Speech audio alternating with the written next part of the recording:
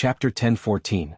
Returning to Sea Realm. After successfully vanquishing Elder Gravesinger and dealing with Forcrux, Michael stumbled upon a remarkable discovery. He found a skull-shaped medallion among the Elder's belongings, and to his surprise he learned that it was forged in the realm of gods. With Elder's assistance and some careful rune adjustments, Michael managed to harness the medallion's power to create a portal back to Aidnes. Rubbing the smooth surface of the skull medallion, Michael witnessed a mysterious purple vortex materialize before him. Taking a deep breath to steady his nerves, he mustered the courage to step into the swirling abyss, vanishing from Elder Gravesinger's pocket dimension in an instant. Meanwhile, in the Wood Elves' village, the curious and enthusiastic children had gathered around Elder. Eager for tales of adventure and heroism, they huddled closely, their eyes wide with anticipation. Thilv and Taskin, on the other hand, stood slightly apart, leaning against a sturdy tree trunk, listening attentively to Elder's captivating narrative about their god, the Dark Lord. Elder spun a vivid yarn, recounting the courageous exploits of Michael as he confronted a fearsome vampire death squad, battling to assert his dominance and earn their loyalty. The children gasped in awe, their young minds captivated by the tale unfolding before them. Suddenly, a sharp gust of wind swept through the village, causing everyone to startle and turn their attention towards the disturbance. Before their astonished gazes, a magnificent purple vortex materialized near Michael's throne. With an air of confidence, their god emerged from the swirling portal, returning to them from realms unknown. "My lord," Thilv, Taskin, and Elder swiftly bowed before Michael, their faces filled with reverence. After being regaled by Elder's tales of Michael's heroism, the young Wood Elves regarded him with admiration and wonder, their eyes shining with excitement. Each child longed to emulate their god, aspiring to be just as brave and formidable. "We must speak," Michael declared, his tone laden with importance. Realizing the gravity of the situation, Thilv and Taskin exchanged a knowing glance. Sensing the urgency in Michael's voice, Thilv turned her attention towards the children, her expression mirroring concern.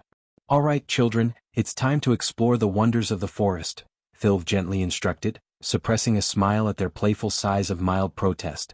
With a collective nod, the children dispersed, their laughter and chatter fading into the distance. Left alone with his loyal followers, Michael took his rightful place upon his grand throne, radiating an air of command. "My lord, what transpired in the Sky Hall?" Elder's voice quivered with both curiosity and trepidation. He could scarcely fathom the audacity of the Dark Lord infiltrating the heart of their enemy's stronghold and returning unscathed. The mere thought sent shivers down Elder's spine. A sly grin crept across Michael's face as he nonchalantly crossed one leg over the other, reclining upon his imposing throne.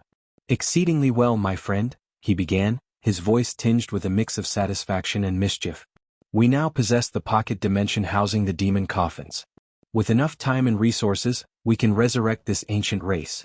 Taskin and Thilv couldn't help but shudder at the mention of resurrecting such formidable forces. They had been fortunate to live in the world of Aidnes, where their greatest perils had been the natural predators of the forest, until recently encountering the relentless Skyhall soldiers. Yet, compared to their relatively peaceful existence, Michael's challenges seemed insurmountable. His list of adversaries grew with each passing day, and a restful night's sleep had become a luxury of the past. Eager to witness the downfall of the Sky Hall, Elder's emotions were torn between terror and elation. Having endured 3 millennia of imprisonment at the hands of the Sky Hall, his hatred for the institution knew no bounds. He would gladly sacrifice anything to witness the Sky Hall razed to the ground. "But to breathe life into these dormant bodies, I must journey into the Sea Realm," Michael revealed, his gaze fixed on a distant horizon. Retrieving a peculiar artifact from his possession, he casually tossed the skull-shaped medallion towards Elder, who caught it with reverent hands. The medallion glimmered brilliantly against the Wood Elf's palm, its intricate and powerful runes leaving him in awe and disbelief. "Such a finely crafted artifact," Elder murmured, his voice filled with a mixture of admiration and astonishment. To think they managed to imbue such complexity and power within such a compact medallion. As the ethereal light danced across the medallion's surface, Elder couldn't help but marvel at the craftsmanship. Michael decided to embark on a perilous journey to the Sea Realm, determined to obtain another seed of darkness that would permanently activate the system. With the system operational, he would be able to resurrect the dormant demon bodies and confront the gods themselves. Despite Nithrol's warning about not returning to the mortal realm until reaching the celestial stage, Michael had to take the risk. The Sea Realm held the key to bringing the system online, as it was the only way he could earn the crucial experience points necessary to ascend to the celestial stage. Elder, stay here with the Wood Elves, Michael commanded, his voice firm and resolute. Assist them in dismantling the outpost of the Sky Hall soldiers. I will provide you with explosives and poisons to make the task easier. Taskin and Thilv, realizing their god was once again departing their world, knelt before him, a mixture of concern and anticipation etched on their faces. My lord, when will you return? Taskin inquired, his voice tinged with a hint of longing.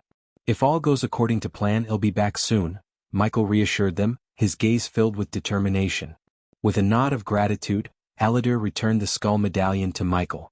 As the medallion rested in his palm, Michael focused his thoughts on the House of Aladir, the place where he had last parted ways with Mutrad. Infusing the medallion with a sliver of arch-energy, he felt its power surge and shimmer with anticipation. Before him, a portal materialized, a swirling gateway to the unknown. Taking a deep breath, Michael steeled himself and stepped into the portal, leaving behind his loyal followers and the familiar realm of Itanes. I think you should take a look at inside the House of Howrid. Valen sat regally upon his throne, while his fellow elders occupied a row of seats before him. The hall itself was a marvel of underwater construction, nestled in the depths of the ocean. With no sunlight to penetrate its depths, the hall relied on the ethereal glow of the Arctic barrier surrounding the city as its primary light source.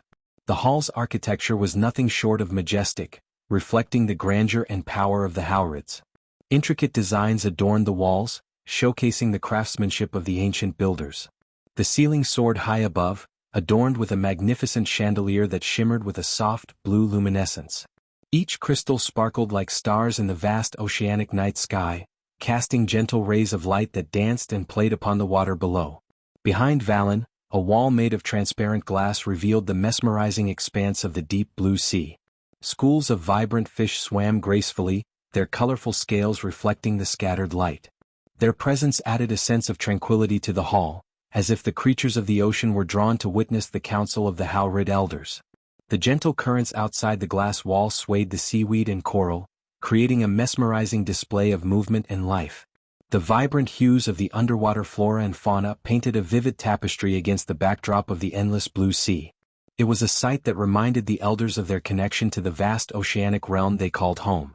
Unlike the calm sea behind them, Valen and the elders bore a frown on their faces, indicating the turmoil in their hearts. Among the elders, Mutrad was one of them. In fact, after Michael, the Dark Lord, slaughtered the elders of House Arctic and majority of the House Gladrath, Mutrad had been assisting Valen in regaining the stability in Arctic Hall.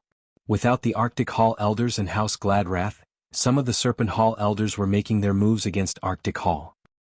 This was a delicate era for the Sea Realm as their peace was overridden by people's greed for power, especially the people of Sea Serpent Hall. Contrary to the serene sea beyond, the faces of Valen and the elders bore a collective frown, betraying the internal turmoil they experienced. Among them, Mutrad stood as one of the key figures.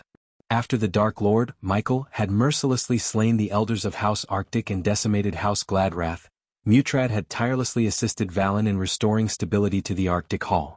However, with the absence of the Arctic Hall elders and the weakened House Gladrath, the Serpent Hall elders had begun to make their moves, driven by their thirst for power.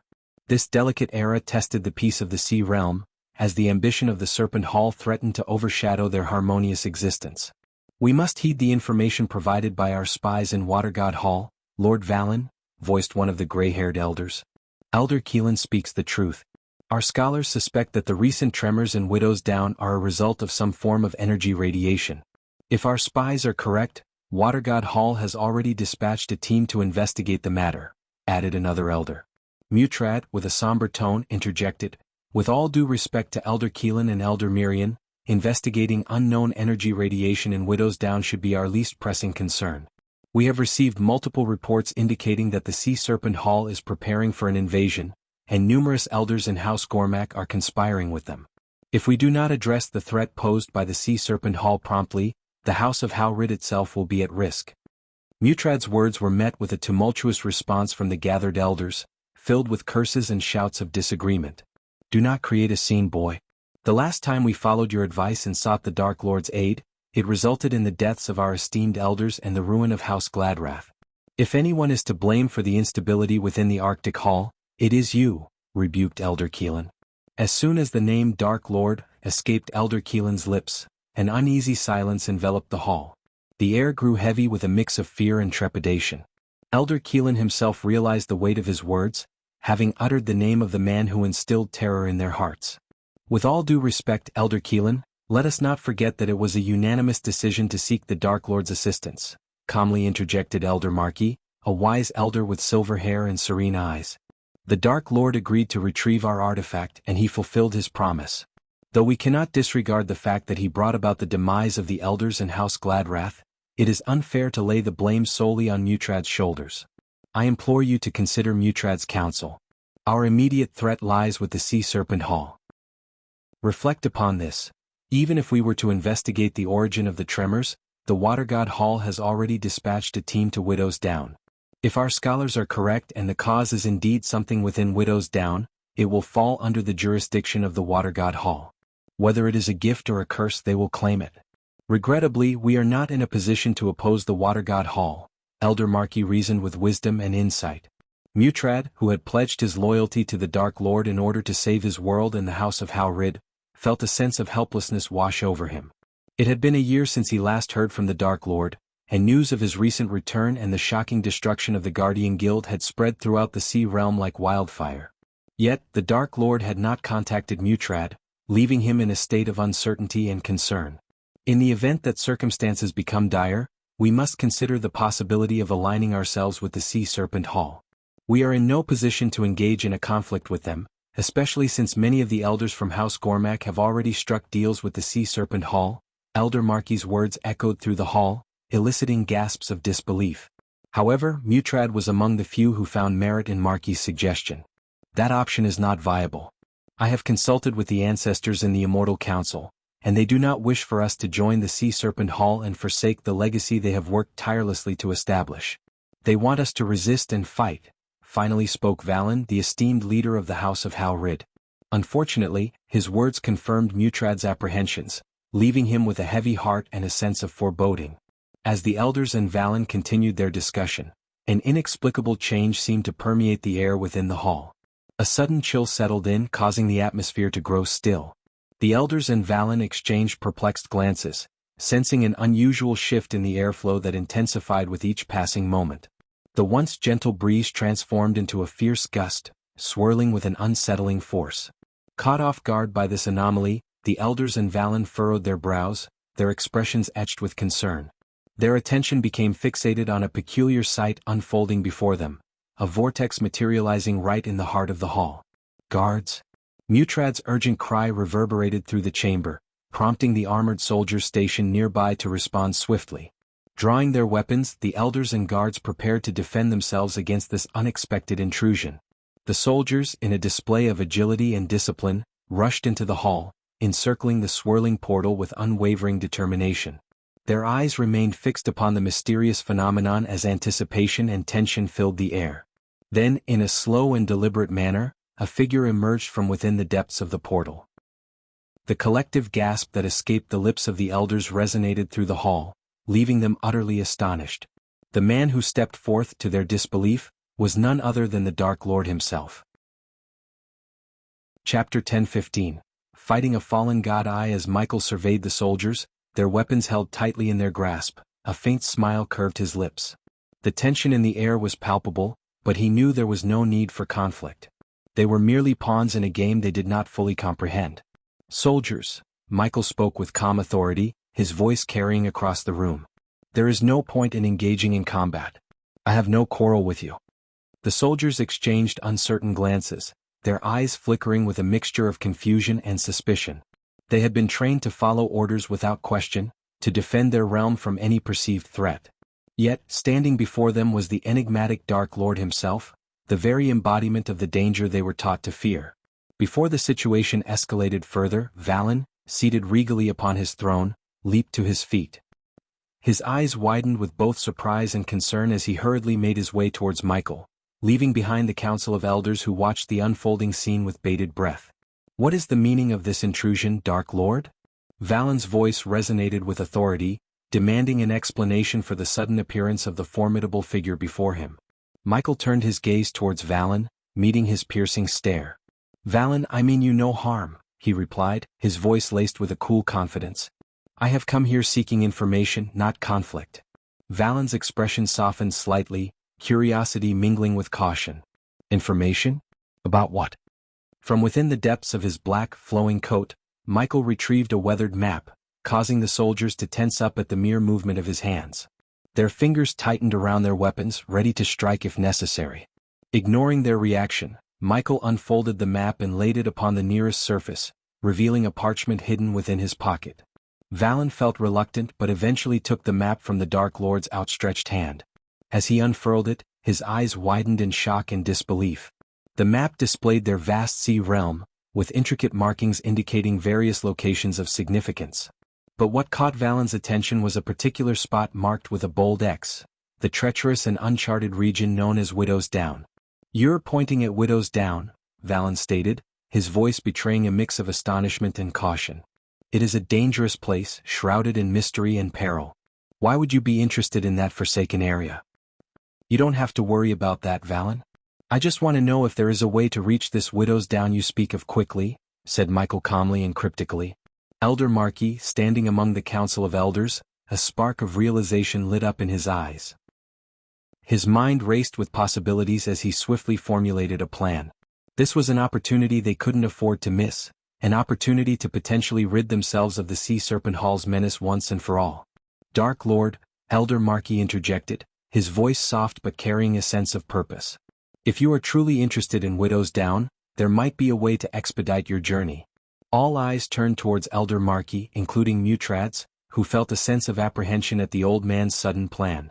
Mutrad understood the potential benefits of utilizing the Dark Lord's power against their enemies, but he also knew the dangers of underestimating Michael's capabilities. "What do you mean, Elder Marquis?" Valen inquired, his gaze shifting between the elderly council member and the Dark Lord himself. Elder Marquis's wrinkled face bore a knowing smile. "Legends speak of a secret wind tunnel known only to the Sea Serpent Hall. It is said to be hidden away, leading to an area closest to Widow's Down.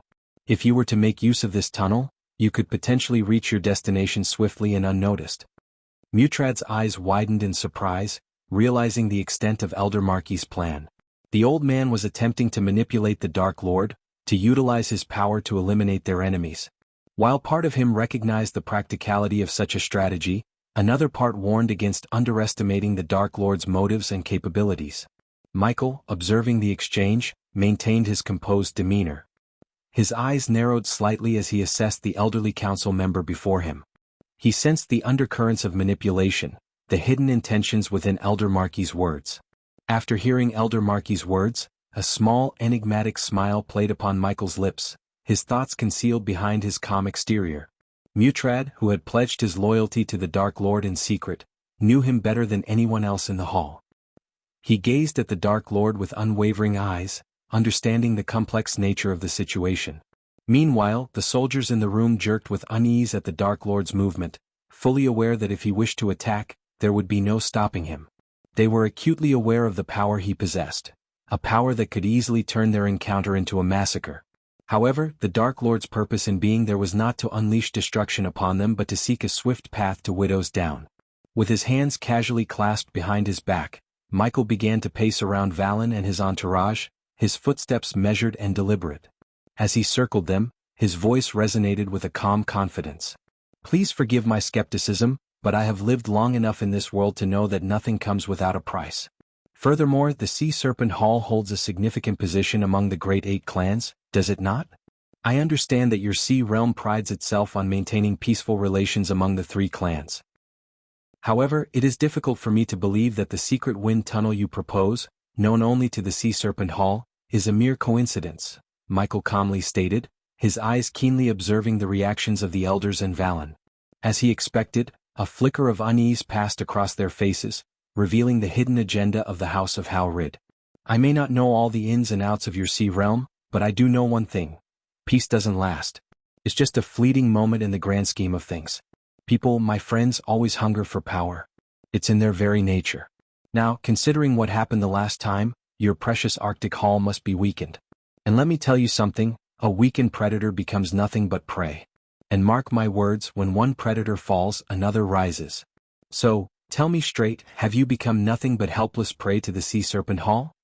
Michael's voice dripped with a cool, confident aura, his piercing gaze fixed on Valen and the elders, challenging them to face the harsh reality of their situation. He paused, allowing the weight of his words to settle upon the gathered leaders. His piercing gaze scanned their faces, seeking the truth hidden within their expressions. It was evident that the House of Howrid had its own motives and hidden fears, and Michael intended to uncover them. I think you should take a look at, so, I ask you plainly, have you become the prey of the Sea Serpent Hall, your once allies turned predators? Michael's voice resonated with a mix of curiosity and authority, leaving no room for evasion. He awaited their response, poised to unravel the intricate web of power and deception that lay before him. After hearing Michael's probing words, Valen understood that hiding their troubles with the Sea Serpent Hall was futile. However, he was reluctant to involve the Dark Lord in their affairs. If it came down to it, Valen would rather join forces with the Sea Serpent Hall than engage in a futile battle that would only result in the loss of their fellow House of Howrid members. Valen recognized that there was no point in fighting a losing battle and sacrificing lives. Bringing the Dark Lord into the conflict would undoubtedly lead to victory against the Sea Serpent Hall, but it would also bring destruction upon them. As the Dark Lord himself had pointed out, without the Sea Serpent Hall, the Sea Realm would become weakened. And as he had warned, when a weakened prey attracts another predator, chaos would ensue. Valen had no desire to witness such devastation. Forgive Elder Marquis if he had any hidden intentions, Dark Lord. Elder Marquis wants what's best for our house, and yes, we do face troubles with the Sea Serpent Hall. However, we will handle this matter within our own realm. We do not require your assistance, Valen declared, his voice filled with a mixture of determination and a desire to protect his people. Upon hearing Valen's words, Michael simply smiled, his gaze unwavering. I respect your choice. Now, I shall take my leave and head towards the Sea Serpent Hall, Michael responded. Valen signaled the guards to escort the Dark Lord through a secret exit, ensuring that no one else witnessed his departure from the House of Howrid. The soldiers, though fearful, gestured for Michael to follow them. They led him along a narrow glass pathway, offering a breathtaking view of the deep sea. Michael marveled at the beauty before him, the vibrant golden-colored fish and the mesmerizing array of unknown deep-sea creatures that gracefully swam around. Finally, they arrived at a hall where a circular hollow lay on the floor. Michael knew it would open up, granting him passage into the depths of the sea, where he would journey towards the Sea Serpent Hall. Travel north following the current. It will guide you to the Sea Serpent Hall, one of the guards informed him, to which Michael nodded in understanding. Just as he was about to step into the hollow, Mutrad entered the hall. You two leave us, Mutrad commanded, ordering the guards to depart, leaving him alone with the Dark Lord. My lord, Mutrad spoke once the two guards had left them alone. Is it wise for you to meet me alone, my lord? You don't want the elders to discover that I have secretly pledged my loyalty to you, Michael said calmly, a smile playing upon his lips. Some of the elders already suspect my allegiance to you, but they lack any concrete proof, Mutrad sighed, his voice tinged with resignation. If you are concerned about me bringing destruction upon your world, fear not. I'm not a threat to your realm. Besides, there is a greater danger looming over us as we speak, Michael assured him, implying that the true enemy was none other than the Sea Serpent Hall. The gods have arrived, Mutrad, and I have reliable information that they seek to make every sentient being their worshipper. Those who resist them will face annihilation, Michael revealed, his tone carrying a weight of seriousness. It was evident that Mutrad was already aware of the rising threat posed by the fallen gods. Are you referring to the fallen gods? Mutrad asked, his voice filled with a mixture of concern and curiosity. The fallen gods are mere weaker beings trapped within the mortal realm, Mutrad. There exists a realm above ours, the realm of gods itself. Those deities are the real deal. You call me the big bad evil Dark Lord, don't you? Well, just wait until you witness the descent of the true gods upon your precious world, Michael chuckled softly. Truth be told, he harbored no illusions about the benevolence and kindness of the gods in the realm above. The god of necromancy, Forcrux, the god of war, and the god of time and space were anything but merciful and gentle. In Michael's eyes, the realm of gods was a place even more sinister than the mortal realm. So, you can relax. I am not the greatest threat you should fear at this moment, Michael chuckled again, turning to leave. Dark Lord, wait, Mutrad halted Michael in his tracks. "I have information about the Sea Serpent Hall that you should know before you depart," Mutrad said, causing Michael to slowly turn around, his interest piqued. "The leader of the Sea Serpent Hall has awakened. He is what you refer to as a fallen god. Expect intense battles and goosebumps badass scenes in this arc. It is time for the Dark Lord's enemies to fall down one by one. The rise of the Dark Lord begins." Chapter 10:16. Fighting a Fallen God 2. After receiving the startling revelation about the presence of a fallen god within the Sea Serpent Hall, Michael found himself re-evaluating his approach to the impending encounter. During his journey from the House of Haurid, nestled in the depths of the Arctic Hall's underground ocean city, to the Sea Serpent Hall, he had ample time to reconsider his strategies. Equipped with his specially designed armor, Michael possessed the ability to withstand the immense pressure of the underwater depths and breathe comfortably. As he ventured closer to his destination, his skull-faced mask materialized over his visage, concealing his features with meticulous precision. The mask not only added to his formidable appearance but also housed a contraption that generated a steady supply of breathable air, allowing him to navigate the underwater terrain effortlessly. As Michael drew nearer to the Sea Serpent Hall, the three concentric rings that comprised the city's architecture glimmered under the radiant light emanating from the energy dome. Each ring held its own allure, contributing to the city's ethereal charm. At the center of the city, the third and innermost ring housed the pinnacle of power and authority, the Royal Palace. This grand structure, crafted from gleaming white coral and adorned with shimmering pearls, exuded an air of regality and prestige. Its towering walls and majestic archways spoke of the king's dominion, while its interior boasted opulent halls and chambers adorned with exquisite artworks and ornate furnishings. It was within these hallowed walls that King Serpent and his court held court, making decisions that shaped the destiny of the Sea Serpent Hall. As Mutrad had informed him, the elusive wind tunnel that would lead him closest to Widow's Down was said to be hidden within the Serpent King's castle. If Mutrad's words were to be believed, the Serpent King himself had obtained divine grace and ascended to the status of a god, albeit a fallen one, trapped within the mortal realm due to the previous Dark Lord's barrier. A mixture of disbelief and curiosity laced Michael's voice as he uttered, "Is that?" His words trailed off as he caught sight of a familiar figure in the distance, surrounded by a translucent energy dome that shielded him from the crushing pressure of the sea. To his astonishment, it was none other than Evan Clark. Memories flooded back to Michael, reminding him of the last time they had crossed paths. It had been during the tumultuous period when Michael unleashed his fury upon Thusia, and Evan had joined the Guardian Guild, fighting alongside Zanali in a desperate attempt to quell the chaos. What took Michael by surprise even more was the ethereal aura enveloping Evan, reminiscent of the orc who had been possessed by a sliver of Rudra's divine grace. Furthermore, Evan's cultivation power surpassed any scale Michael had encountered before, making it difficult for him to gauge its true extent. Although momentarily taken aback by Evan's formidable power, Michael did not perceive him as a significant threat, even with the grace. Unlike Evan, whose godhood level would remain stagnant unless he amassed millions of loyal worshippers in both the mortal realm and the realm of gods, Michael possessed the ability to level up his own godhood rapidly. He only needed to locate and absorb the seeds of darkness, as well as eliminate individuals to earn experience points and advance his power. This unique method of progression made Andor, the ruler of Hell, consider Michael a far greater threat to the gods and the realm of gods than even Dagon himself.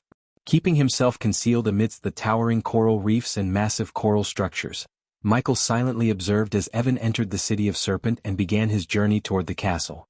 "Stop right there." The earthen guards, resembling graceful carp or catfish, called out to Evan as he approached the castle. Their shimmering scales caught the light, and their 2 arms, each with 3 fingers, enabled them to interact with their surroundings. Some of the guards had small feet that allowed them to walk on land, while others floated above the ground with an air of fluidity. From his hidden vantage point behind the coral structures, Michael continued to observe Evan's encounter with the guards. One by one, more royal guards, positioned in various stages of cultivation, emerged to surround Evan. To Michael's surprise, these guards were at either the fusion stage level 10 or the half-immortal stage, showcasing their formidable power. When Michael utilized his X-ray vision to scan the castle, he discovered the presence of several immortal stage guards within its walls.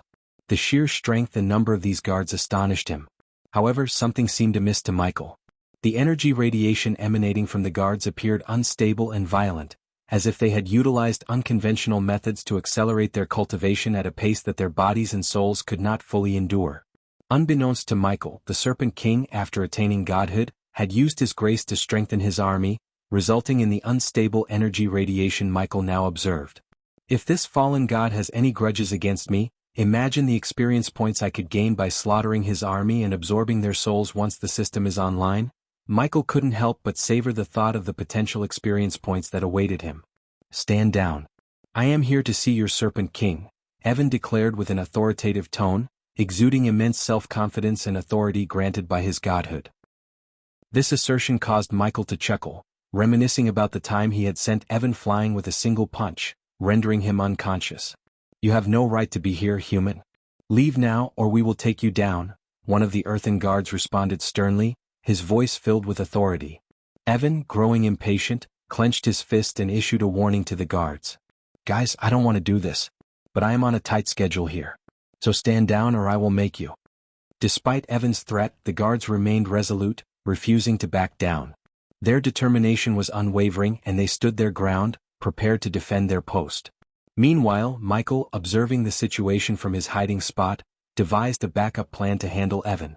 Just as the tension filled the air, a thunderous voice reverberated throughout the entire Serpent Hall. All eyes turned toward the source of the voice, and Michael raised his head, catching sight of a figure emerging onto the balcony atop the castle. The presence commanded attention, exuding an aura of power and authority. As the figure stepped onto the balcony, the grandeur of his presence became apparent. He was a merman, standing tall and regal, his upper body exuding an otherworldly beauty reminiscent of the elven kind. Adorned in kingly robes that billowed around him, he commanded attention wherever he went. The crimson-red trident held firmly in his hand showcased his authority and power. A crimson-red crown adorned his head, its intricate design resembling the hood of a cobra. The crown curved gracefully, framing his face and accentuating his noble features. Atop his head, a part of the crown extended upward, resembling the head of a cobra ready to strike, adding an intimidating touch to his appearance. His muscular physique, evident even beneath the flowing robes, spoke of immense strength and power. Every movement he made seemed effortless, displaying a sense of control and dominance. His eyes glimmered with anger and arrogance as he looked down upon Evan, his gaze filled with superiority. With a commanding presence, the Serpent King surveyed the scene below him, his gaze fixated on Evan. Every fiber of his being exuded authority and dominance, leaving no doubt that he was a force to be reckoned with in the Sea Serpent Hall. Serpent King, I come before you with a pressing matter that requires your assistance. We must speak at once. Evan spoke with determination, hoping to convey the urgency of his request. However, his words were met with a mocking laugh from the Serpent King, further fueling Evan's surprise and curiosity. You think me a fool, human? I am well aware of your intentions. You seek to use my wind tunnel to reach Widow's Down, the Serpent King responded, his voice laced with a hint of disdain. I think you should take a look at Evan composed himself, maintaining his calmness despite the unexpected revelation. If you know why I need to reach Widow's Down before the Dark Lord, then you understand the gravity of the situation. Time is of the essence, Evan explained, emphasizing the urgency that hung in the air. The mention of the Dark Lord's name stirred unease among the soldiers, their whispers betraying their fear. Yet it was the Serpent King's reaction that surprised both Evan and Michael. The Serpent King's eyes blazed with anger, his body trembling with pure rage at the mere mention of the Dark Lord's name. The Dark Lord will not set foot in my kingdom and leave unscathed, the Serpent King spat, his words dripping with venom and hatred. Realizing the precarious situation and the imminent danger posed by the Dark Lord, Evan tried to reason with the Serpent King. If I have learned that the quickest way to reach Widow's Down is through your wind tunnel, then the Dark Lord may have discovered it as well. Every moment wasted brings him closer to your castle. Let me assist you, Serpent King, Evan pleaded, hoping to find a compromise. The Serpent King's expression twisted into a sneer, his anger unyielding. You wish to help me? Then bring me the Dark Lord's head, and I shall grant you access to my wind tunnel. Until then you can fuck off, the Serpent King coldly declared, turning away and dismissing Evan without a second thought. A sneer crossed the Serpent King's face as he turned away, dismissing Evan's request. You leave me no choice, Evan clenched his fist, his eyes beginning to glow with a golden light. The earthen guards surrounding him became aware of the low hum emanating from Evan, a clear sign that he was about to unleash his power. Sensing danger, they braced themselves, knowing that Evan was about to strike. True to their expectations, Evan unleashed a powerful shockwave of golden energy, propelling the guards backward and leaving a trail of chaos in his wake. With a swift and fluid motion, Evan unleashed a barrage of spells and physical attacks upon the earthen guards. Brilliant bursts of blue and golden light illuminated the surroundings as powerful spells erupted from his fingertips. The air crackled with energy, and the ground trembled with each devastating strike. The people in the vicinity suddenly became aware of the fierce conflict unfolding before them. Panic ensued as they scattered in all directions, seeking safety from the escalating confrontation. The peaceful atmosphere shattered as the sound of crashing spells and the clash of steel reverberated through the air. In the midst of the chaos, the Serpent King halted his steps, his curiosity piqued by the commotion behind him. He turned around, his crimson eyes fixated on the spectacle before him. A twisted smile played across his face as he observed Evan, a mere human, daring to challenge his guards. Michael, hidden among the coral structures, watched the fight unfold with a mix of surprise and anticipation. The display of Evan's power intrigued him, and he studied every move, spell, and strike with keen interest. Evan's attacks were relentless and precise, each blow landing with pinpoint accuracy. Guards were thrown into the air, crashing into buildings with bone-shattering force.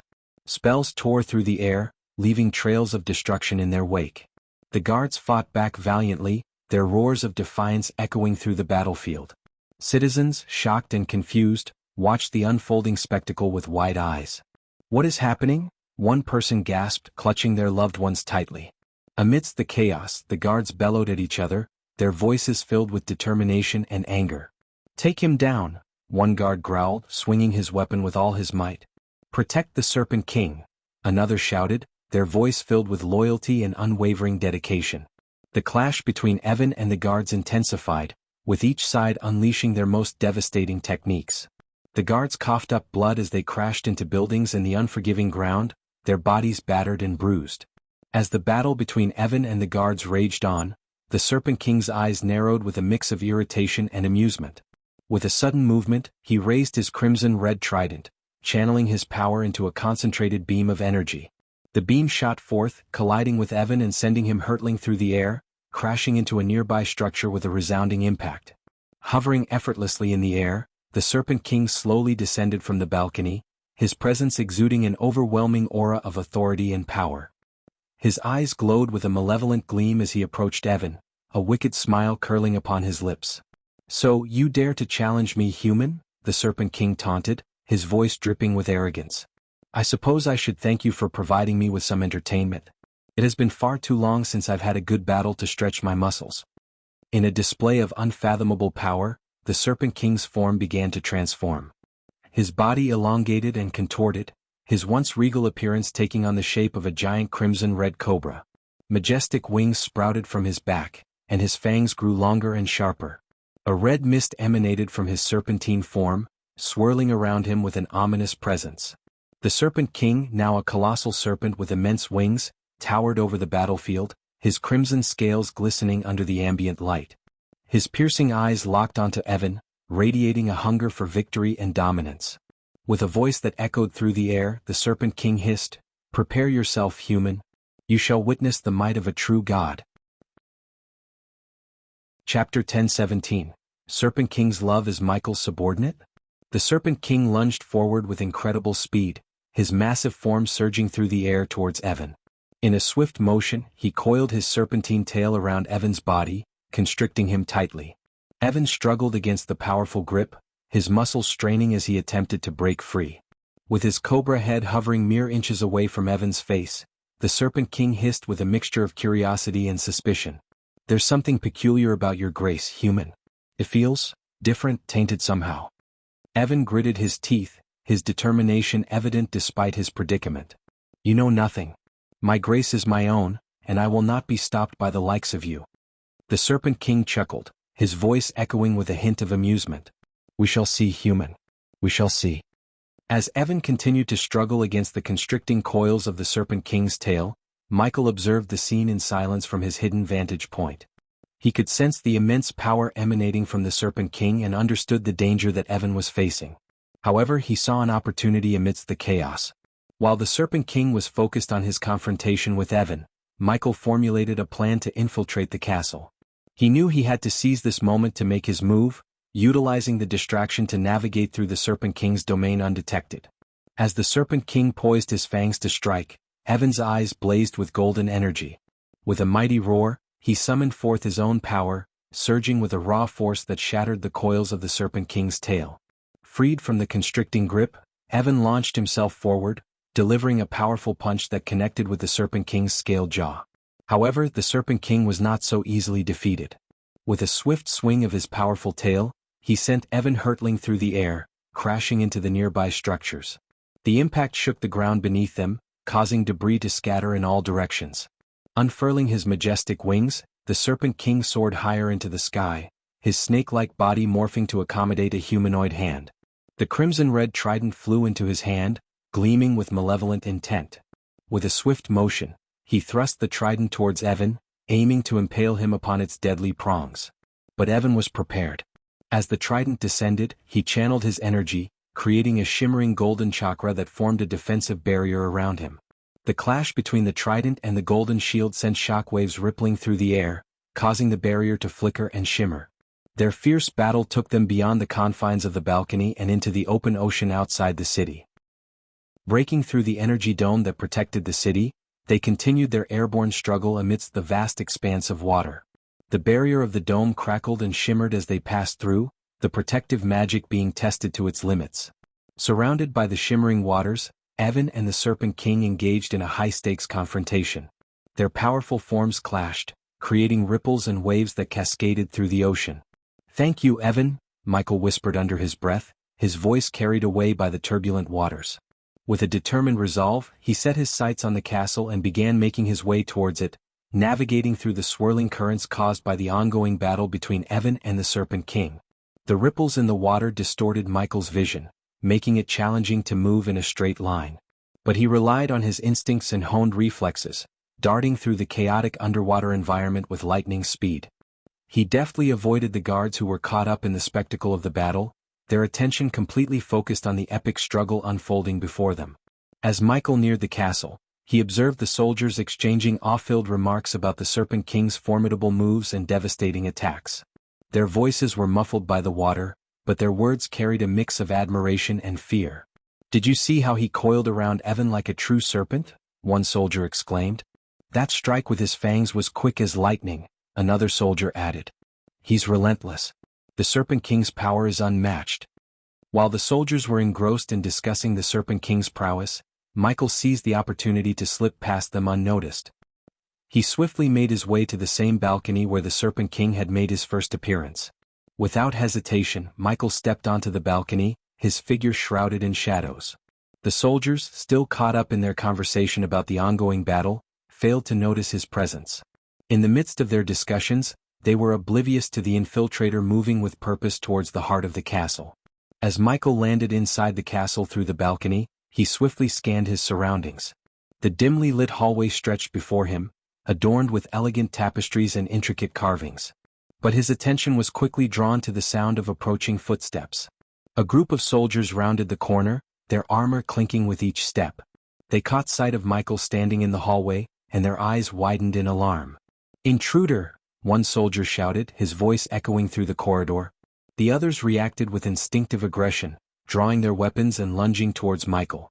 Clad in his full Dark Lord armor, Michael remained calm and composed. He covered his face with his skull mask, its intimidating presence instilling fear in the hearts of his enemies. The soldiers, however, were little too late to realize the true extent of Michael's power. "I think you should take a look at." With a burst of speed, Michael utilized his lightning dash spell, which allowed him to move with blinding swiftness. He closed the distance between himself and the group of soldiers in an instant. His dark sword gleamed ominously as it sliced through the air. One by one, the soldiers fell before him, their bodies unable to withstand the devastating power of his strikes. Blood splattered on the walls, and their screams were muffled by the dark aura that enveloped Michael's sword. The clash was over in mere moments, leaving only one soldier standing. He trembled in fear, witnessing the merciless efficiency with which Michael dispatched his comrades. Michael stared at the lone soldier, his voice carrying a chilling undertone. "Tell me where I can find the wind tunnel." The remaining soldier trembled under Michael's intense gaze, sweat trickling down his forehead. He stuttered, struggling to form coherent words. I don't know, please. Without warning, Michael tightened his grip on the soldier's shoulder, his fingers digging into the flesh. The soldier winced in pain as the pressure began to break his shoulder, his cries filling the corridor. Tell me, Michael growled, his voice dripping with menace. Where can I find the wind tunnel? Tears streamed down the soldier's face as he whimpered in agony. It might be in the Serpent King's chamber. He keeps many secrets there. Satisfied with the answer, Michael released his hold on the soldier, who collapsed to the ground, clutching his injured shoulder. The soldier looked up at Michael with pleading eyes, silently begging for mercy. But Michael was not the one to grant mercy to his foes. Instead of granting mercy, Michael fired the dark beams out of his eyes, turning the soldier's head into a bloody pulp. As Michael moved swiftly through the castle, his X-ray eyes granted him the ability to see through the walls, revealing the secrets hidden within.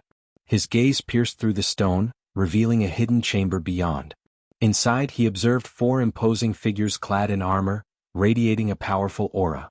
These were no ordinary guards, they were immortal stage warriors, guardians of great strength and skill. Michael's instincts told him that whatever lay behind the guarded door must hold significant importance for the Serpent King. This could very well be the entrance to the Serpent King's chamber, the heart of his power and secrets. What's happening out there? One of the guards at the immortal stage asked. They were dressed in crimson-red scales, resembling the scales of the Serpent King himself. Shouldn't we go and investigate? Another guard questioned, concern evident in his voice. No, replied a third guard firmly. His Majesty has given us strict orders to remain at our posts. Whatever is happening outside, we can trust that our fellow guards can handle it. The conversation turned to the whereabouts of the Serpent King, who had gone to the balcony and had yet to return. Speculation arose among the guards as to whether their king was engaged in battle. Perhaps His Majesty is fighting, one guard pondered aloud. If that's the case, I pity whoever he's facing, another guard chuckled, their confidence in their own strength apparent. To the guards, reaching the immortal stage was seen as the ultimate achievement of power. They believed that once they had attained this level, no one could pose a threat to them. And in truth, there were only a select few beings in the world who had achieved immortality. However, what they failed to realize was that there was one being who had surpassed the immortal stage and ascended to an even higher realm of power. The Dark Lord, having transcended immortality and reached the elusive realm of half-celestial, was preparing to unleash his wrath upon them.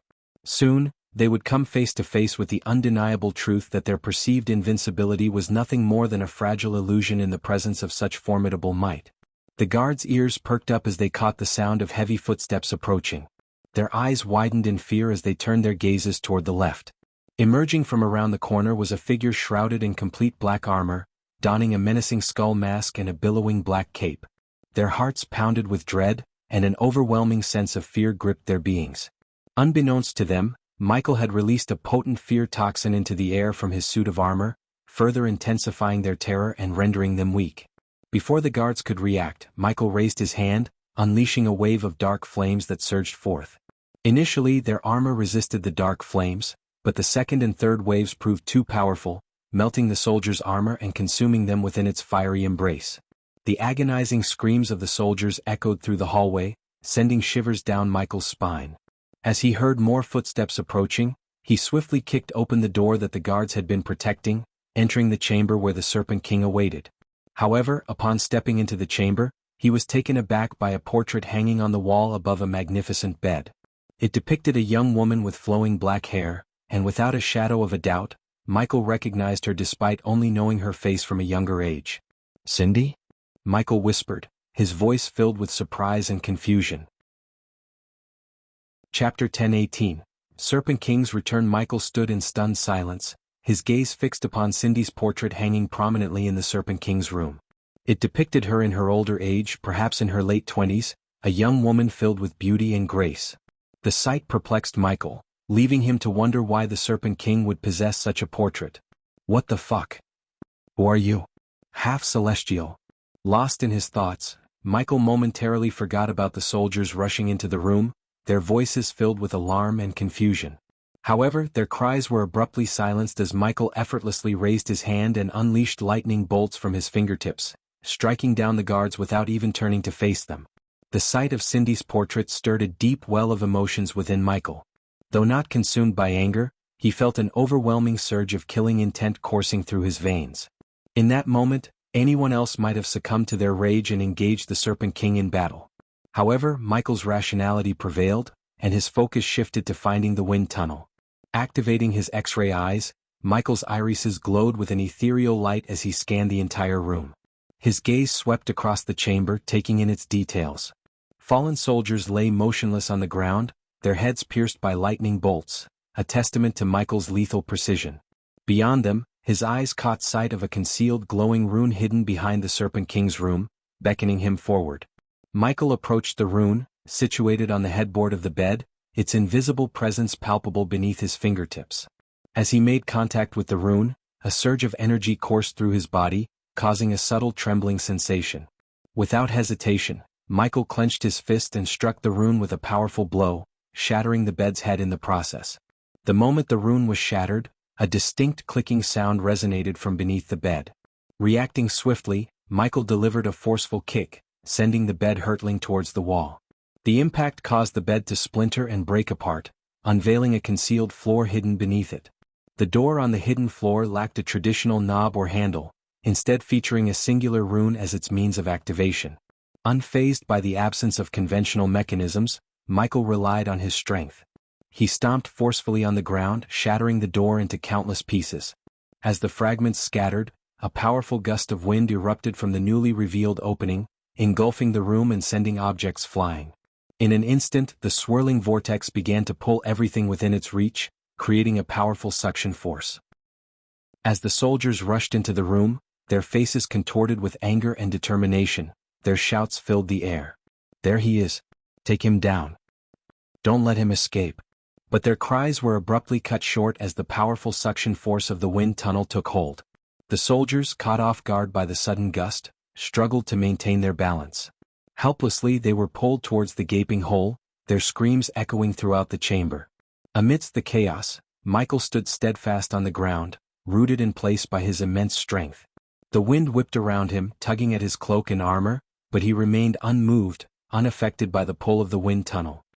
His eyes focused on the soldiers, his face expressionless as he witnessed their futile attempts to resist the relentless force. This chapter upload first at NWSB. C0M? One by one, the soldiers were dragged closer to the edge of the hole, their outstretched hands desperately grasping for something to hold onto. Their screams grew more frantic as they were sucked into the wind tunnel, disappearing into the depths below. Michael watched in silence, his gaze unwavering as the last soldier was swallowed by the wind tunnel. The room fell into an eerie stillness, the only sound remaining the faint howling of the wind. Michael peered down into the abyss, his gaze fixed on the swirling red mist that filled the wind tunnel. The mist, a macabre mixture of blood and shattered bodies, bore witness to the devastating power of the suction force. The soldiers who had been unfortunate enough to be pulled into the depths had met a gruesome fate, their bodies bursting from the sheer intensity of the wind's pull. Undeterred by the horrifying sight, Michael unfurled the metal wings concealed within his armor. The wings gleamed in the dim light of the chamber, their intricate design hinting at their hidden strength. With a leap of faith, he propelled himself into the wind tunnel, soaring through the crimson mist. As Michael descended further into the depths, the force of the wind intensified, threatening to tear him apart. Yet, he gritted his teeth and pressed onward, his wings beating against the powerful currents. The red mist engulfed him, obscuring his vision, but he remained resolute, guided by his unwavering determination. The wind tunnel seemed to stretch into an infinite abyss, with no end in sight. Michael braced himself against the unyielding forces, his eyes fixed on the unknown destination that awaited him. The roar of the wind echoed in his ears, urging him to forge ahead, deeper into the mysteries that lay beneath the Serpent King's castle. As Michael delved deeper into the depths of the ocean, the surroundings grew increasingly dim and foreboding. The once vibrant blue hue transformed into an abyssal darkness, enveloping everything in its grasp. The only sources of illumination were the ethereal glow emitted by a school of bioluminescent fish, their soft radiance casting an eerie light on the murky waters. Yet, it was the ominous red beam emanating from the skull on Michael's chest armor that provided him with a clearer view of his surroundings. Amidst the inky depths, a peculiar structure emerged, floating mysteriously in the depths of the ocean. The distant hum that reached Michael's ears heightened his anticipation. He knew that within this enigmatic structure lay the potential for acquiring another seed of darkness, a crucial step towards permanently restoring the dormant system. Drawing closer to the structure, Michael's senses sharpened, and he became aware of multiple presences lurking in its vicinity. Realizing the need for stealth, he swiftly deactivated the light beams emanating from his chest, merging seamlessly with the encompassing darkness. His form became indistinguishable, blending into the shadows as he observed the unfolding scene. His attention was drawn to a colossal eel-like creature, a behemoth that dwarfed the surrounding underwater landscape.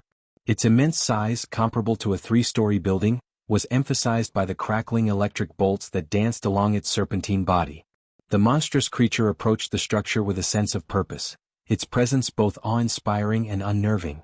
As Michael observed the colossal eel with chains and hooks embedded in its skin, blood trickling from its wounds, his curiosity intensified. However, his attention was quickly drawn to several mermen clad in emerald green armor who seemed to be in control of the chains. They were shouting commands at the eel, urging it to move swiftly, and forcefully yanking the chains to guide its movements. "We need to break this structure before the other houses have a chance to reach it," one of the mermen exclaimed, their voice filled with urgency. "I think you should take a look at, pull harder, we cannot afford any delays," another merman barked, their eyes filled with determination. The mermen worked in unison, their movements graceful and fluid, as they coordinated their efforts to manipulate the eel and break free from the structure. Their emerald armor shimmered under the dim light, reflecting their otherworldly beauty. "Do not falter. We must succeed," a third merman shouted, their voice resonating with unwavering resolve. Their voices echoed through the water, mixing with the sounds of the eel's thunderous movements. Michael watched silently, blending into the darkness, as the mermen struggled against the resistance of the structure and the relentless pressure of the deep ocean. As the mermen yanked on the chains, the eel let out a deep, guttural growl of pain. The sound reverberated through the water, sending ripples of unease through Michael. The mermen, undeterred by the eel's distress, shouted at it with fierce determination. "Move, giant. Break through the structure." One merman commanded, their voice filled with urgency. "Use your strength. Tear it apart." Another merman called out, their tone resolute. The eel responded to their cries, its massive body writhing and thrashing against the restraints. The chains strained under the immense force, creaking and groaning as the eel fought to break free. With each pull, the eel's growls intensified, a symphony of pain and determination echoing through the water. "Push harder, giant. We must not let the other houses claim this power," a third merman urged, their voice filled with a mix of desperation and determination. As the mermen and the eel continued their struggle, a momentary connection passed between Michael and the giant eel. In that fleeting instant, it seemed as if the eel locked its eyes with Michael, as though silently pleading for assistance. Michael was taken aback by this unexpected connection, feeling a pang of empathy for the creature's pain. However, the eel's gaze quickly shifted away as the mermen forcefully pulled on the chains, urging it forward in agony. The eel's attention was solely focused on obeying its captors, its primal instincts overriding any potential alliance that could have formed with Michael. With a tremendous impact, the eel crashed into the structure, causing shockwaves to ripple through the surrounding waters. Michael felt the power of the impact reverberate through his body, witnessing the cracks forming on the surface of the strange cube-shaped structure. It was evident that the combined efforts of the eel and the mermen were having an effect, gradually weakening the integrity of the structure. Amidst the chaos, Michael's keen observation skills allowed him to identify 5 half-immortals among the soldiers of the Water God Hall. These half-immortals possessed a stable energy radiation, signifying their cultivation to the half-immortal stage had been achieved through natural means, without the use of shortcuts or artificial enhancements. As Michael saw the cracks widening, he sprang into action. True to his nature, he preferred to let his enemies do the heavy lifting while he reaped the rewards at the opportune moment.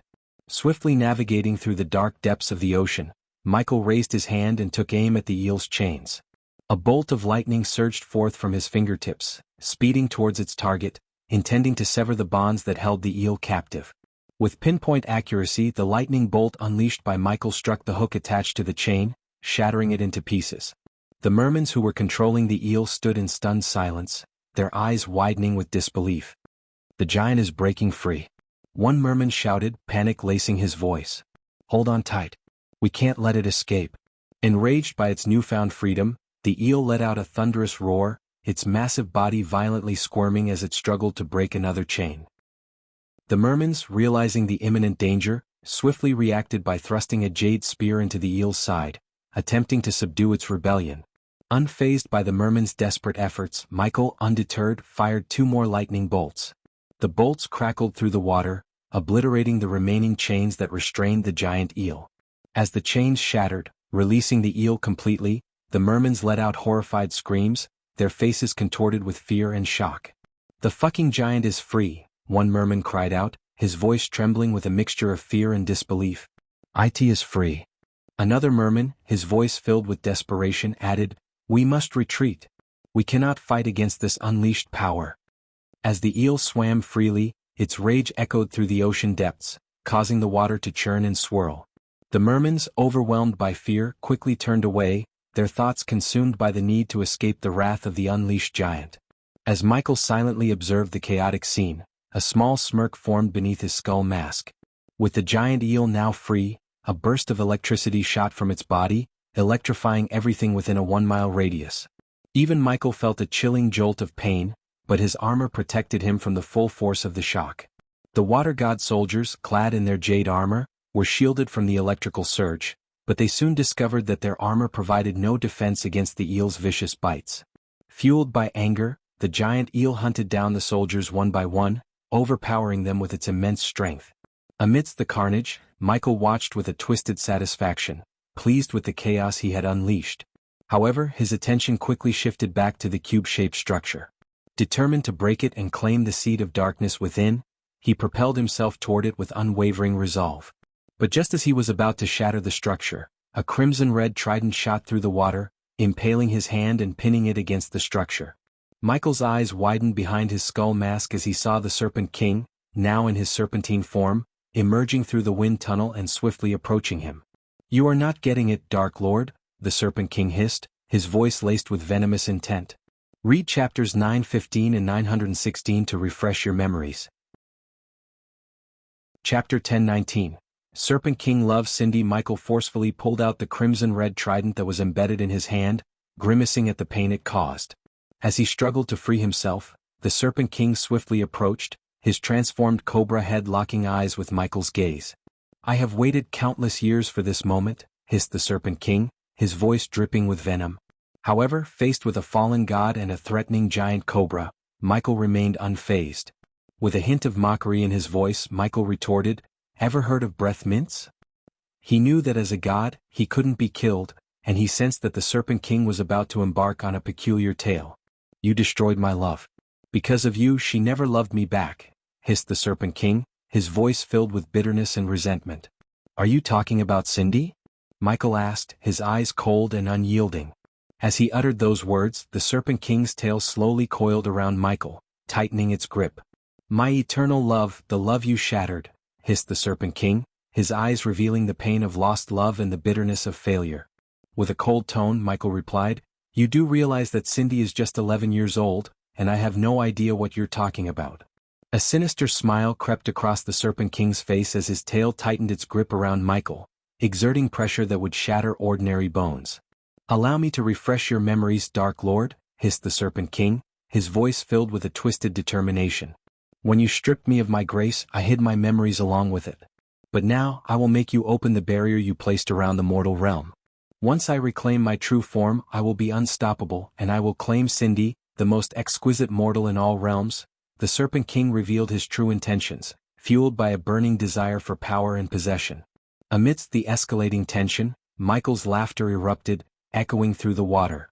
The Serpent King's tail exerted immense pressure, but Michael remained unaffected, his strength surpassing mortal limits, bolstered by his impenetrable armor. "What's so amusing? I may not be able to kill you, but I can break your mortal vessel and condemn your soul to wander this world for eternity," threatened the Serpent King, his voice laced with malice.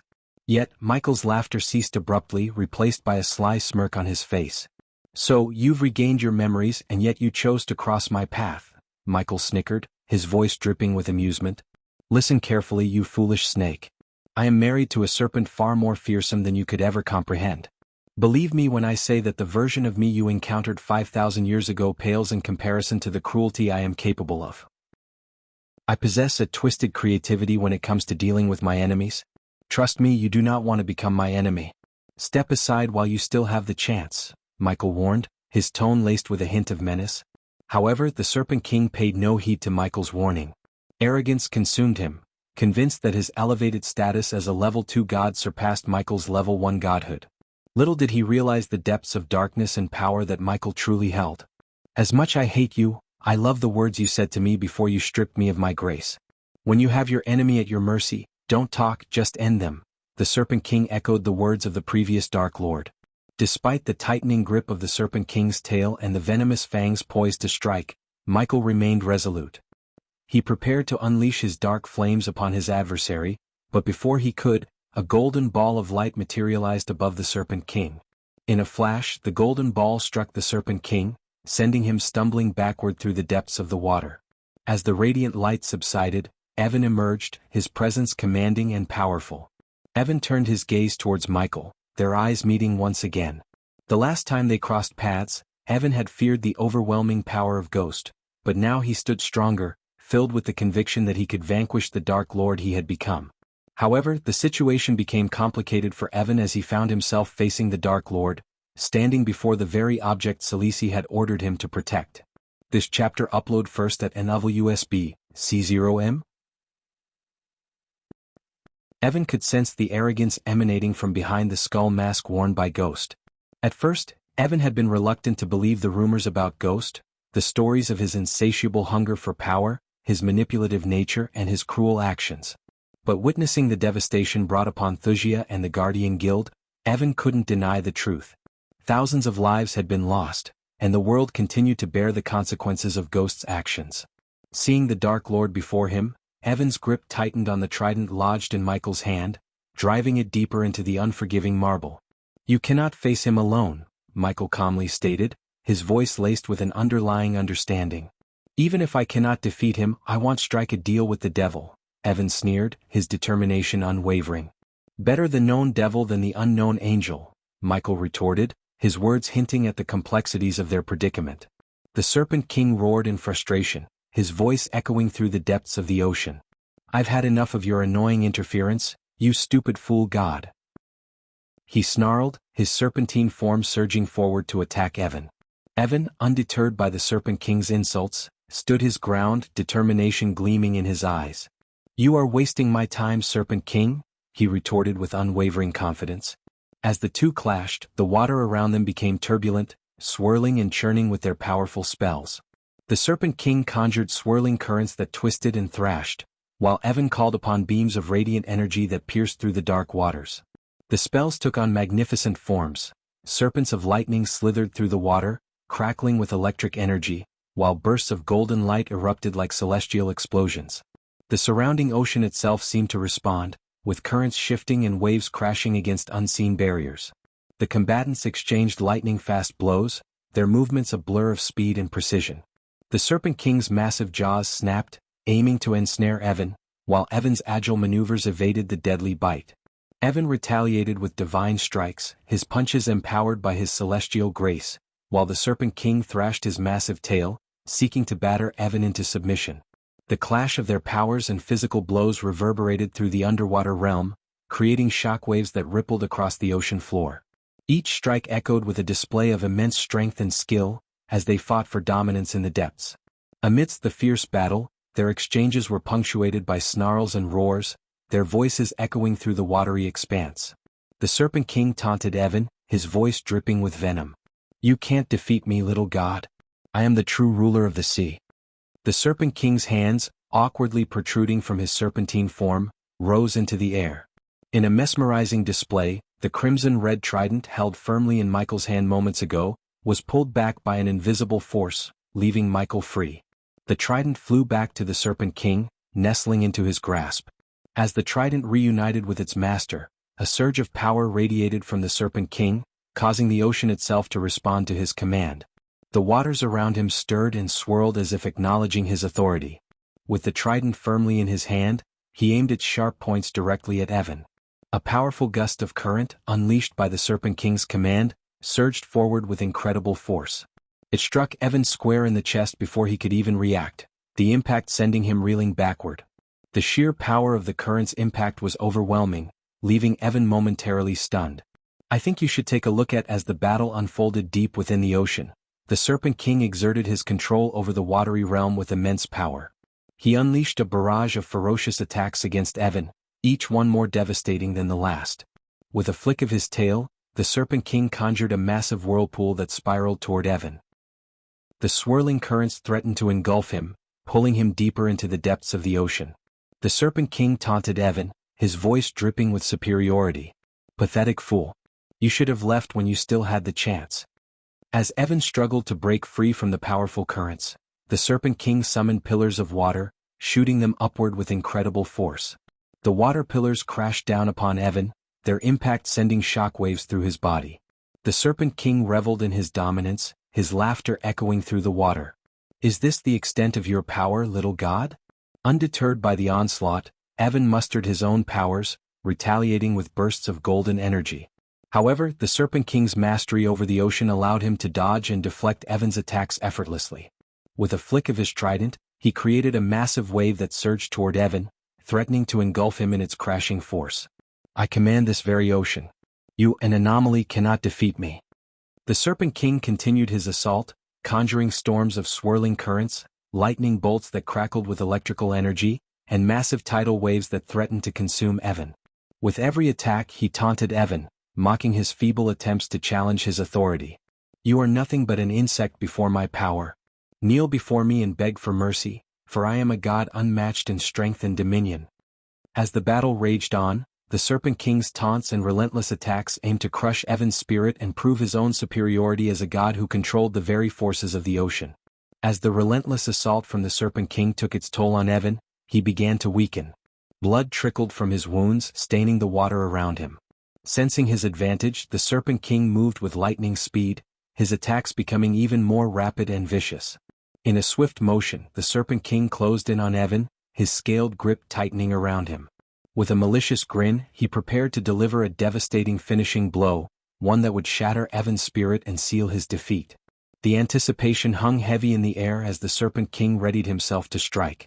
But before the Serpent King could land the final blow, a forceful impact resonated through the water. Michael, wielding his mighty Doombringer warhammer, had intervened, intercepting the Serpent King's attack. The force of Michael's strike sent the Serpent King hurtling backward, disoriented and momentarily stunned. With a calm and commanding presence, Michael turned his attention to Evan, his voice carrying a sense of purpose. "Evan, listen to me. We have a choice. We can either join forces and bring down the Serpent King together, or we can continue to fight each other while he remains a threat to both of us." Evan, weakened and battered, looked at Michael with a mixture of determination and trust. He understood the gravity of the situation and the importance of unity against their common enemy. Slowly, Evan nodded, his resolve firm. "Let's end this together," Evan said, his voice filled with newfound strength. United in their purpose, Michael and Evan set their sights on the recovering Serpent King, ready to unleash their combined might and forge a path to victory. Evan and Michael moved with synchronized precision, their attacks and spells intertwining seamlessly. Michael swung his Doombringer, summoning icy gusts that formed into swirling frost storms, chilling the water around them. He followed it up with black lightning bolts crackling from his hands, striking the Serpent King with electrifying force.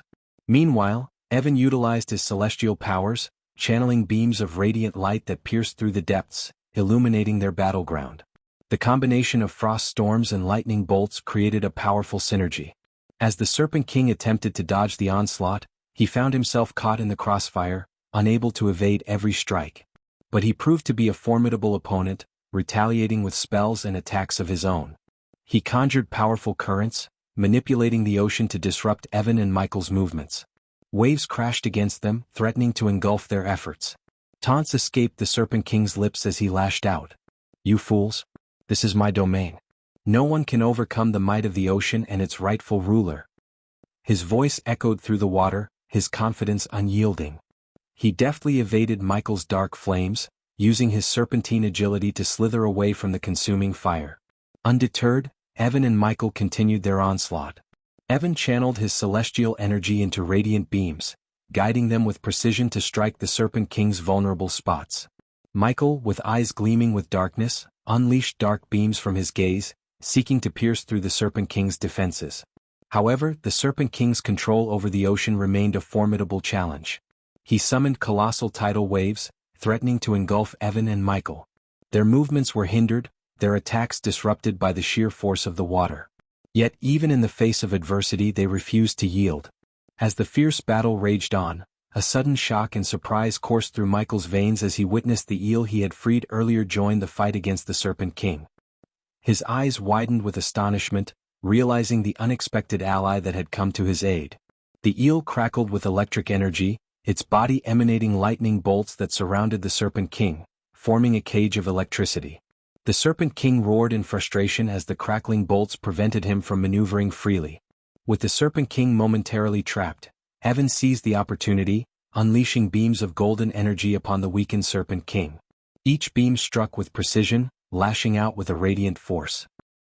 At the same time, Michael released a relentless stream of dark flames, their infernal heat engulfing the Serpent King's form.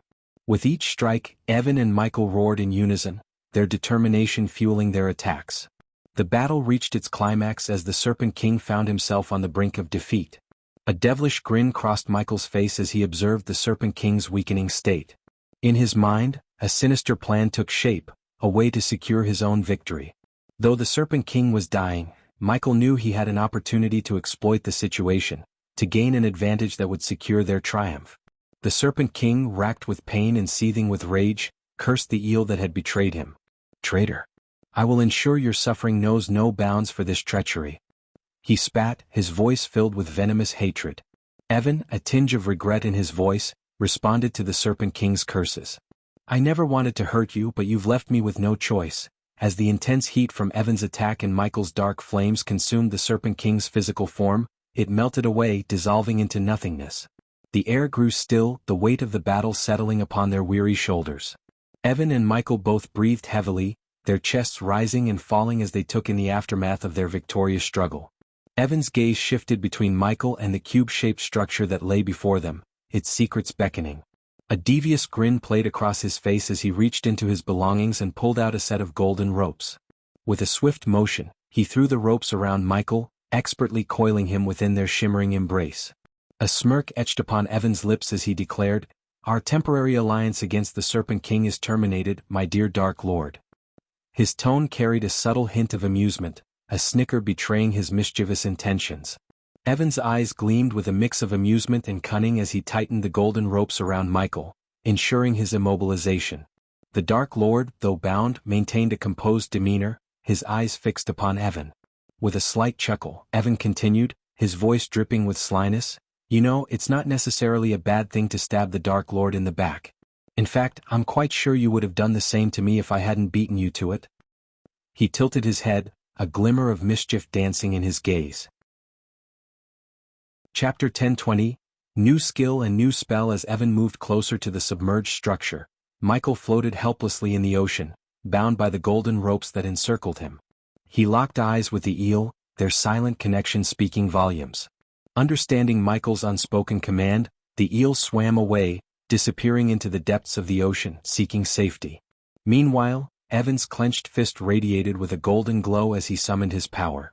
With unwavering determination, he unleashed a powerful punch, striking the cubic structure. The cracks that already marred its surface widened and multiplied with each forceful blow. Evan's relentless assault continued until the structure shattered completely, revealing its hidden contents. To their astonishment, an ancient-looking scroll awaited them within the shattered remains of the structure. It was encased in an ethereal air bubble, surrounded by a mysterious dark mist. The mere sight of it signaled to Michael that it was indeed a seed of darkness, a powerful artifact of untold potential. However, before Evan could reach out to touch the spell scroll, Michael's voice cut through the air, stopping him in his tracks.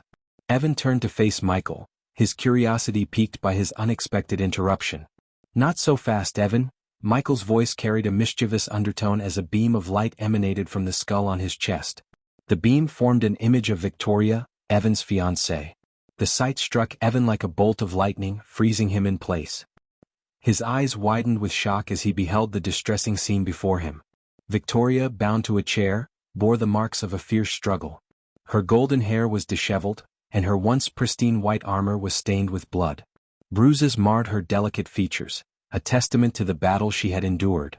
Behind her lay the lifeless bodies of several guards, their broken forms strewn across the marble floor. Evan's heart raced with a mix of fear, anger, and concern for his beloved. The image etched into his mind, driving him to a moment of agonizing indecision. His desire to obtain the seed of darkness clashed with his overwhelming need to protect Victoria. As the gravity of the situation sank in, a tense silence enveloped the ocean depths, the weight of their choices hanging heavy in the water.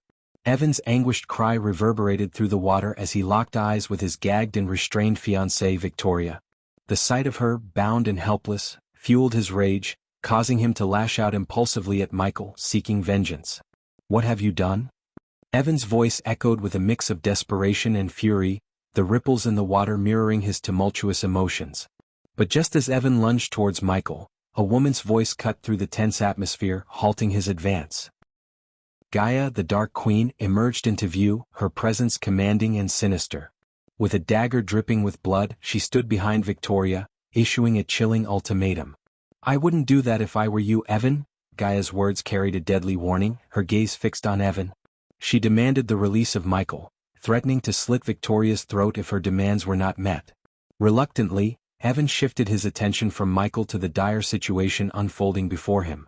The weight of the decision bore heavily upon him as he reached out to remove the golden ropes binding Michael. As his hand grasped the ropes, they loosened, freeing the Dark Lord. "I'll take this." In a twist of fate, Michael took hold of the golden ropes, his sly grin betraying his amusement at the turn of events. "Just because you're stronger than me doesn't mean you can defeat me, Evan. They call me the Dark Lord for a reason," Michael taunted, his words laced with a hint of arrogance as he lightly tapped Evan's cheek, a taunting gesture of superiority. Unbeknownst to Evan, in the moment of their encounter, Michael had secretly communicated with Gaia. He had instructed her to infiltrate Evan's house in Breedia and take his family hostage, using them as leverage to manipulate Evan. However, Michael had not anticipated that Victoria would be present at the house.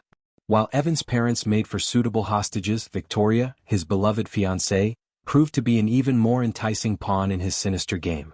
As Michael approached the spell scroll, his curiosity piqued, he turned his attention back to Evan, his voice laced with a hint of suspicion. "Who do you work for, Evan?" Michael's inquiry hung in the air, his gaze penetrating as he studied Evan's reaction. Evan's heart raced, his mind torn between protecting Victoria and confronting Michael. He met Michael's gaze with a resolute expression, firm in his response. "No one," Evan replied, his voice strained with emotion. But Gaia, reveling in her sadistic control, interjected with a chilling snicker, her grip on Victoria tightening. The dagger pressed against Victoria's throat, drawing a thin trickle of blood, a cruel reminder of the imminent danger. "Don't play games with the life of your beloved Evan," Gaia taunted, her voice dripping with amusement. Evan's heart skipped a beat as he witnessed the crimson trail staining Victoria's skin. "Let her go. She had done nothing to you." Fury surged within Evan as he pleaded for Victoria's release, his voice trembling with desperation and rage. But Gaia, displaying her deranged nature, merely snickered and playfully pouted, displaying her utter disregard for Victoria's life. "Evan, my dear, I have killed my own father and crippled my own sister. Do you think I give a flying fuck about this bitch?" Gaia's words struck Evan like a dagger to the heart, leaving him paralyzed with anguish and helplessness. Evan's gaze darted between Gaia, Victoria, and Michael, his mind racing for a solution. He longed to stop Michael's actions, but Gaia yanked Victoria's hair back, exposing her vulnerable neck, and reminded Evan of the knife poised against her throat. This terrifying threat silenced his desperate intentions. With determination in his eyes, Michael unleashed a powerful punch, striking the air bubble that surrounded the spell scroll. The bubble shattered, dissipating into thin air, as Michael swiftly grabbed hold of the ancient scroll. A dark mist, tinged with an otherworldly aura, emanated from the scroll and slowly coiled around Michael's hand, its tendrils intertwining with his very being. As the dark mist seeped into Michael's body, a surge of energy coursed through his veins. Veins protruded from his skin beneath the armor, pulsating with an ethereal glow. The power within him intensified, radiating with an intensity that Evan couldn't ignore. Evan's gaze fixated on Michael, his senses heightened as he observed the sudden rise in Michael's energy radiation. The aura surrounding Michael became more ominous, shrouding him in an aura of darkness and power. Congratulations to the host for acquiring another seed of darkness. The host now acquired 3 seeds of darkness. The experience points harvester function is online.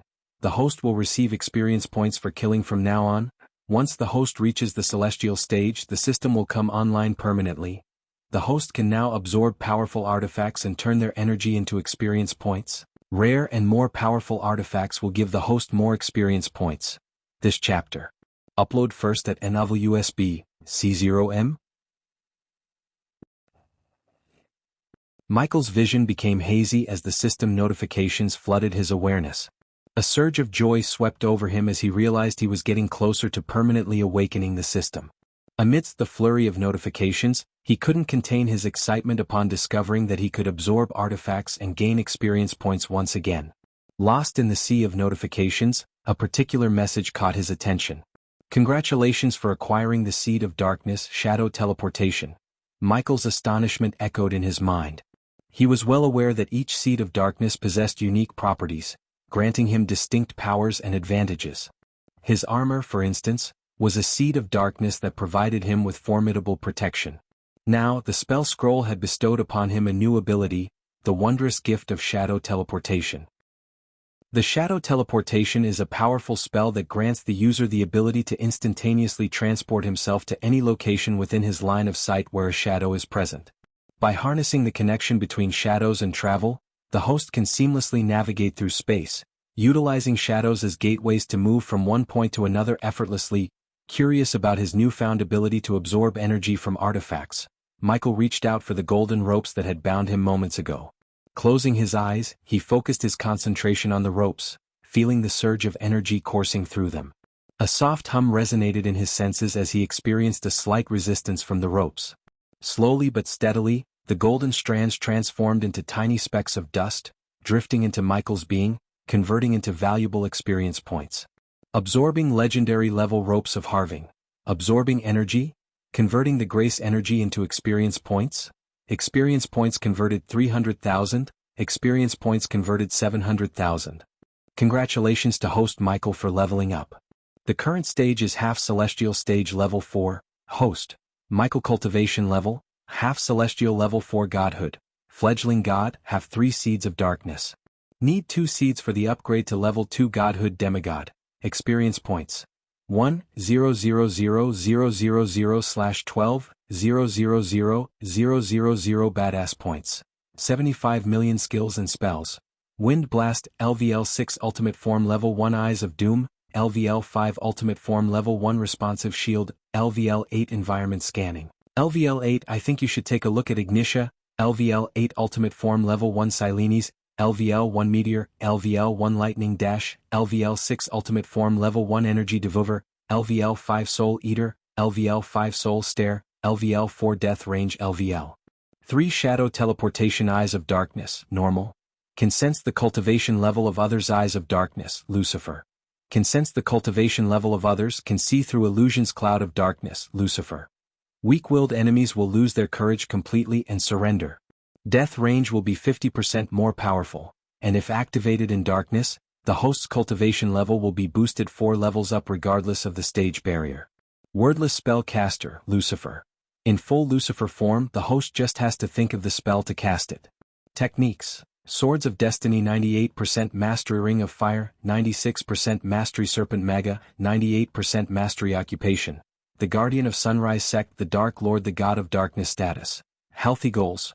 Control the world, grow the Order of Death utility function.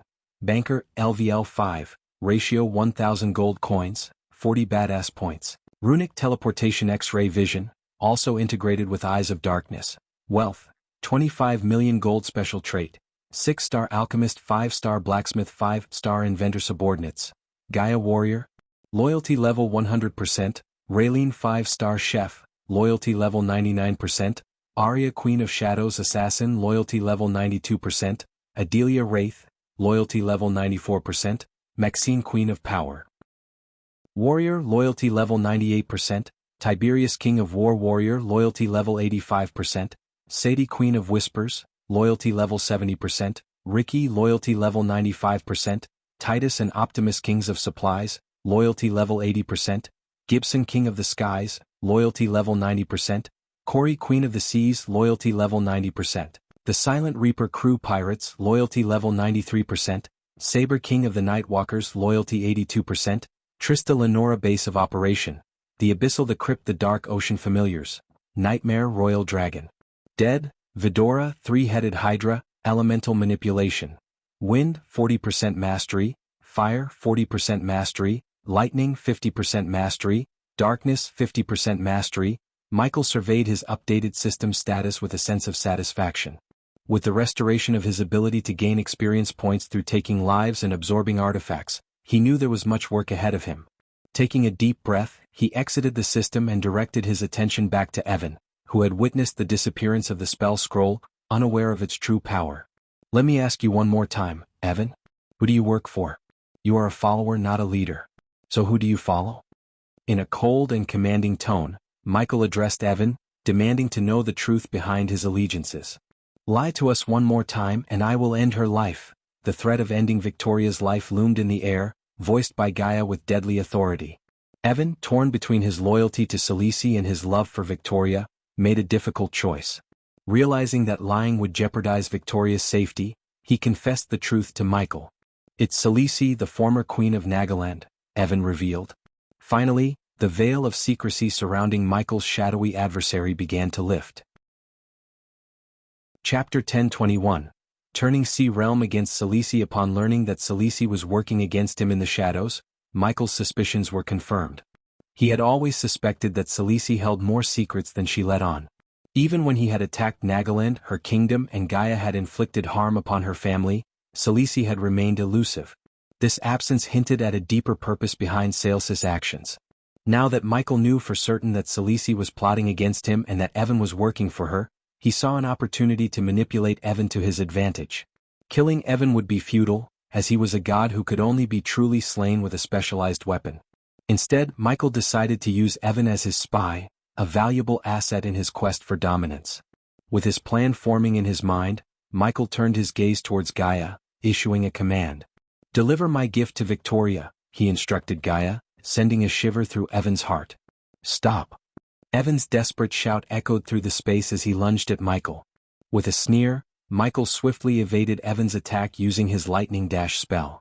Following Michael's order, Gaia retrieved a vial of blood tonic from her storage ring. She removed the gag from Victoria's mouth and forced the potion down her throat. Evan's anguish filled the air as he witnessed Victoria coughing, unable to speak a word before Gaia silenced her once more. Eyes gleaming with a devilish grin, Michael delivered a cold ultimatum to Evan. Evan seethed with anger as he approached Michael, his movements slow and deliberate. Michael remained floating in the water, showing no intention of evading Evan's wrath. As Evan drew nearer, he grasped the collar of Michael's armor and shook him forcefully. "Your blackened soul knows no mercy, ghost. You will suffer in the depths of hell," Evan cursed, compelled to help Victoria despite his anger. Michael's response was a calm and sinister snicker. "I have already been to hell, Evan. Now tell me everything you know about Celice and her little plan to defeat me," Michael spoke, his voice steady. He gently removed Evan's hand from his collar, asserting his dominance. As Evan massaged his hand and reluctantly swallowed his saliva, Michael placed a hand on Evan's shoulder. "Don't make me threaten you again and again every time I ask you a question, Evan. My beautiful wife," Michael gestured towards Gaia, continuing his words, "isn't very good at being patient. She will kill Victoria and it'll be your fault," Michael calmly stated, his voice carrying a sense of warning. This chapter upload first at NWSB. C0M. Just as Evan was about to reveal Celice's plans, a sudden burst of golden light enveloped him, teleporting him away from Michael in an instant. Gaia, witnessing the unexpected turn of events, turned to Michael with surprise, seeking an explanation. Michael, however, had anticipated this move, knowing that Celice would have contingency plans in place to protect her subordinates from divulging sensitive information. Unbeknownst to him, Celice had intended to teleport Evan earlier, but the rune placed upon him had failed to activate. Otherwise, Evan would have been teleported away even before confessing his allegiance to Celice. "Now that Celice has made her move, it is time for me to make mine," Michael calmly stated, his mind already racing with plans. "What should we do about her?" Concerning Victoria's fate, Gaia inquired, her dagger tracing along Victoria's face with a twisted sense of sadistic delight. "Leave her alone but clean out their treasury," Michael ordered, confident that Gaia had already taken care of this task. With Victoria under the influence of the blood tonic, Michael held the power to end her life with a mere snap of his finger. Evan was well aware of this and he would obey Michael's every command. Michael anticipated that Salisi, being the mastermind he believed her to be, would try to intervene and prevent Evan from falling into his grasp. However, Michael had prepared for every possible scenario, devising cunning plans to outmaneuver Salisi at every turn. As he had stated, it was now his turn to take action, and Salisi would soon discover the extent of his strategic prowess. "I did that already," Gaia playfully chuckled, revealing her sinister nature that aligned perfectly with Michael's own. "And human, meet me at our designated meeting spot soon. We need to locate our missing subordinates," Gaia instructed, receiving a nod of agreement from Michael. Upon his return from Itnes, Michael had contacted Gaia, only to discover that one of the 3 portals set up at the wedding had been tampered with. Those who had used this specific portal were teleported elsewhere, away from the Dark Castle. In other words, someone had kidnapped some of Michael's subordinates. Fortunately, Raylene and little Cindy remained safe in the dark forest. As much as Michael desired to reunite with Gaia and locate his subordinates, he knew that reaching the celestial stage was crucial. Only then would he ascend to the next level of godhood and be able to bring back the system online permanently. With Gaia and Victoria vanishing from his sight, Michael's gaze turned determined. He knew exactly where to go next, the Sea Serpent Hall. It was time to unleash his wrath and claim their powerful artifacts. Every artifact he consumed would grant him experience points, bringing him closer to achieving his ultimate power. As he swam through the depths of the ocean, Michael's mind was consumed by thoughts of domination. He envisioned himself confronting the soldiers of the Sea Serpent Hall, each one standing in his way. His dark grin revealed his thirst for power as he plotted their demise. One by one he would strike them down, absorbing their souls and turning them into experience points. He would relish in the surge of energy that would flow through him with each kill, fueling his ascent to godhood. No one would be spared, for in Michael's path, there was only destruction and a relentless pursuit of power. I think you should take a look at. Despite his ruthless determination, Michael was not driven by mindless bloodlust. He possessed a sense of pragmatism and offered an alternative to the soldiers of the Sea Serpent Hall. He would give them a chance to escape, sparing their lives, but only if they chose not to stand in his way. As he made his way through the city toward the Serpent King's castle, the streets were filled with chaos. The city was being evacuated, and the presence of armed soldiers patrolling the area added to the tension. Confused citizens approached the soldiers, seeking answers amidst the growing uncertainty. "Why are we being forced to leave the city? What is happening?" A concerned citizen inquired. "Where is the Serpent King? Is this related to the battle with the human earlier?" Another citizen questioned, unaware of Evan's true identity. The soldiers focused on their mission, responded with stern commands, ordering the citizens to keep quiet and follow their orders. "Stay silent and obey. It's for your own safety," a soldier barked in response. The citizens, though perplexed and anxious, had no choice but to comply. They continued to be escorted out of the city, their questions left unanswered. As Michael calmly flew towards the castle, the soldiers of the Sea Serpent Hall quickly took notice of his presence. They formed a defensive circle around him, their faces contorted with a mix of shock and disbelief. The aura of power radiating from Michael, reaching the half-celestial stage, left them stunned and awestruck. With a mere thought, Michael willed his armor to remove the skull mask that concealed his face. The mask effortlessly moved into the armor, disappearing from sight, revealing Michael's face, a face that sent shivers down the spines of those who recognized him. Some of the soldiers gasped, their eyes widening as they realized they were in the presence of the infamous Dark Lord. Memories of his past power and brutality resurfaced, causing a ripple of fear to spread among the ranks. The soldiers hesitated, their instincts urging them to reconsider their confrontation with this formidable adversary. Surrounded by the soldiers, both in the air and on the ground, Michael maintained his floating position with an air of dominance. Among the sea of guards, a tall and bulky merman soldier clad in crimson-red armor and fiery red hair stepped forward, his voice tinged with a hint of fear and shivering. "Why has the Dark Lord come here?" the merman soldier questioned, struggling to maintain composure in the face of Michael's imposing presence. "Take me to your elders," Michael's voice resonated with an air of calm authority. "Your Serpent King has been killed by one of Queen Sales's subordinates. I have no desire to cause further harm, unless you stand in my way and attempt to impede my meeting with your elders." The soldiers and their red-haired general exchanged wary glances. Despite their own power and numerical advantage, they understood that they were no match for the might of the Dark Lord. The soldiers huddled together, their voices hushed yet filled with fervent discussion. Whispers echoed among them as they debated the Dark Lord's offer. "Are you brain-dead? Who in their right mind would willingly fight the Dark Lord?" One soldier scoffed, rolling his eyes. "We're not the main characters or villains in some epic novel. No need to die for the elders." "Exactly." Another soldier chimed in. "We have a duty to protect the castle, but that doesn't mean we have a death wish. Let's be practical here."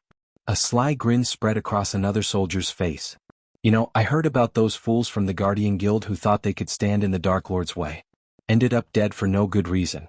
Not the brightest bunch, huh?" Amidst the murmurs, the soldiers came to a unanimous decision. They would follow the Dark Lord's offer, opting for survival rather than a futile battle. In the end, their practicality won over. With a collective nod, they turned to their red-haired general and relayed their decision. It was clear that fighting the Dark Lord would only lead to their demise.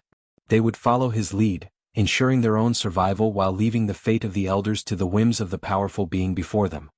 "The elders will meet you in the throne hall," the red-haired general informed Michael. Taking a moment to assess the situation, Michael surveyed the city, his eyes meeting the gaze of the general. "There is no need for panic among the citizens. I am not here to bring destruction. Since you all have chosen to stand down, I see no reason to take any lives," Michael assured, his decision surprising even himself. Despite Michael's inclination to kill and convert soldiers into experience points, he refrained from doing so with the Sea Serpent Hall soldiers, who chose not to fight. Their unexpected display of rationality surprised him. Typically, soldiers and cultivators acted on impulse rather than making practical decisions. However, the Sea Serpent Hall soldiers demonstrated a level of intelligence and discernment that Michael hadn't anticipated. It intrigued him to see individuals capable of assessing the situation and making a wise choice. Fortunately, Michael had a new way to gain experience points by absorbing artifacts. With this in mind, he planned to strike a deal with the elders and acquire some of their most powerful artifacts. Additionally, he saw an opportunity to pit Cilici against the Sea Realm, shifting the blame for the Serpent King's demise onto Evan. Michael knew that the Serpent King's soul would seek another vessel in return, but he intended to forge a god-killing weapon in the meantime. His ultimate goal was to eliminate the Serpent King before the truth was revealed permanently. The pieces were falling into place and Michael's schemes were taking shape. As he prepared to meet the elders, he couldn't help but feel a surge of anticipation. The city of Sea Serpent Hall would soon witness the extent of his power and cunning. Chapter 1022. Reaching half-celestial stage level 7I. Led by the crimson-haired merman general, Michael entered the castle through its grand entrance. Inside, chaos reigned as maids and soldiers scurried about in a state of panic, their movements resembling headless chickens. As their eyes fell upon their general accompanying the infamous Dark Lord, some froze in their tracks. Whispers spread among the maids, servants, and soldiers, as those who did not recognize Michael sought answers from those who did. "Who is that man?" one maid asked with wide eyes, her voice quivering. "That's the Dark Lord," another maid stuttered, fear evident in her voice. "I've seen him before." Some people in the vicinity sensed the immense power emanating from Michael, his half-celestial stage cultivation leaving them in awe and shock. The hushed conversations continued, filled with curiosity and uncertainty. "What is the general doing, escorting the Dark Lord into the castle?" a soldier wondered aloud, his voice tinged with confusion. "I don't know, but it can't be good," another soldier replied, his voice filled with trepidation. "We should stay out of their way and let the elders handle this." Amidst the commotion, the presence of the Dark Lord within the castle walls had sent shivers down their spines, leaving the maids, servants, and soldiers questioning the implications of his presence and the intentions behind their general's actions.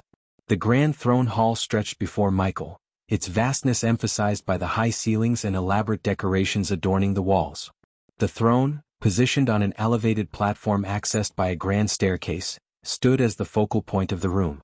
It was an imposing sight, intricately carved and adorned with symbols that represented the power and authority of the Serpent King. As Michael entered the hall, he observed the elders gathered on the marble floor, engaged in a heated discussion.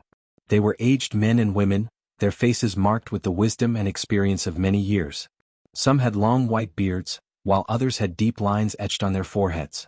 They wore ceremonial robes, signifying their esteemed positions within the Sea Serpent Hall. "Have any of you seen the Serpent King? Where could he have gone?" one elder inquired, his brow furrowed with worry. This chapter upload first at NWSB.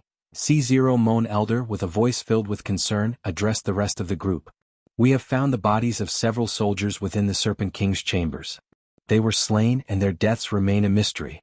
This is a grave matter that requires our immediate attention." Another elder, their voice tinged with confusion, responded, "But how could this happen? The Serpent King's room is heavily guarded, and the security is tight.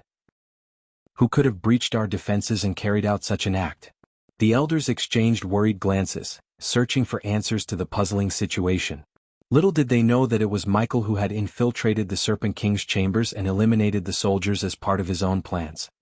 "We must investigate this matter thoroughly," another elder suggested, their voice tinged with determination. "We cannot afford any breaches in our security, especially during these uncertain times." As the conversation carried on, the elders suddenly fell silent, their eyes widening and their actions freezing in place. Michael had entered the throne hall, accompanied by the red-haired general. Fear and shock rippled through the elders' expressions as they laid their eyes upon the infamous Dark Lord. A hushed whisper escaped one elder's lips as he trembled, "It's the Dark Lord." Another elder, a woman with a stern gaze and silver hair, clasped her hands tightly together, unable to hide her unease. The elders exchanged nervous glances, unsure of what this unexpected visit from the Dark Lord would bring. Their initial discussion forgotten, the elders now found themselves face to face with the embodiment of their deepest fears. The grandeur of the throne hall paled in comparison to the aura of power and darkness that emanated from Michael. "Killian, what the hell have you done? You betrayed us." Elder Mercia, the silver-haired elder, stammered with a mix of shock and accusation, mistakenly believing that Killian had betrayed them and led the Dark Lord to their presence. "Elder Mercia, please understand that I did not betray us," Killian defended himself, his voice filled with urgency. He knew the seriousness of the situation and the elder's mistrust was a blow to his loyalty. "I think you should take a look at," Killian continued, his eyes searching for understanding among the elders. "The Dark Lord requested a meeting with all of you. In exchange, he promised that no more blood would be spilled in our city." Elder Mercia, with her silver hair shimmering under the light, stuttered in disbelief, her voice filled with shock. "Killian, how could you trust the Dark Lord? Have you forgotten the atrocities he has committed?" Killian held his ground, his voice firm and determined. "Elders, I bring grave news, conveyed to me by the Dark Lord himself." He clenched his fist, preparing to deliver the news of the Serpent King's demise. Standing beside Killian, Michael remained silent, allowing Killian to be the messenger of the Dark Lord's words. Michael intentionally withheld the information that merely destroying the vessel would not be enough to kill a god like the Serpent King truly. The truth was that specific god-killing weapons were required, weapons that even Michael did not possess. The Dark Lord claims that Serpent King was slain by Evan, a subordinate of Queen Celice of Nagaland, Killian announced, causing the elders to gasp in disbelief. While some found it difficult to fathom, given the recent claims of the Serpent King attaining godhood, others began to question the invincibility of their king. "It cannot be true," one elder murmured, their voice tinged with doubt. "Our Serpent King said he had become a god, invincible and everlasting." "It is true. I witnessed their battle in Windows Down. Evan, a fallen god himself, fought your king and emerged victorious," Michael affirmed, his words shocking the elders even further. He intentionally withheld the fact that merely destroying the physical vessel of a fallen god would not truly vanquish them. It required specialized weapons like the god-killing arrows forged by Qingjiu and her friends, to sever the soul of a god and prevent their return. The atmosphere in the throne hall grew tense as the elders tried to process this unsettling information. The implications of their king's demise at the hands of another god created a sense of uncertainty and vulnerability. They had relied on the Serpent King's power and authority for so long, believing him to be unstoppable. Now, faced with the truth, they had to confront the harsh reality that their kingdom stood exposed to new threats. "I cannot fathom this. Our mighty Serpent King, defeated by someone named Evan? We have never even heard of this Evan before. Our Serpent King is not this fallen god but a true god," spoke a white-bearded elder, his knowledge of gods limited. In truth, none of the elders possessed a deep understanding of the gods and their classifications. The elder believed that the term fallen denoted weakness, unaware of its true meaning in the realm of gods. In the realm of gods, fallen gods referred to those who had their graces stripped away by the previous Dark Lord or rebelled against the pantheon, or were trapped in the mortal realm. In essence, they were gods who could no longer access the realm of gods. However, the elders mistakenly interpreted the term as a sign of weakness. Evan, who had been infused with grace through a contraption by Selisi, fell into this category as a fallen god. Stuck in the mortal realm, he was unable to return to the realm of gods. Similarly, Dagon, the ruler of Hell, was also a fallen god for rebelling against the pantheon and being banished. However, Michael and Noah were not fallen gods. They were born as gods in the mortal realm. However, in a previous timeline, Noah had his divine grace stripped away by the previous Dark Lord and locked away, only to have it later when Dagon released the graces. It was essential to clarify these distinctions, as the term fallen god carried different implications depending on one's understanding. The elders' limited knowledge made it difficult for them to grasp the complexities of godhood and the significance of Evan's actions. Believe it or don't believe it, I don't care. The Serpent King made a deal with me to give you all his last words in exchange for half of the powerful artifacts and a quarter of your wealth, calmly stated Michael, leaving the elders in a state of profound shock. Despite having the power to seize the treasury and eliminate the elders, Michael refrained from doing so. He desired a realm where order and stability reigned. If he were to dismantle major powers like the Serpent Hall, it would create a void that numerous factions would scramble to fill. This would inevitably lead to widespread chaos and instability. Michael understood the importance of maintaining a balance of power. By sparing the elders and preserving their authority, he aimed to prevent the rise of countless smaller factions vying for control. This strategic approach would help maintain order and prevent the realm from descending into anarchy. While he could have easily taken what he desired by force, Michael recognized the long-term consequences of such actions. He sought a realm where power was distributed more evenly, ensuring a more stable and controlled environment. Besides, Michael had a grander plan in mind, envisioning a peaceful retirement on a private island alongside Gaia, their children and their closest friends and family. He aimed for a world where Nithrol would govern, allowing Michael to enjoy a life of tranquility. He understood that chaos and wars raging beyond his private island would disrupt his desired peace. Furthermore, as he ventured into the realm of gods, he anticipated his subordinates fighting against Saelsis forces in the mortal realm. He realized that he may not be able to travel freely between realms, as he would be embroiled in a greater war with the gods. Therefore, he deemed it crucial to retain powerful allies, such as the Sea Serpent Hall. It was this rationale that led Michael to abstain from completely depleting their treasury or exterminating them all. Chapter 1023, Reaching Half Celestial Stage Level 7-2. What do you mean, half of our artifacts and a quarter of our wealth? Dark Lord, we may be weak compared to you, but we are no fools, voiced one of the elders, expressing their skepticism towards Michael's proposition.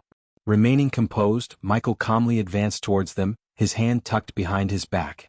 The elders couldn't help but feel a sense of unease, their tension escalating in the presence of the Dark Lord's disconcerting smile.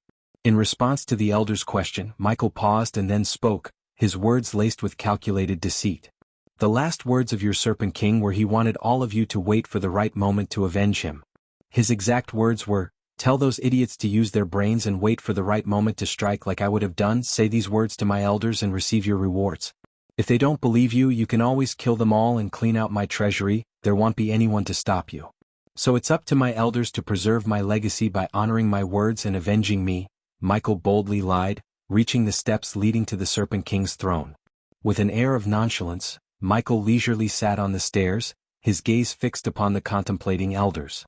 They were left pondering the validity of the Dark Lord's claim regarding their deceased king's final wishes. Now consider this carefully. You can either uphold your king's legacy and grant me the rewards he agreed upon, or you can choose not to believe me, leading me to clean out your treasury without any opposition. It's clear to all that you are powerless against me, Michael calmly declared, directing his attention to the elder who had previously proclaimed their intelligence.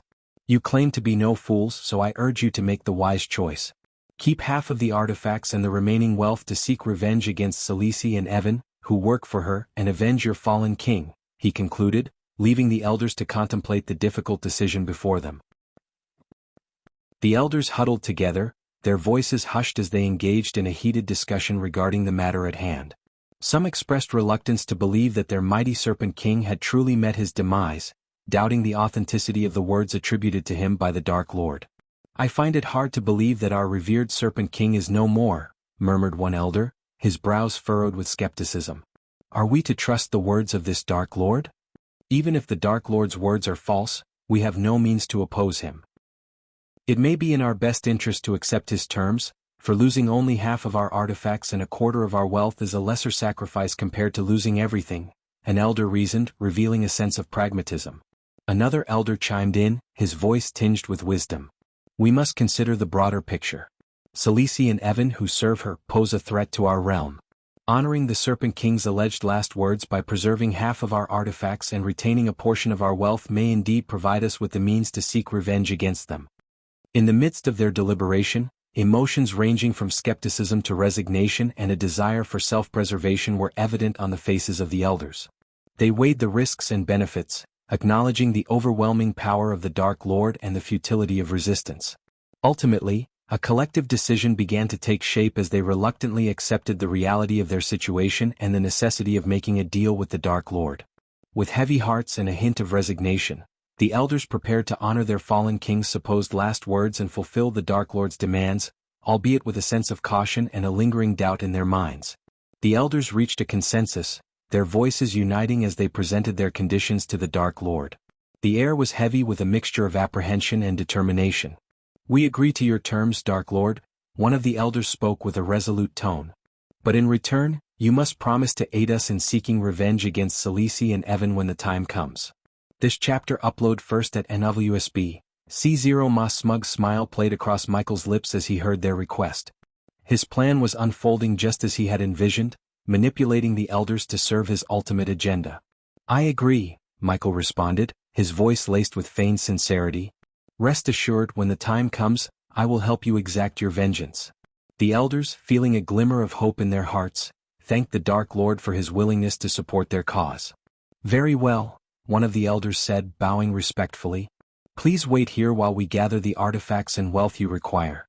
Michael's eyes gleamed with a hint of caution as he issued a warning to the departing elders. "Remember, if you attempt to deceive me or withhold what is rightfully owed, the consequences will be dire. I trust you understand the gravity of your words." The elders, now filled with a mixture of fear and determination, assured Michael of their sincerity. With a final nod, they disappeared from his sight, leaving him to await their return.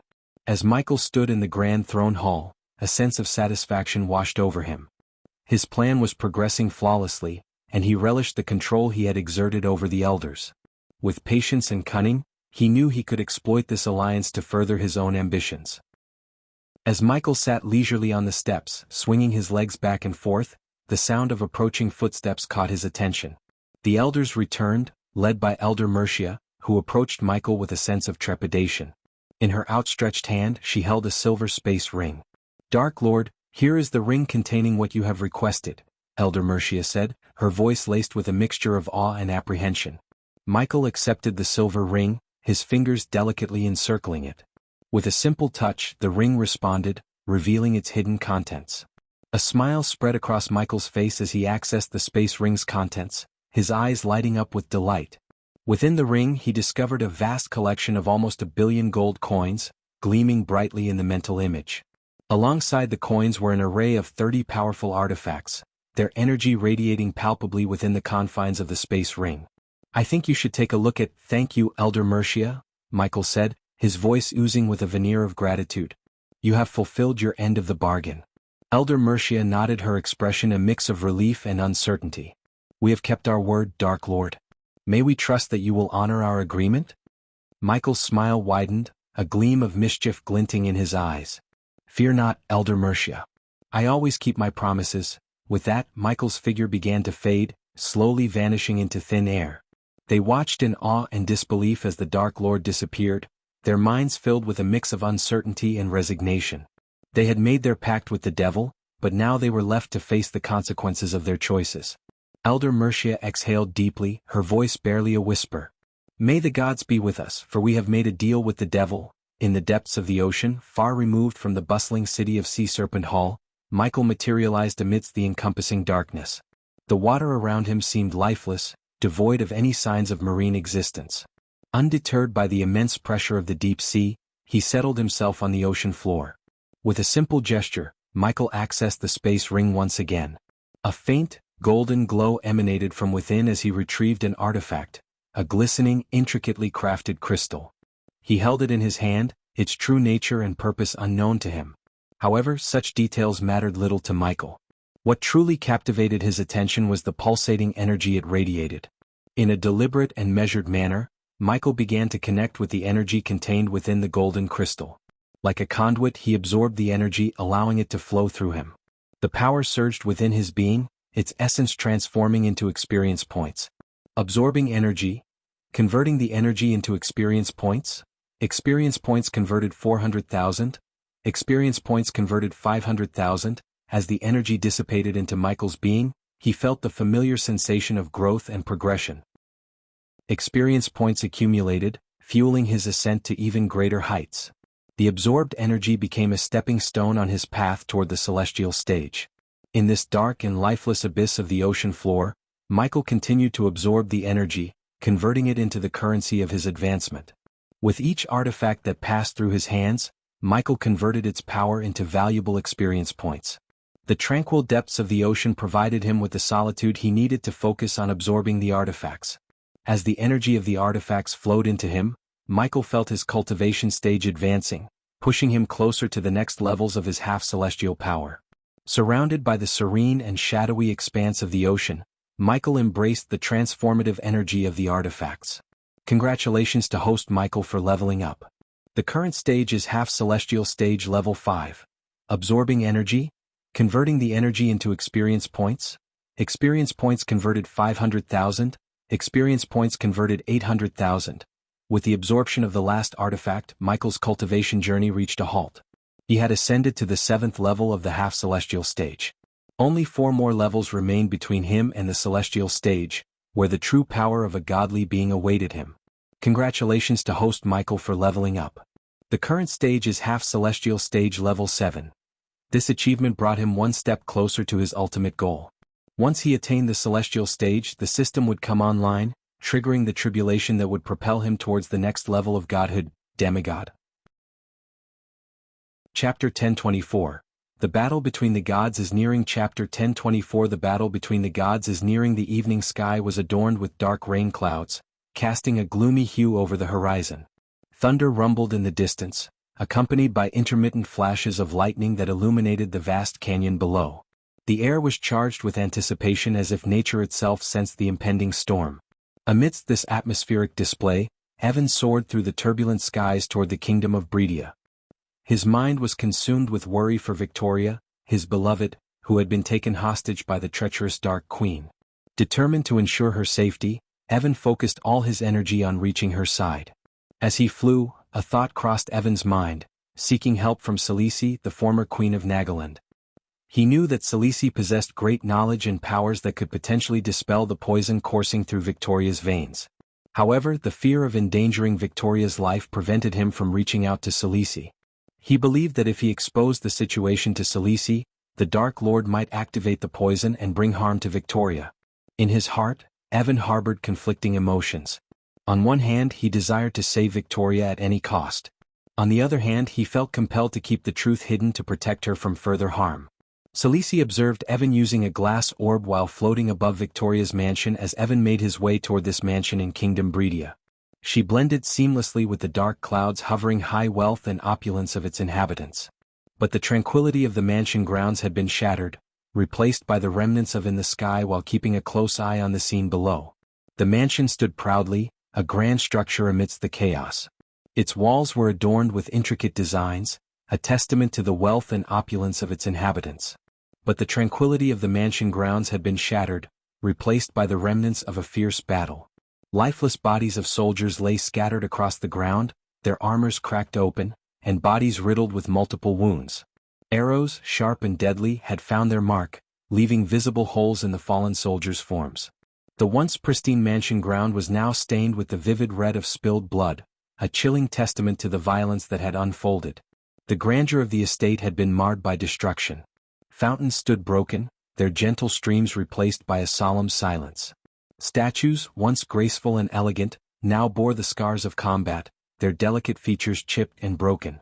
This chapter upload first at NWSB. C0M hovering behind Celici was a peculiar figure, a humanoid body with the majestic head of an eagle.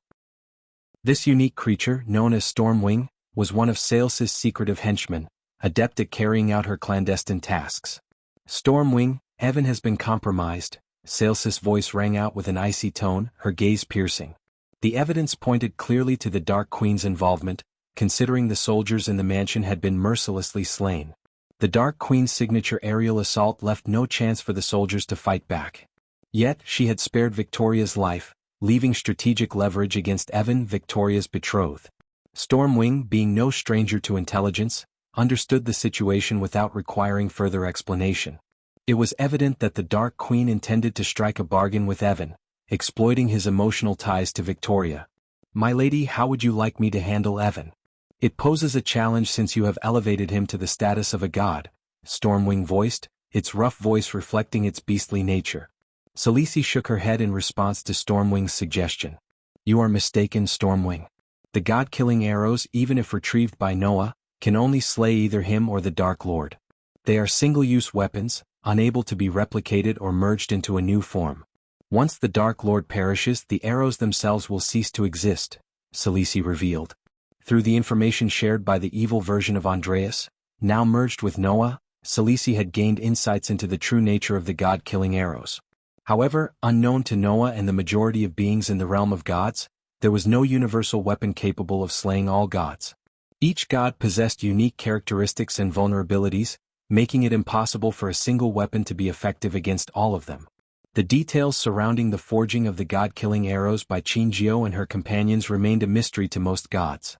In fact, the Pantheon deliberately kept the existence of such powerful weapons concealed from many gods to prevent widespread panic within the realm. Celici had her suspicions regarding Qinjiao's methods. She believed that Qinjiao had utilized her time travel abilities to uncover ancient texts, delving into forgotten knowledge on how to craft the arrows capable of vanquishing the Dark Lord. Given that the Dark Lord and Noah, the god of light, were born as twins in the mortal realm, the god-killing arrows held the potential to eliminate either of them.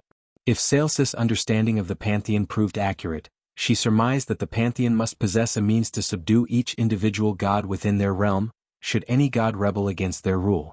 However, the details of such methods remained closely guarded secrets, even to Celici herself.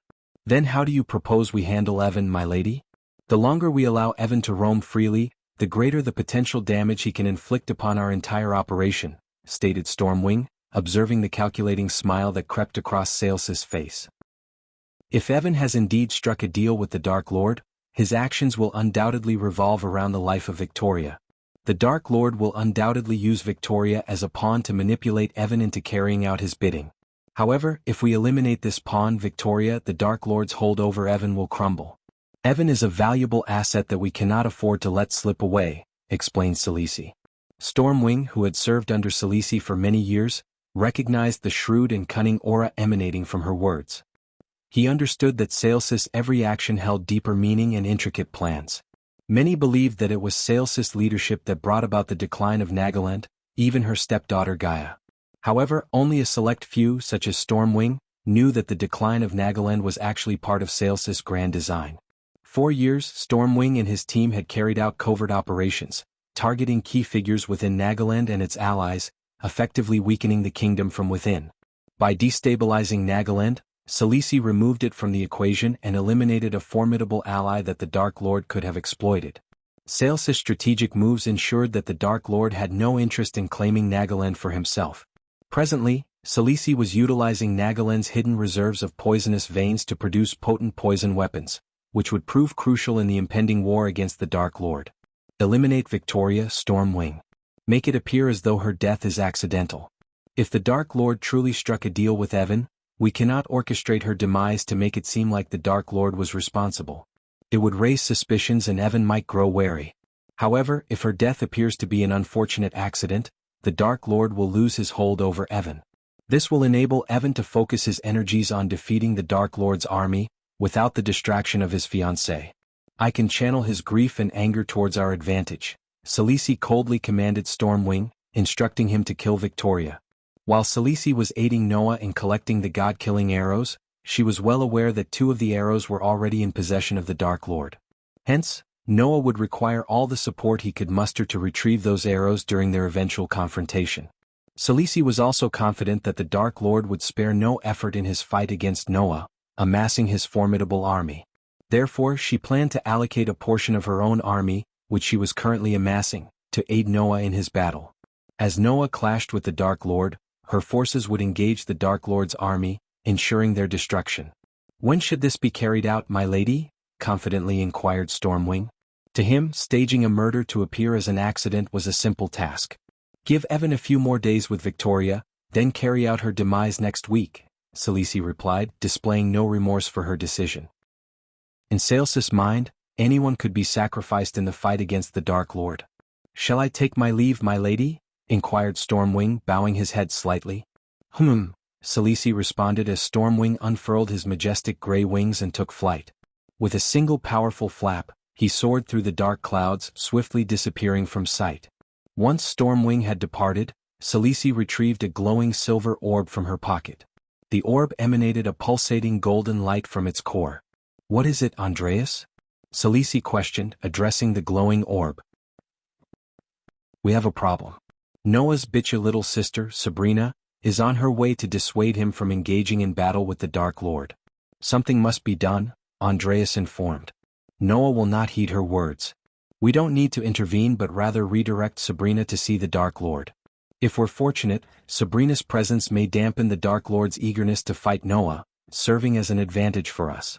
When Sabrina arrives to meet Noah, instruct her to visit the Dark Castle," Khaleesi instructed. "I don't believe it's a wise decision. What if the Dark Lord attempts to manipulate Sabrina for his own purposes? Have you forgotten who we are dealing with, the Dark Lord himself?" Andreas growled, expressing his concerns. However, Khaleesi remained composed. "Do as I say, Andreas. The battle between Noah and the Dark Lord is inevitable. We simply need to ensure Noah emerges victorious," Khaleesi declared firmly, clenching the orb in her hand and shattering it into pieces. As the impending battle between the Dark Lord and Noah drew near, Khaleesi had important matters to attend to, one of which was the mass production of various pills and potions for her army. To accomplish this, Khaleesi sought out the current renowned alchemist in the world, Olivia Palmer, who coincidentally happened to be the Dark Lord's former disciple. Khaleesi had been closely monitoring Olivia's activities ever since Ghost revealed himself as the Dark Lord, which led to Olivia severing her ties with him. Based on Saelsys Information and Intelligence Network, Olivia was no longer affiliated with the Dark Lord. However, she still possessed the knowledge and teachings he had imparted to her in the field of alchemy. Khaleesi planned to leverage Olivia's expertise and enlist her aid in supporting Noah's battle against the Dark Lord and his formidable army. Chapter 1025, Diana Winston and the Light Flames. Chapter 1025, Diana Winston and the Light Flames. After commanding Stormwing to carry out the task of eliminating Victoria, Khaleesi departed from the Elon continent and arrived in her secluded pocket dimension. As she materialized within her castle, she made her way directly to her personal quarters. Saelsys' room exuded an aura of warmth and comfort. Adorned with rich red curtains, a cozy bed and an array of furnishings, it emanated a sense of luxury. Countless books, maps and scrolls adorned the room, reflecting Saelsys' thirst for knowledge and strategy. The soft glow of candlelight illuminated the space, casting a gentle, flickering ambience. Portraits of Khaleesi adorned one of the walls, capturing her commanding presence and enigmatic nature. Upon entering the room, Khaleesi securely closed the door behind her. Retrieving a dagger from her space ring, she made a small cut on her palm, allowing droplets of blood to fall. With her bleeding hand, she pressed her palm against the door. In response, intricate crimson runes illuminated on the surface, accompanied by a distinct clicking sound. Satisfied with the enhanced security, Khaleesi directed her attention toward one of the portraits hanging on the wall. Studying the portrait intently, Khaleesi shook her palm, causing droplets of blood to splatter upon it. As the crimson stains connected with the portrait, a gentle hum resonated from within. Suddenly, bright beams of light shot forth from the portrait's eyes, enveloping Khaleesi in their radiant glow. Within a blink of an eye, she vanished from the room, leaving behind only the illuminated portrait.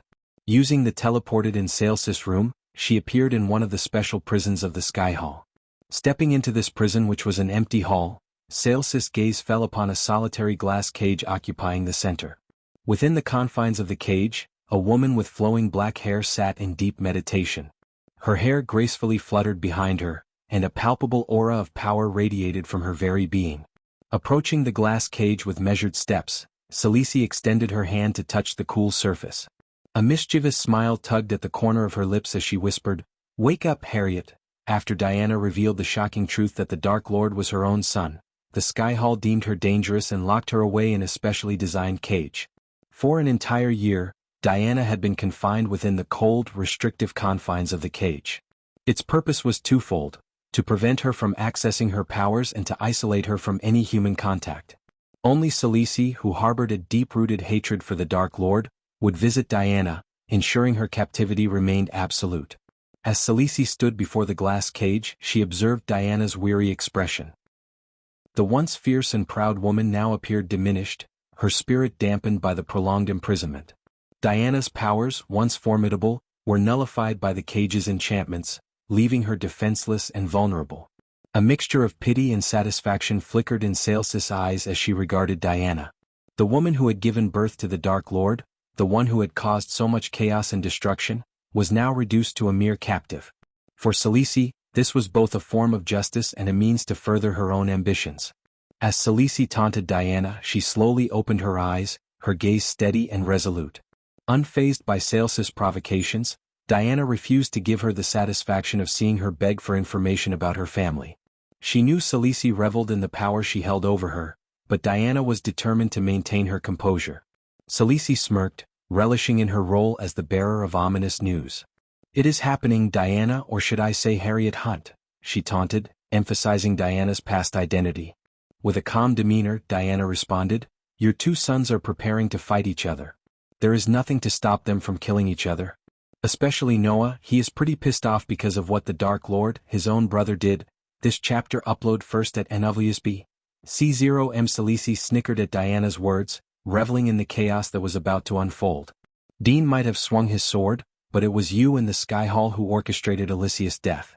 You could have stopped it, but you didn't," Diana accused. Celice's laughter filled the air, a twisted symphony of malice. "Look at you, still blaming the Sky Hall, even after I've told you that your two sons are destined to clash." Diana remained steadfast, refusing to be swayed by Celice's manipulations. "I know my sons, Celice. They will not kill each other. But perhaps you should be more concerned for your own well-being. Noah may be forgiving, but my other son, the Dark Lord, is not known for his mercy." Enraged by Diana's calm composure, Celice retrieved a crystal adorned with intricate runes. This crystal, a rare possession held only by a select few within the Sky Hall, granted Celice control over Diana. Establishing a mental connection with the crystal, Celice tightly clenched her fist, causing a specific rune to illuminate on the glass cage. The effect was immediate and agonizing. Diana growled in pain as the rune activated, triggering her pain receptors to overload. Waves of excruciating sensation coursed through her body, causing blood to trickle from her nose and eyes. Celice, driven by her sadistic tendencies, intensified her grip on the crystal, prolonging Diana's torment. With each surge of energy she directed into the crystal, Diana's suffering escalated. The pain became unbearable, pushing Diana to her limits. However, realizing her time was limited, Celice relented, willing the crystal to release its hold on Diana. The agony subsided, leaving Diana panting and weakened from the ordeal. "As much as I love these little torture sessions," Celice sneered, "I am pressed for time. With Noah poised to fight the Dark Lord, it falls upon me to ensure Noah's victory and put an end to the Dark Lord's reign before it even begins." Celice's gaze bore into Diana's, a chilling intensity emanating from her eyes. "To ensure Noah's success, I need the power of your light flames. We both know they rightfully belong to Noah, the god of light." Upon hearing Celice's request, Diana emitted a pained chuckle, spitting blood from her mouth. Celice's demand did not catch Diana off guard, for she knew that one day the Sky Hall or Celice herself would come seeking her primordial flame, the light flames. However, Diana had no intention of surrendering her primordial flames to Celice. With a resolute tone, Diana retorted, "I have a better idea. Why don't you go fuck yourself?" Celice's lips curled into a sinister smirk, seemingly unfazed by Diana's defiance. "Is that how a proper lady speaks, Diana? It seems the Dark Lord has inherited his mother's traits. He truly is his mother's son. But, as I mentioned before, I find myself pressed for time. Hence, I have brought forth a little trump card that might persuade you to relinquish your light flames. With a swift flick of her wrist, Celice conjured a mirror crafted from shimmering light. Within the mirror's surface, an unsettling scene unfolded. A battered and bruised man with a long beard, unkempt hair and countless wounds appeared before Diana's eyes. Pools of blood formed beneath him as he lay unconscious in a dungeon adorned with various implements of torture, such as chains, barbed wire, and a collection of menacing daggers. The man, chained to a wall, seemed to be in a state of profound suffering. As Diana's gaze met the man's visage, her heart skipped a beat, a surge of anger and anguish piercing through her. The man was none other than Ethan, her beloved husband. As Diana's gaze shifted to the orc beside Ethan, her heart sank further. The orc stood tall and imposing, his hulking form exuding an aura of brutality. His muscular physique was covered in coarse, greenish skin, adorned with scars and markings earned from countless battles. His beady eyes glinted with a sadistic gleam, and his crooked tusks protruded menacingly from his lower jaw. "Release the light flames," Celice uttered with a chilling tone. "Each time you refuse my companion here," she pointed towards the orc, "to carry out Sales's ruthless commands, will delight in dismembering your husband, limb by agonizing limb." Sales's words hung in the air, their weight suffocating. The orc, known for his expertise in inflicting unimaginable pain, stood ready to carry out Sales's ruthless commands. Diana was stuck between tough, dire choices once again. But while she was stuck in her thoughts, Celice gave the command to the orc. "Take his right arm," coldly said Celice. Diana's heart sank as Sales's command was swiftly executed by the orc. The sound of Ethan's agonized screams pierced the air, reverberating through the desolate hall. Horror consumed Diana as she watched in despair as her husband's right arm was violently torn from his shoulder. Blood gushed from the wound, staining the surroundings with its crimson hue. "Now if you don't want your husband to lose the other arm, I'll recommend you to give me the light flames." The orc presented the severed arm to Celice, a grim reminder of the barbarity Diana had witnessed. Sales's cold words cut through the air, leaving Diana with a harrowing ultimatum: surrender the light flames or risk her husband suffering further torment. "No." Diana's voice cracked with anguish, her plea desperate and filled with anguish. The sight of Ethan's suffering fueled her determination, yet she remained torn between protecting her precious power and saving her beloved spouse. Celice nodded at the orc, worldly telling him to rip Ethan's other arm. However, before the orc could touch Ethan, Diana roared. "Stop it!" Diana screamed. Celice observed Diana's agony and her reluctant submission with a twisted satisfaction. The orc halted, its hand frozen in midair, as Diana's desperate plea echoed through the prison's cold walls. "Stop hurting him. I'll give you the light flames." Reluctantly, Diana made a painful decision, her voice laden with a mixture of anger and despair. She agreed to surrender the light flames, knowing that it was the only way to spare Ethan from further suffering. With a heavy heart, she closed her eyes, allowing the deep connection to the light flames within her soul to surface. A radiant glow enveloped her body as the powerful essence of the light flames materialized in a dazzling display. Taking the form of a luminous star, the flames exuded a brilliant energy. Celice, seizing the opportunity, clenched the crystal in her hand, triggering a rune that swiftly extracted the primordial light flames from Diana's being. In an instant, the flames were whisked away to the mortal realm, where they would seek their destined host, Noah Winston. That wasn't so hard, was it? Satisfied with her accomplishment, Celice turned her back to leave the prison, her dark intentions evident. As she prepared to take her first step, Diana's words pierced the air with chilling determination. "Kill me now, Celice. If you don't, I will get out of this cage, I will find you and I will kill you." "That is a promise." Diana's voice dripped with a cold resolve, her eyes radiating an intense and unyielding determination. Chapter 1026. Sabrina's plea to her brothers. Ainoa stood in awe as he gazed at the meticulously crafted armor before him. Its surface gleamed with a pristine white hue, reflecting the light in a mesmerizing manner. Intricate golden linings adorned every edge, accentuating the armor's regal appearance. Runes, delicately engraved, formed a pattern that seemed to dance across the surface, imbuing the armor with a mystical aura. Beside the armor, a pair of swords rested with lion heads adorning their hilts. The swords emanated a sense of power and elegance, their blades polished to a mirror-like sheen. The lion heads bore a fierce expression, a symbol of strength and courage. Andreas, Noah's trusted advisor, stepped forward, his eyes fixed on the magnificent armor. He began to unravel its origins and significance. This armor, he began, his voice filled with reverence, was crafted by the Han Torum dwarves. We both know that they were master artisans known for their exceptional craftsmanship. Andreas continued, it is a pity they disbanded their clan due to the Dark Lord's impending threat. This armor, Noah, is one of their greatest creations. It is said to provide unparalleled protection and enhance the wearer's abilities. Noah's eyes widened with anticipation. He understood the gravity of the upcoming battle against the Dark Lord and the need for every advantage. Teacher, this armor? It is beautiful, Andreas nodded, a solemn expression crossing his face. Yes, Noah, it is beautiful. But the armor is imbued with ancient enchantments, enhancing not only your defense but also your agility and strength. It will be a formidable asset in your quest to defeat the Dark Lord. Noah reached out, running his fingers over the intricate engravings on the armor. He could feel the power resonating within it. Thank you, teacher. We need every advantage we can get, Noah declared, his voice filled with a newfound resolve. Andreas placed a hand on Noah's shoulder, his gaze reflecting unwavering loyalty.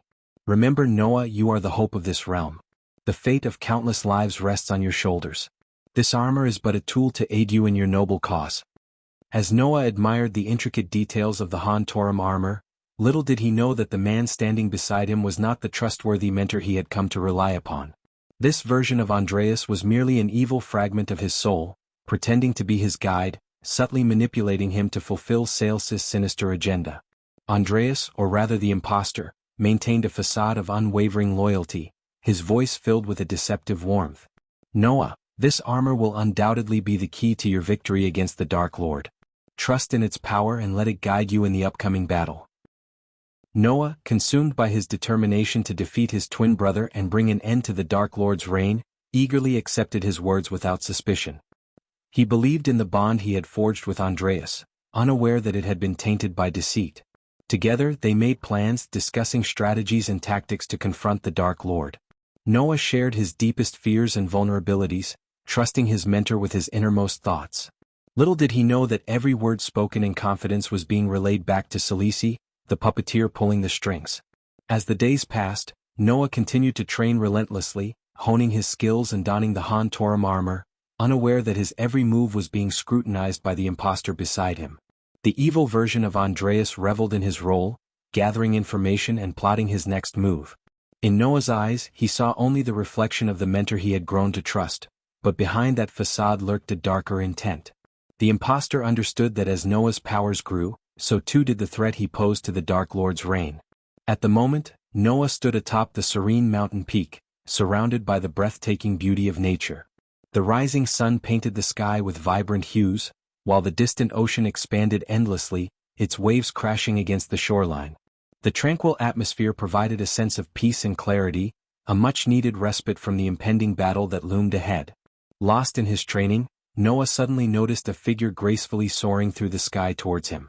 A smile spread across his face as he recognized the familiar form of his beloved younger sister, Sabrina. With a soft landing, she approached him, her eyes sparkling with joy and her heart filled with anticipation. Without hesitation, Sabrina lunged forward, embracing her big brother with all her might. Noah reciprocated the embrace, holding her tightly against his chest. Tears streamed down Sabrina's cheeks as she whispered, "I missed you so much, Noah." Noah's voice trembled with emotion as he replied, "I missed you too, Sabrina. You have no idea how much." They stood locked in a heartfelt embrace, the weight of their separation lifting with each passing moment. Finally releasing each other, Noah wiped away Sabrina's tears and gazed into her eyes. Sabrina's eyes filled with concern as she asked Noah about their parents and their elder sister, Rowena. Her voice quivered with worry as she hoped for positive news. Noah took a deep breath, his gaze filled with a mixture of sadness and determination.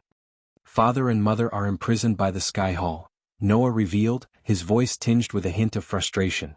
Sabrina's eyes widened in understanding, for she too was aware of the Sky Hall's cruel actions. "They will only be released after I defeat Ghost," Noah continued, using the name by which he referred to the Dark Lord. Sabrina's brows furrowed, and her voice trembled as she pleaded with him. "Noah, there must be another way." We shouldn't have to fight our own brother, Sabrina implored, her voice filled with a mix of desperation and sadness. She clutched Noah's arm, her eyes searching his for any sign of hesitation. Noah shook his head gently, his expression resolute. Sabrina, you must understand. The Dark Lord is not our family anymore. He has embraced darkness and poses a threat to the world. If I don't stop him, countless lives will be lost. Sabrina's eyes welled up with tears as she struggled to accept Noah's words. The reality of the situation weighed heavily on her. The thought of her own brother transformed into a malevolent force difficult to comprehend. As Noah's words sank in, Sabrina's mind raced with memories of her encounters with Ghost. Even before learning his true identity as her brother, she had always felt an unexplainable connection to him. When Sabrina was captured by vampires, she had secretly prayed for her brother to come and save her, and to her surprise, it was Ghost who appeared to rescue her. Despite the world labeling Ghost as the embodiment of evil, Sabrina refused to accept that her brother was truly wicked. She held on to the belief that there was still goodness within him, even in the face of overwhelming evidence to the contrary. If we can find Rowena, she will be able to release mother and father. She wouldn't allow her own brothers to fight to the death, Sabrina asserted, clenching her fist with determination, yearning for their elder sister to be by their side. Noah sighed, knowing that Rowena's whereabouts remained a mystery. Many believed she had perished, but Noah knew deep down that it would take more than a celestial beam to extinguish her indomitable spirit. This battle between Ghost and me must happen, Sabrina. He took Alicia's life. She was my wife. I must avenge her, Noah confessed, his voice tinged with a hint of vulnerability. Noah, you must understand that Alicia had the opportunity to walk away, Sabrina explained, her voice filled with empathy. But her heart was consumed by the intense hatred she felt towards Ghost for what he had done to her brother. It was that overwhelming hatred that fueled her determination to confront him. As Sabrina spoke, Noah raised his hand, signifying his desire to interject and share his own perspective. If I were to kill Gaia, Ghost's wife, would that be enough for him to forgive me? Noah posed the question, his voice heavy with the weight of their complicated family dynamics. The feud between Ghost and the Sky Hall has endured for far too long, Sabrina. I must bring an end to it, regardless of the fact that he is my brother, Noah concluded, his heart burdened by the difficult choices he had to make. You should return to the Aquilan realm and stay there until the battle is over, Sabi. Noah's voice trembled with emotion, his eyes welling up with tears. His love and concern for his sister were palpable in his words. If something happens to me in the battle, I need you to be safe and find a way to save our family. Sabrina's heart skipped a beat upon hearing Noah's plea. Her mind and emotions were thrown into turmoil. On one hand there was Noah, her brother whom she had known and grown up with since childhood. On the other hand there was Ghost, her recently discovered brother who had been abandoned by their mother. Sabrina couldn't bear the thought of either of her brothers falling in a battle, regardless of how long she had known them. I refuse to stand by and watch my brothers fight each other. I will find a way to stop both of you, Sabrina declared, her voice filled with newfound determination. Noah looked slightly surprised at her resolve, but deep inside he sighed, understanding Sabrina's naivety. As he looked into her eyes, Sabrina embraced him once again, holding him tightly. I will not let our family be torn apart, she whispered, her voice filled with conviction. Noah returned her embrace, a gentle smile forming on his lips. However, unbeknownst to Noah, as Sabrina hugged him, Sabrina retrieved a teleportation scroll from her belongings. Activating it swiftly, she spoke resolutely, I am doing this for the sake of our family. In an instant, a radiant white light enveloped Sabrina, whisking her away before Noah could react. She disappeared from his sight, leaving him with a mix of emotions. Before Noah could react, Sabrina vanished from his sight, transported to another location. With unwavering determination, Sabrina set her sights on the dark castle, where she intended to confront Ghost, her other brother. Chapter 1027. Sabrina's plea to her brother's eye. After using the teleportation scroll, Sabrina found herself at the edge of the dark ocean. It was the first time she had laid her eyes upon this foreboding body of water, as her previous knowledge had only come from books and newspapers. As she stood on the beach with its black sand, Sabrina understood why it was called the Dark Ocean. Stretching out before her was an endless expanse of black water, while the sky above was filled with menacing storm clouds and lightning bolts illuminating the darkened sky. The wind howled with an eerie sound, and in the distance she could spot several tornadoes swirling between the sky and the ocean, forming an otherworldly bridge. In the far horizon she caught a glimpse of her brother's floating mountain, the Dark Lord's stronghold, hovering above the dark ocean. Sabrina knew that once she crossed the boundary line, known as the Void Line, she would no longer be able to rely on arch-energy to fly. So, reaching the floating mountain by air was not an option. With a flick of her wrist, Sabrina summoned a golden cube, one of the many artifacts she had acquired during her time at Mazroth Academy. As she lightly tapped the cube with her toe, it transformed into a magnificent golden boat. This boat was a gift from Wulfric, the headmaster of Mazroth, awarded to Sabrina for her victory in a duel. It had wings attached to its sides, resembling a fantastical creature. Sabrina climbed aboard the boat, grasping the paddle firmly. The wings on the boat began to flap, harnessing the power of the wind through intricate gears and mechanisms, propelling the boat forward with remarkable speed. As Sabrina's boat forged ahead, battling against the tumultuous waves and the raging storm, it shuddered under the relentless assault. Nevertheless, Sabrina remained resolute, maintaining her steady grip on the paddle. Though she knew that her brother, the Dark Lord, would not be awaiting her in the dark castle atop the floating mountain, she held on to the hope that he would be watching from a distance, ready to meet her. The closer she drew to the towering floating mountain, the more ferocious the weather became. Dark clouds loomed overhead, unleashing their fury in the form of thunderous roars and flashes of lightning. Amidst the tempest, Sabrina caught sight of figures clad in gleaming silver and sky-blue armor, their wings of feathers shimmering in the stormy sky. With a single glance she recognized them as the Skyhall Angels, the very beings who had brought their wrath upon the world since her mother, Diana, revealed the truth about the Dark Lord being her son. Their presence had ushered in a wave of change, and they had captured the Dark Castle. Sabrina couldn't help but ponder why the Dark Lord's army had retreated rather than putting up a fight. The whereabouts of his vampires and undead forces remained a mystery, leaving her with lingering questions and doubts. Yet, for now, she set aside those concerns, pushing them to the recesses of her mind. All she could do was cling to the hope that her brother, the Dark Lord, would come to her. In her heart, she believed that making her way toward the Dark Castle and relying on the chance that he might be watching over his stronghold was her only avenue to meet him. As the boat battled the fierce waves, a group of Skyhall Angels descended from the dark clouds, their graceful forms hovering in the sky. Their ethereal presence enveloped the air around them, their wings outstretched as they encircled Sabrina's boat. Among them, one angel stood out, adorned in silver armor with intricate gold and crimson-red linings that shimmered in the dim light. With a determined expression, he removed his helmet, revealing fiery red hair and a dark-skinned face marked by a prominent scar running across his left eye. His voice resonated with a mixture of curiosity and disdain as he asked, "What business do you have, venturing towards the Dark Castle?" Sabrina's eyes met his, and without hesitation she replied, "I am hoping to meet the Dark Lord." The angel's snicker carried a hint of bitter resentment as he clenched his fist, his rage simmering beneath the surface. The memories of the Nagaland War flooded his mind, where he believed his brother had been slain by the Dark Lord. The pain of that loss burned within him, fueling his determination. "You hope to meet the Dark Lord?" he scoffed. "Do you not know the atrocities he has committed? The lives he has destroyed?" Sabrina maintained her composure, refusing to engage in a futile argument with the enraged angel. She understood the prejudice held by some of the Skyhall Angels towards her and her family, but she also knew the truth was far more complex than their narrow perspectives allowed. The angel's voice dripped with venom as he continued his tirade, his anger palpable. "Your brother, that evil scumbag, has brought darkness upon this world. Your mother's decision to give birth to such a devil has caused nothing but pain and suffering." Silently, Sabrina bore the weight of his words. She was well aware of the judgments and accusations that had been cast upon her family. Despite her inner turmoil, she knew it was futile to argue or reason with the angel.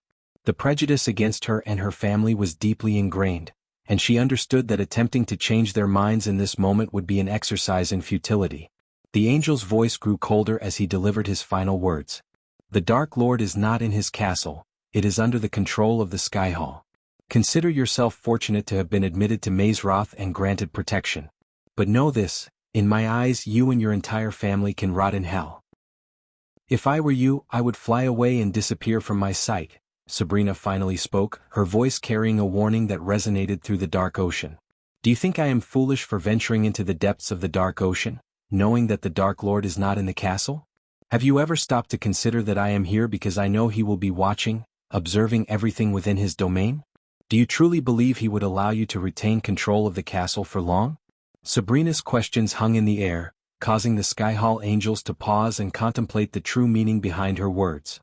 I am here to talk to the Dark Lord, and if you get out of my way I will take him somewhere else and talk. Otherwise he will slaughter you all. Sabrina's words carried a sense of determination and an underlying warning, causing a flicker of uncertainty to pass through the angel's eyes. As the angel leader snickered, his twisted grin revealing his dark intentions, he confidently asserted, "Although I cannot kill you, little girl, I can certainly ensure you leave this place with a few broken bones. Consider it a lesson in humility." With those words, the angel began his descent, his wings gracefully guiding him downward toward Sabrina's boat. The intricate contraptions embedded in their armor, powered by arch-energy crystals from the Ukulun realm, granted the angels the ability to fly and enhance their combat prowess. However, Sabrina remained composed and steadfast, her gaze unwavering as the angel landed on her boat with a resounding thud. Ignoring the threatening presence before her, she refused to flinch or display any sign of fear. Raising his hand, the angel prepared to deliver a forceful slap to Sabrina, confident in his ability to intimidate her. As the angel leader's hand descended towards Sabrina, a sudden eruption of hot blood splattered across her face. The angel leader's expression twisted in agony and confusion as he stared at his arm, which now ended abruptly at the missing wrist. Blood sprayed from the severed limb, painting the air in crimson hues.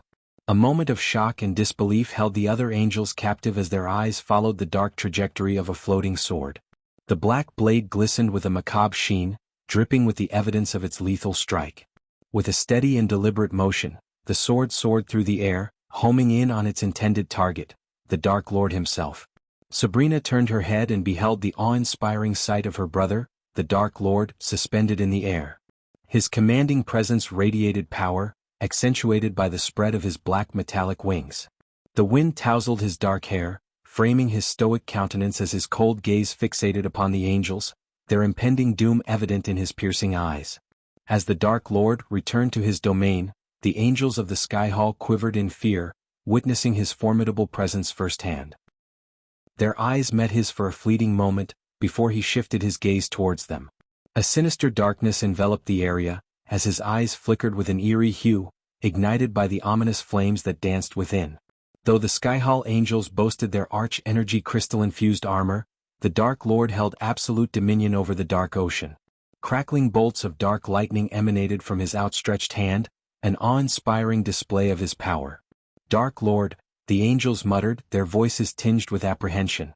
However, before they could mount any defense, the Dark Lord unleashed a barrage of lightning bolts, each one piercing through their heads with deadly precision. In an instant, the angels plummeted from the sky, lifeless forms descending like fallen flies. The Dark Lord's might was unrivaled, and the Sky Hall angels were but feeble adversaries before him. Once the fallen angels lay still upon the ocean's surface, the Dark Lord approached Sabrina, his intense gaze locking with hers. In her desperation, Sabrina mustered the courage to plead with him, hoping he would grant her a moment to speak. "Please, Ghost, give me the opportunity to talk to you," Sabrina beseeched, her voice filled with a mixture of hope and uncertainty, her heart yearning for a chance to reach her brother's troubled soul. "If you are here to stop the fight between your brother Noah and me, you are going to be disappointed. Soon, only one of us will stand and the other will fall," the Dark Lord declared with an air of finality. Chapter 1028. Sabrina's plea to her brothers. 3. After dispatching the Sky Hall angels, Michael carried Sabrina in his arms and swiftly flew away from the dark ocean. Within minutes, they landed on the worn-out premises of an abandoned castle in Kingdom Giselle. Michael, his gaze fixed on the distant horizon, spoke with a solemn tone. "Sabrina, why have you come here?" he inquired, his eyes scanning the vast expanse before him. "You know why I am here. I want to stop my brothers from killing each other," Sabrina replied, her hands fidgeting nervously as she stood a few meters away from him on the rooftop. "Though we share the same mother, Sabrina, I am not your brother. I have never been and never will be. So, I will fight Noah not as a sibling, but as the Dark Lord, as the world has labeled me," Michael firmly asserted, unwavering in his determination to face Noah in battle. As Michael continued to gaze into the distance, Sabrina mustered her courage and closed the distance between them, taking hold of Michael's hand. "You are my brother. No matter what you think or what the world says, I don't care. You are my brother," Sabrina proclaimed, her eyes welling up with tears. Caught off guard by Sabrina's words, Michael slowly turned his head, his gaze meeting hers. We both understand that the Sky Hall seeks to manipulate the situation, forcing you and Noah into this conflict. But you two possess the strength to face any challenge. Stand against the Sky Hall and destroy them, Sabrina pleaded, her words tinged with a hint of uncertainty. I am fighting the Sky Hall, Sabrina. I will destroy them, but your brother is standing in my way. Let me ask you this, Sabrina, will Noah back down from this fight? Michael asked, his voice tinged with a mix of certainty and curiosity. As anticipated, Sabrina remained silent, unable to provide a definitive response to Michael's query. There was a time I tried to change the world's view of me. But not anymore. I am tired of explaining my state to the world, Michael sighed, his weariness evident in his voice. You killed his wife, Ghost? I understand she was always a bitch to you for what you did to her brother, but you could have knocked her out easily, but you killed her. Would you back off of this fight if something happened to Gaia? Sabrina challenged Michael, her words filled with a mixture of understanding and concern. The battle between Noah and me is inevitable, Michael replied resolutely, though Sabrina shook her head in disagreement. This chapter upload first at NWC0M. I refuse to stand idly by and watch my brothers kill each other, Sabrina asserted, her determination shining through. Regardless of the outcome, Sabrina, you will always have a brother, Michael said, his voice softening as he gently caressed her head. You know, your mother abandoned me when I was a baby. Noah is hellbent on fighting me. Rowena could have put an end to the Sky Hall long ago, and your father Ethan is a man who failed to protect his family. However, you, Sabrina, are innocent in all of this, Michael expressed a hint of sorrow in his eyes. In another life, I would have cherished you as my little sister. I apologize for being unable to be the big brother you long for. To this world and your family, I am the Dark Lord who must die, Michael concluded, his gaze turning cold and the warmth of his smile fading away. But I don't die. I am the one who kills. They tossed me into a void when I was just a baby, hoping I won't come back. But here I am. Michael's voice grew rough, and Sabrina felt the darkness around them intensify, a tangible display of his power as the god of darkness. Ghost, I don't believe our mother willingly abandoned you. Something must have happened, I can see it in your eyes. Deep down, you know that there is more to the story. The Sky Hall has manipulated everyone, including you. Please, consider this and don't let them control you, Sabrina pleaded, her voice filled with genuine concern. The ones who were truly manipulated are your brother Noah and your sister Rowena. But regardless of the outcome, whether I win or Noah does, the Sky Hall will be destroyed. You will be reunited with your family and can lead a happy life, Michael remarked, brushing Sabrina's eyes. Although he didn't openly express his love as a brother, his simple gesture conveyed his inherent kindness and care. I understand your intentions, Sabrina. You don't want this fight. However, the decision is not mine to make. Salisi is currently manipulating your brother Noah, and I don't blame him. Killing me seems to be the only choice he believes will save his family. Tell him that I will meet him on the battlefield, Michael stated, retrieving a simple silver chain from his storage and handing it to Sabrina. Accept this as a gift from me. I despise your Winston family, but not you. You have always held a special place in my heart. Michael smiled and gently pinched Sabrina's cheek. After this battle concludes, your family will find their way back to you, Michael assured Sabrina. They then sat together on the rooftop, quietly contemplating the horizon. Sabrina understood that persuading her brothers to change their minds was an impossible task. Despite her desperate desire to prevent their clash, she had no means to intervene. So, she chose to sit beside Michael and spend some precious moments with him as his little sister. Eventually, Michael bid farewell to Sabrina and made his way to the mountain peak where he had first encountered Nithrol. As night fell, the mountaintop was engulfed in darkness, with only the half-moon casting a faint glow. Emerging from the shadows of the trees, Nithrol joined Michael atop the mountain. I think you should take a look at. I told you never to return to the mortal realm until you reach the celestial stage, Nithrol admonished. I intended to follow that instruction, but I received an anonymous note, Michael replied, handing a piece of parchment to Nithrol. Taking the parchment, Nithrol read its contents aloud. I was planning to, but I received an anonymous note. Nithrol recited the chilling words written on the note. Do you have any idea who might have sent this note? Nithrol inquired. Salisi, who else? Michael shrugged. The Queen of Nagaland. So she has been working against you, Nithrol mused, to which Michael nodded in agreement. While you were in Itnes, Evan approached me with a proposition. He wanted me and my army to join forces with him in the battle against you. I always suspected that Evan wasn't acting alone. Could he be working for Salisi? Nithrol questioned. Michael acknowledged. And how did you respond to his offer? Michael asked. What do you think? I said no. As far as the mortal's concerned, I don't align with you or Noah. I may be the goddess of hunt, but I like to be the empress more. So the lives and livelihood of my citizens is far more important than anything, Nithrol explained. As she spoke, Michael retrieved a parchment and handed it to Nithrol. Keep this with you and read it after my battle with Noah, Michael instructed. Placing the scroll safely in her space ring, Nithrol shifted her gaze from the distant horizon to Michael. You should be aware that your former disciple, Olivia, is assisting Noah in creating pills and potions for his army. The Sky Hall has provided Noah with a formidable force, and every kingdom in Elon and Azer continents has been mobilized. While many kings and queens may not have wished to fight against you, they had no choice. I hope you have an army capable of standing against them, Nithrol informed Michael. Olivia, huh? Michael mumbled, his mind filled with memories of the time he spent teaching her alchemy. I suspect that Noah has gathered the god-killing arrows and distributed them among his trusted allies. Olivia might be one of them. Shouldn't you try to obtain the arrows for yourself? Nithrol questioned, but Michael shook his head. I already possess 2 arrows, and Noah is helping me by gathering all the arrows and bringing them to me, Michael revealed. Whatever your plan may be, you should execute it swiftly. If I were in Sales's position, I would engage you in River Town. It holds sentimental value for you, and your warships would be rendered ineffective there, Nithrol advised, sharing her insights about the upcoming battle. I don't care where the battle takes place. I just want it to be over, Michael sighed, feeling weary from the planning and preparation. You do realize that I won't be aiding you in the battle, right? Nithrol asked, and Michael nodded in acknowledgement. Don't die, Ghost. If Noah can defeat you, you stand no chance against the Pantheon.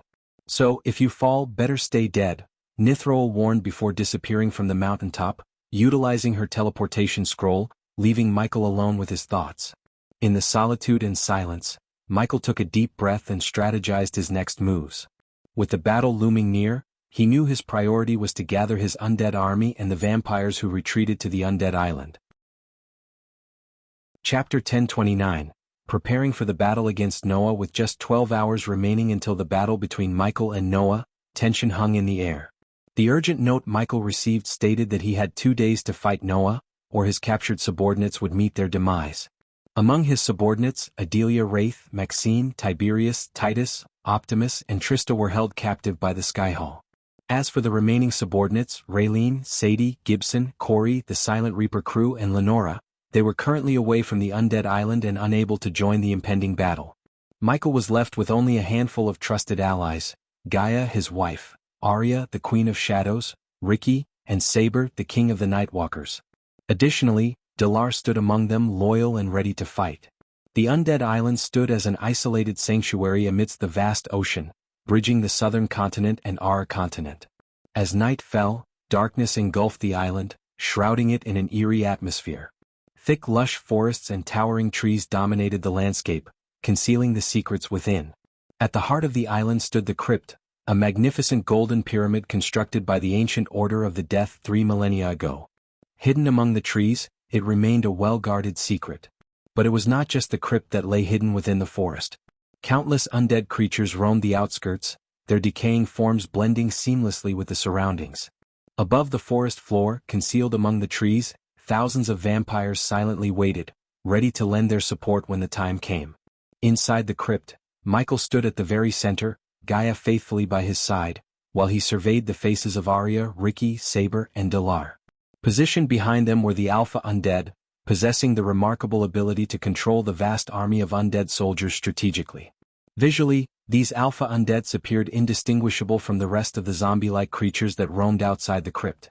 Michael deliberately disguised them as ordinary undead, a clever ploy to prevent any suspicion or targeted attacks from their adversaries.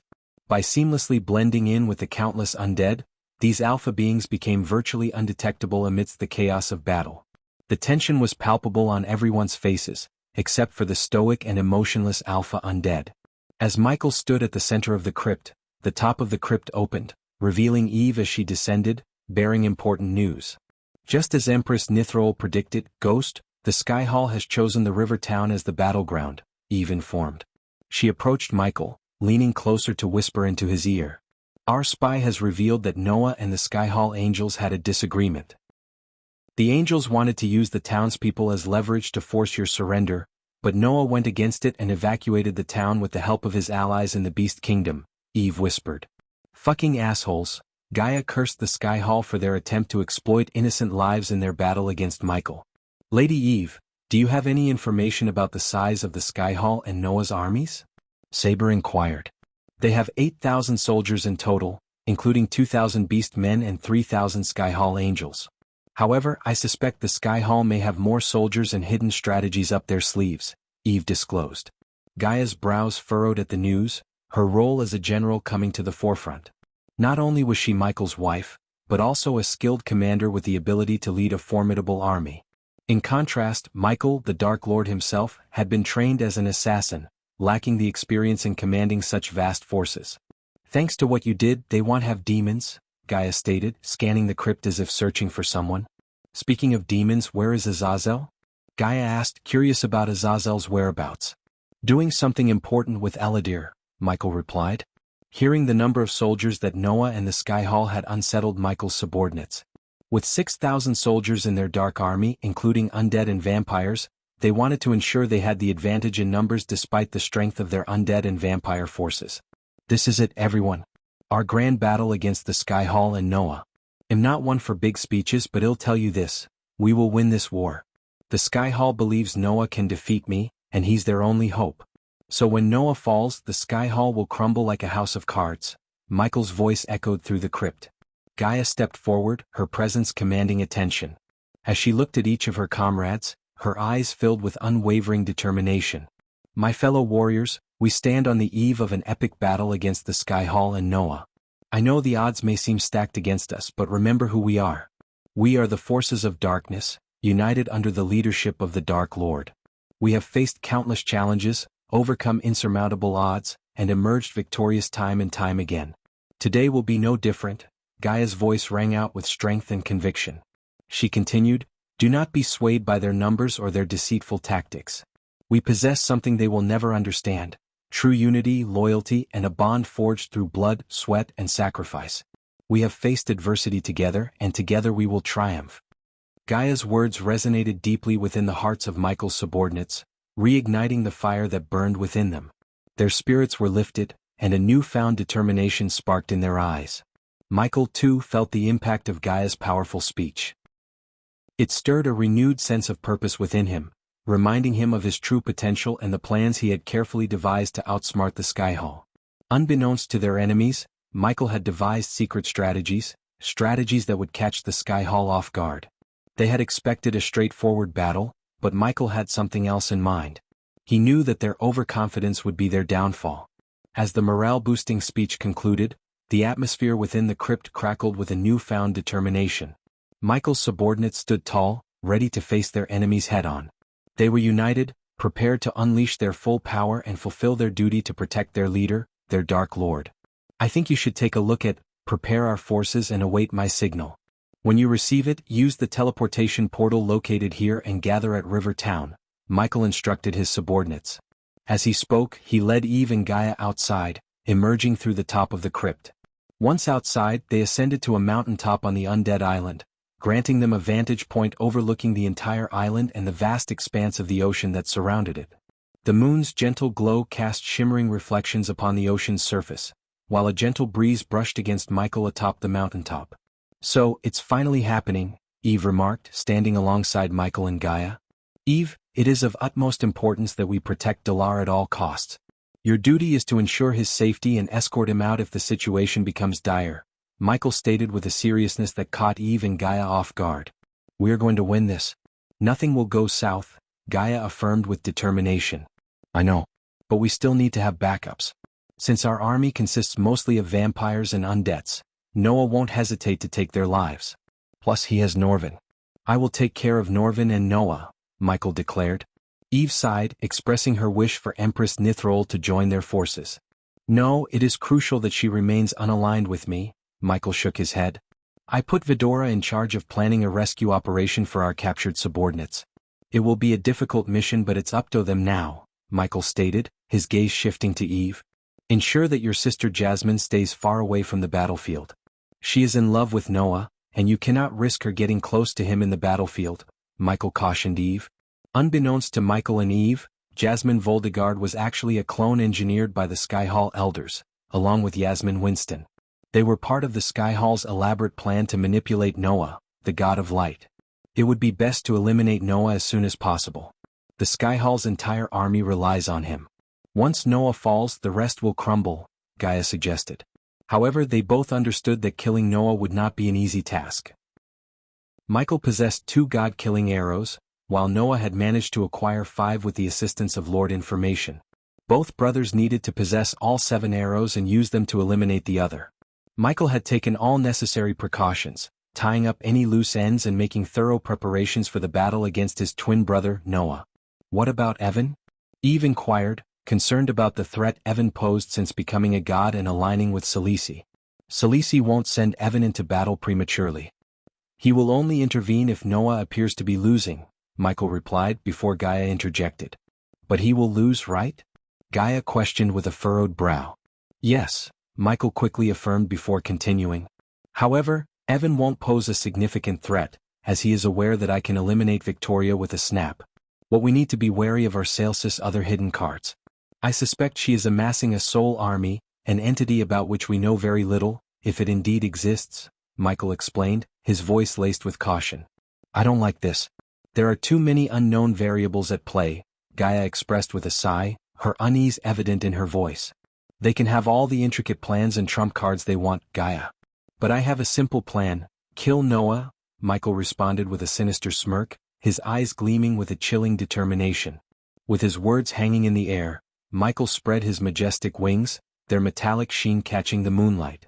With a swift motion, he scooped up Eve and took to the skies, soaring above the world below. The wind rushed past them as they ascended higher, aiming for their destination, the river town where Noah was waiting for him. Chapter 1030. Noah and Michael meets. As Michael soared beyond the void line, he activated the runic teleportation, transporting himself and Eve to the outskirts of the river town. The town lay under the vast expanse of the night sky, illuminated by the gentle glow of the moon and the stars that adorned the sky. The enchanting river flowed alongside the town, its crystal-clear waters reflecting the shimmering moonlight as it traced a winding path through the heart of the landscape. The tranquil murmur of the river echoed softly, adding a serene melody to the ambience. In the near distance, majestic mountain chains rose proudly, their lush peaks reaching toward the heavens. Among these natural wonders, the remnants of the Sunrise sect's abandoned buildings stood as silent witnesses to what Skyhall did to all the sections. The river town itself was encased in a glistening pale blue dome, shielding it from the outside world. The ethereal barrier enveloped the entire town, casting an otherworldly glow upon the streets and buildings within. It stood as a testament to the powerful enchantments woven by the Skyhall, trying to control the damage that would fall upon the outside world when 2 gods fight. As Michael appeared out of the protective dome, his gaze was drawn to the expansive hillside that stretched beyond the town buildings, once used by the river town people for farming. It was upon these fertile lands that Noah and the formidable Skyhall army now stood, patiently awaiting Michael's arrival. The sight of Michael's presence in the sky immediately caught the attention of the opposing forces. Noah's eyes locked onto his twin brother, the Dark Lord, as he hovered above, accompanied by his wife Gaia and their loyal ally Eve Voldegard. A tense silence settled over the battlefield, the air pregnant with anticipation. Standing strong behind Noah, an army of 8,000 soldiers stood at attention, their resolve evident in their unwavering stance. Among them, Norvin, transformed into his true form, a towering gorilla with lustrous golden fur, commanded their attention with his booming voice. Activate the lights. Norvin's command reverberated through the air, resounding across the expanse of River Town like a resolute thunderclap. As Norvin's commanding voice echoed, the darkness within the energy dome was swiftly extinguished by the radiant glow of strategically placed orbs. These luminous spheres, carefully positioned throughout the town, emitted a brilliant light that served to weaken Michael, the god of darkness, while bolstering Noah, the god of light. Standing resolutely beside Noah was Maisie, a determined young girl who had once sought to claim Nightmare when he was but a mere baby. Her fists clenched in anger, she stood as a staunch ally of Noah. Among Noah's formidable army stood the Bellaforts, Alicia's family, united in their quest for vengeance to avenge their fallen heirs, Alicia and Peter. Their determined gazes were fixed upon Michael, the Dark Lord, as they prepared to face him head-on. Accompanying them were the proud Skyhall Angels, adorned in shimmering silver and sky-blue armor, their feathery wings gracefully adorning their backs. Adding strength to Noah's forces were the Beastmen, an assortment of humanoid beings with the characteristics of tigers, lions, wolves, and eagles. These majestic creatures exuded a fearless presence, standing tall without a trace of trepidation. However, their eyes scanned the battlefield in search of the Dark Lord's army, only to find that Michael had arrived in River Town with only his wife, the Dark Queen Gaia, and his loyal friend Eve Voldegard. Among the various races inhabiting this world, only the dwarves and the beastmen had chosen to ally themselves with Noah in his battle against Michael. The dwarves, known for their resilience and craftsmanship, stood side by side with Noah's forces, lending their strength and expertise. Meanwhile, the beastmen, remarkable beings possessing both human and animal traits, also joined Noah's cause, their fierce and untamed nature adding a formidable edge to the alliance. On the other hand, the elves, under the wise command of Nithrol, had opted to remain neutral, abstaining from taking sides in the conflict between Noah and Michael. Surprisingly, the majority of the orcs, often perceived as ferocious and warlike due to their intimidating appearance, were actually a peaceful race. They found solace in scholarly pursuits, their intellectual pursuits far outweighing any inclination towards combat. It was their love for knowledge and tranquility that kept them away from the war against the Dark Lord, as they preferred a life of peaceful contemplation over engaging in violent conflicts. As the battle drew near, Noah's army swiftly organized themselves into formations, each group positioning themselves strategically across the river town. From a bird's-eye view, the scene resembled an intricate mosaic of soldiers, with the different races and factions standing in distinct patterns. The Skyhall Angels, resplendent in their silver and sky-blue armor, formed a tight-knit formation near Noah, their wings spread wide, ready to take flight at a moment's notice. The Beastmen, with their bestial features, assumed a ferocious formation, their ranks resembling a pack of predatory creatures preparing to strike. The dwarves, renowned for their craftsmanship and resilience, assembled in a compact yet sturdy formation, their stout figures forming a resilient bulwark in the midst of the army. Amidst the organized chaos, murmurs and whispers filled the air among Noah's forces. Some wondered aloud where the Dark Lord's army was, expressing eagerness to put an end to his reign once and for all. Their anticipation was palpable as they eagerly awaited the clash that would decide the fate of their world. "I hope the Dark Lord's army shows up soon. I've been waiting to take him down for ages," one soldier exclaimed with a determined glint in his eyes. "Patience, my friend. The Dark Lord will soon face the wrath of our united forces," another soldier reassured, his voice filled with confidence. Meanwhile, the dwarves, known for their practicality and occasional humor, chimed in with their own distinctive remarks. "Hey lads, make sure you lot protect us and our magnificent weapons. We're the heart of this battle after all." A dwarf bellowed with a hearty laugh, earning chuckles and nods from his fellow dwarves. "Why lads, remember we've got the finest weapons in all the realms," exclaimed one dwarf with a thick accent. "Aye, that's true. They should be protecting us, not the other way around." Another dwarf chimed in, his voice filled with jest. Laughter erupted among the dwarves, their camaraderie shining through even in the face of battle. With their distinctive beards and sturdy frames, they exuded a sense of indomitable spirit. "Don't worry. We'll shield you with our lives and make sure those weapons of yours shine brighter than the sun," another soldier responded, playfully flexing his muscles. "I haven't seen so many people wanting to die at once," remarked the Dark Queen Gaia, her voice resonating across the battlefield, laced with a hint of scorn. "I think you should take a look at, don't be too quick to judge us." "Well, see who do the dying," retorted one of the angels defiantly, their wings fluttering with a mix of confidence and determination. "Hey Ghost, you shouldn't have tamed that dragon. Look what happened, now it's dead," taunted Maisie, a mischievous glint in her eyes as she attempted to provoke Michael. "Shouldn't you be at school or something, little girl?" Eve questioned with a seriousness that contrasted with Maisie's playful demeanor. Her remark elicited chuckles from some of the dwarves, who found the situation amusing. "Don't you lot laugh. She's poking fun at one of our own," growled a fellow soldier, his voice filled with a touch of irritation. "But it's still rather amusing," the dwarves chuckled, finding humor in the banter exchanged between Eve and Maisie. Contrary to previous conflicts involving the Dark Lord, The Sky Hall had prohibited news reporters and any other individuals from entering Kingdom Bradford to witness the battle between Michael and Noah. As a result, the sky above the river town remained devoid of any onlookers. Amidst the tension-filled atmosphere, Michael finally broke the silence, his voice laced with amusement. "I must say I had higher expectations of the dwarves' intelligence. Yet here you are, foolishly attempting to fight against me. Doesn't seem too intelligent, does it?" With a chilling tone, Michael directed his question at the dwarves, his words dripping with a menacing threat. "Have you ever stopped to consider what I can and will do to your entire race once I emerge victorious in this war?" As the weight of Michael's words settled upon them, the dwarves couldn't help but notice a gradual transformation in the night sky. The once twinkling stars and radiant moon now became shrouded in a veil of dark and foreboding clouds. The celestial beauty was marred by an eerie darkness that sent shivers down their spines. The dwarves felt an unease settling within them after hearing the Dark Lord's question. Their voices rose in response, shouting defiantly, "We fight for revenge against the damn elves. The Sky Hall promised us that." To their surprise, Michael's response was filled with laughter, his amusement reverberating across the battlefield. "You stupid fools," he taunted, his tone dripping with contempt. "Didn't you know that Empress Nithrol has ascended to become a goddess? The Sky Hall holds no power over her. If anything, she will unleash her wrath upon the race that harbors such deep hatred against her own people. The Sky Hall has deceived you all," said Michael before pausing. "The dwarven race will face further decline in power, whether you win or lose this war," Michael declared, his voice filled with an air of superiority. The dwarves, known for their craftsmanship and engineering skills, felt a twinge of unease at his words. They were a hot-blooded people, driven by their passions, but lacked the finesse and political acumen of the elves. The Dark Lord continued, exposing the deceit of the Sky Hall and revealing the true power dynamics at play.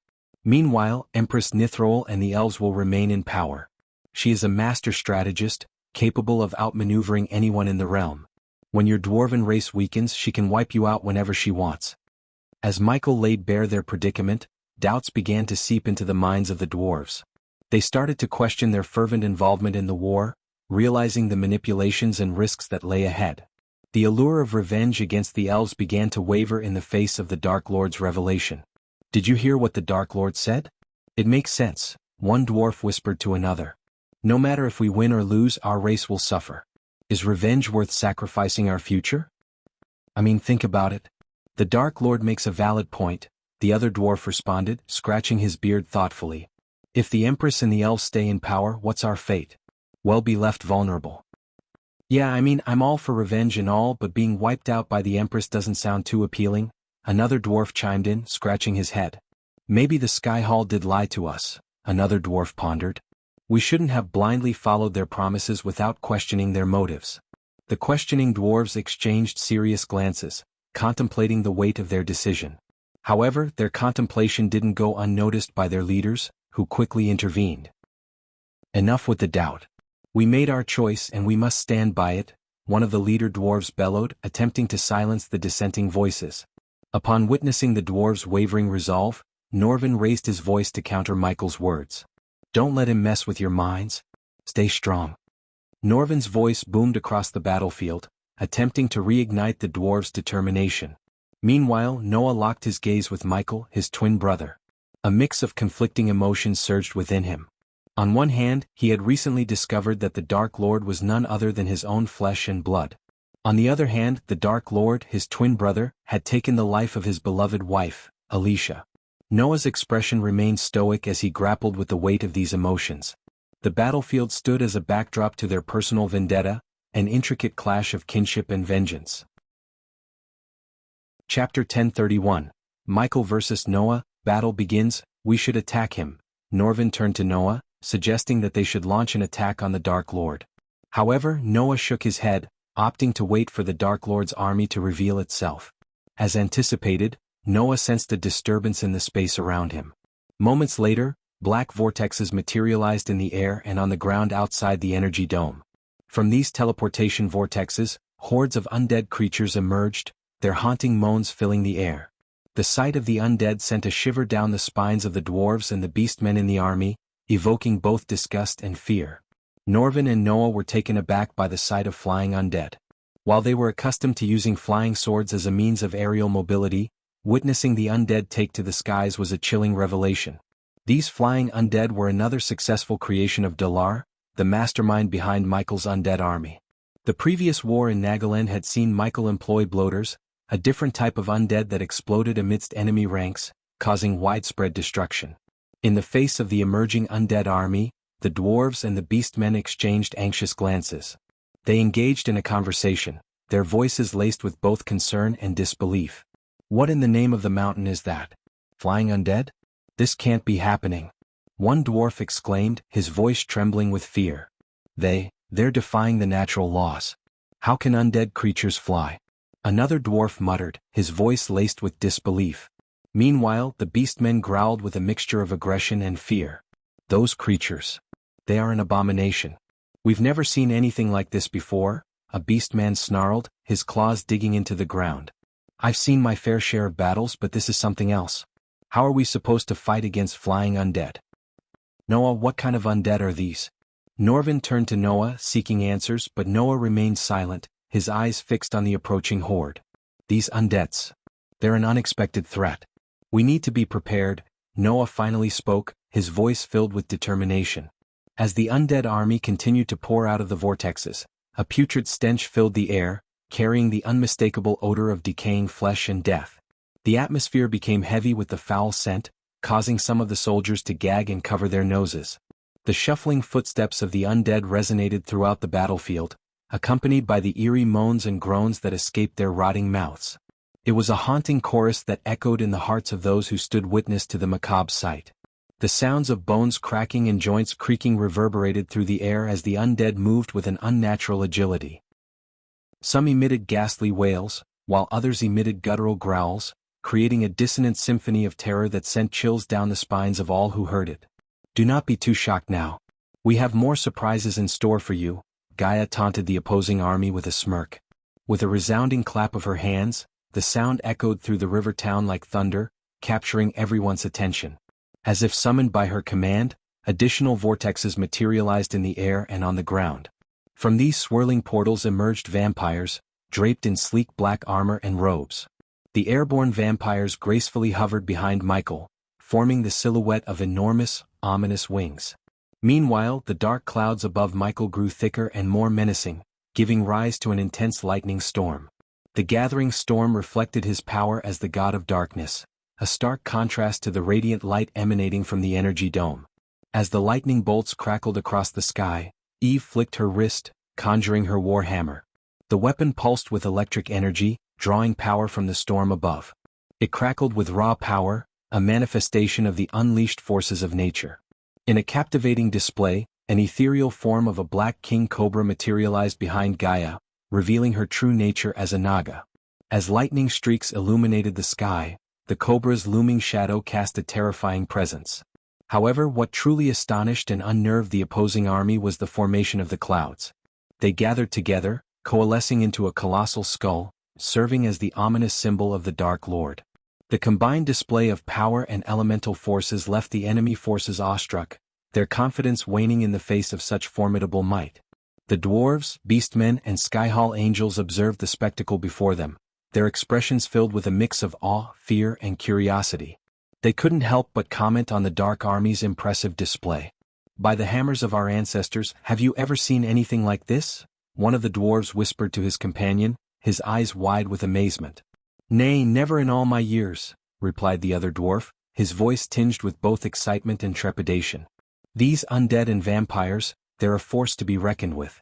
The beastmen, renowned for their primal instincts, exchanged puzzled glances and murmured amongst themselves. "Those flying undead. I've never witnessed anything so eerie," remarked a beastman with a lion-like face. "They move like shadows in the night. I think you should take a look at among the skyhall angels." Whispers of disbelief and concern spread. "Such darkness and lightning. It's almost unnatural," remarked one angel, his voice barely audible above the storm. Inside Michael's mind, the constant notifications of his badass points became overwhelming.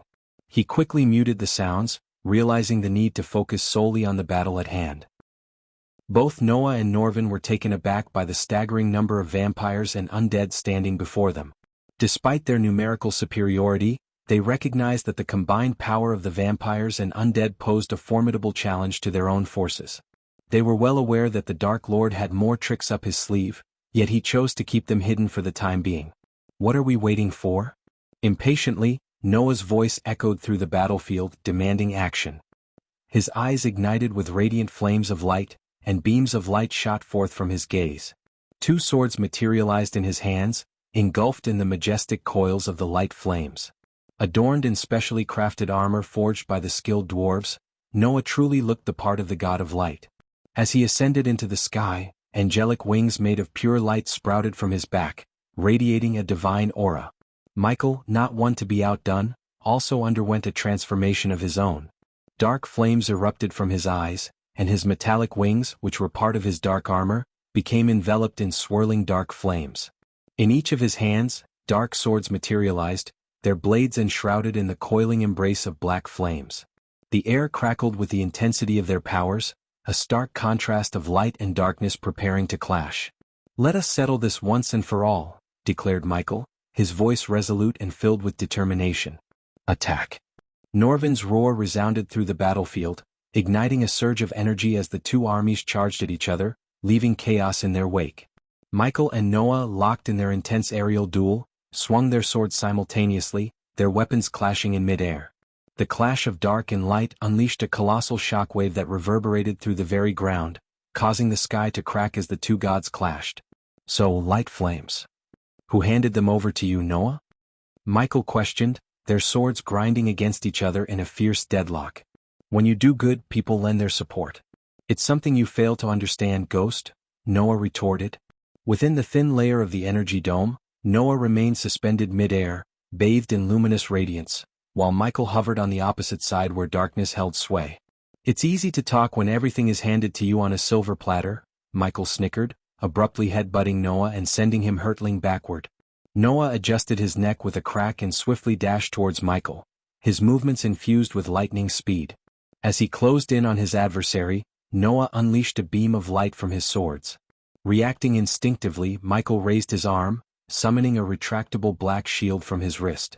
The shield absorbed the searing light beams, its color shifting to a fiery orange due to the intense heat. Michael's hand tingled from the impact, but undeterred, Noah propelled himself forward with lightning speed, aiming a powerful kick at Michael. In response, Michael reciprocated the attack, their legs colliding in midair. With a resounding clash, they struck each other's heads with their legs, their fierce cries filling the air as their determination and power collided in an epic showdown. Spitting the blood in his mouth, Michael surged forward, propelling himself through the air with unstoppable determination.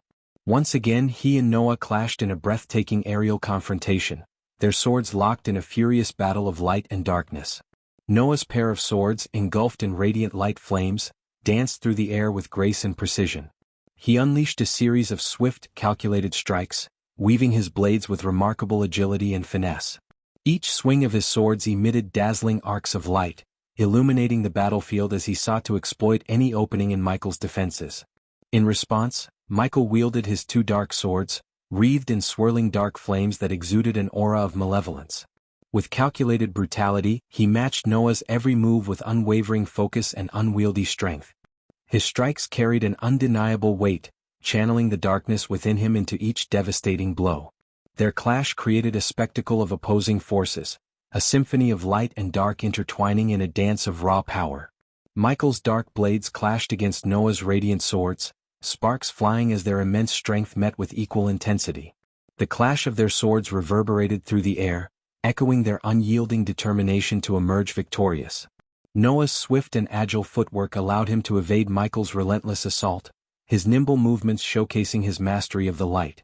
He skillfully parried and countered Michael's strikes, utilizing his speed and precision to exploit any opening he could find. With each counterattack he unleashed bursts of searing light, forcing Michael to adjust his defensive stance continuously. In turn, Michael utilized his inherent darkness to launch powerful and unpredictable attacks. He combined brute force with deceptive speed, delivering bone-crushing blows that tested Noah's resilience. The dark flames that enveloped Michael's swords enhanced their destructive potential, leaving trails of shadowy residue in their wake. Noah's voice trembled with anger as he shouted at Michael, his words filled with anguish and resentment. I wish our mother had never given birth to you. Because of you I lost everything. The pain in his voice was palpable as he confronted the Dark Lord. Michael's response cut through the air like a sharp blade, his words carrying the weight of his own painful past. And how does it feel to have nothing? You had everything while I had nothing. His voice thundered, resonating with a mix of anger and sorrow. In a moment of strategic agility, Michael swiftly discarded his dark sword and delivered a powerful punch straight to Noah's jaw. Caught off guard, Noah was unable to defend himself, and the force of the blow sent him hurtling towards the ground, causing a cascade of destruction as he crashed into several buildings. The impact reverberated through the air, leaving a trail of shattered debris in its wake. The sheer force of Michael's punch showcased his formidable strength, catching Noah off balance and exposing his vulnerability. The clash between the two gods took an unexpected turn as Michael seized the opportunity to unleash a devastating blow, momentarily gaining the upper hand in their fierce confrontation. Chapter 1032, Michael vs. Noah. The battle continues as Noah crashed through the debris. The nearby undead army hurriedly rushed toward the fallen god. Meanwhile, Michael, unfazed by the chaos, flapped his metallic wings and soared toward Noah's location. However, just as he approached, a colossal fist materialized out of nowhere and struck Michael squarely in the face. It was none other than Norvin, propelling himself from the ground to deliver the unexpected blow in midair. Yet, Norvin had underestimated the immense power gap between him and Michael. While Norvin stood at the half-immortal stage of cultivation, Michael possessed the cultivation of a half-celestial, a vast difference in strength. Norvin's punch, despite generating a powerful shockwave that demolished nearby buildings, failed even to rattle Michael. The Dark Lord stood resolute in the sky, his unwavering presence emanating a terrifying aura. In a silent exchange, Michael met Norvin's gaze, their eyes locked in a moment of intense confrontation. With a mere glance, Michael unleashed two dark beams from his eyes, striking Norvin's shoulder with precision. Arg! Simultaneously, Gaia's mighty roar reverberated through the battlefield, signaling her entrance into the fray. Descending from above, Gaia underwent a transformation, assuming her true form as a 10-foot king cobra with sleek black scales. With lightning speed, her serpentine body coiled around Norvin, ensnaring him within her powerful grasp. In one swift motion, Gaia swung Norvin towards a nearby building, crashing him into its sturdy structure. The impact echoed through the surroundings, further escalating the chaos of the battle. On the opposing side, Eve Voldegard took charge at the forefront of the Dark Army. With a mighty leap, she soared into the air, her warhammer held high as crackling lightning bolts danced around her. Her attire, consisting of black armor and a billowing cape, fluttered in the wind, adding to her commanding presence. Bringing her hammer down forcefully, Eve struck the ground, unleashing a powerful shockwave that rippled through Noah's army. As the clash intensified, several Skyhall angels, adorned in their feathery wings and silver armor, closed in on Eve from various directions. Despite being surrounded by thousands of beastmen and soldiers from Noah's army, Eve displayed no trace of fear in her resolute gaze.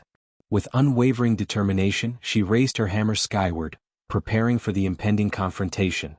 Suddenly, a violent vortex of pure lightning energy descended from above, engulfing Eve in its powerful embrace. Her eyes and body radiated with a crimson-red glow, fueled by the immense power coursing through her. Locked in her crimson gaze were three Skyhall angels hurtling towards her. The first angel, equipped with formidable armor, relied on its protective armor to face Eve, who surpassed him in cultivation.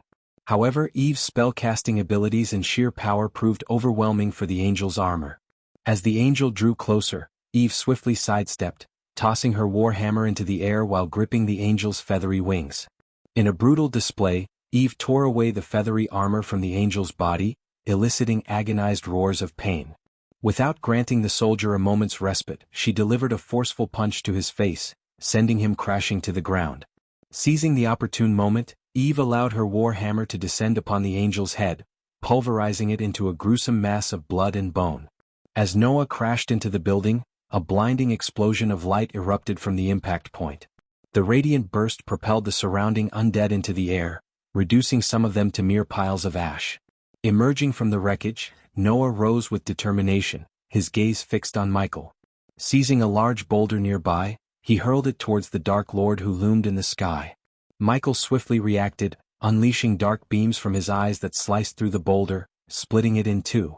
However, Noah skillfully maneuvered himself through the resulting gap, catching his opponent off guard. With swift precision, Noah landed a powerful punch to Michael's face followed by a forceful kick to his gut.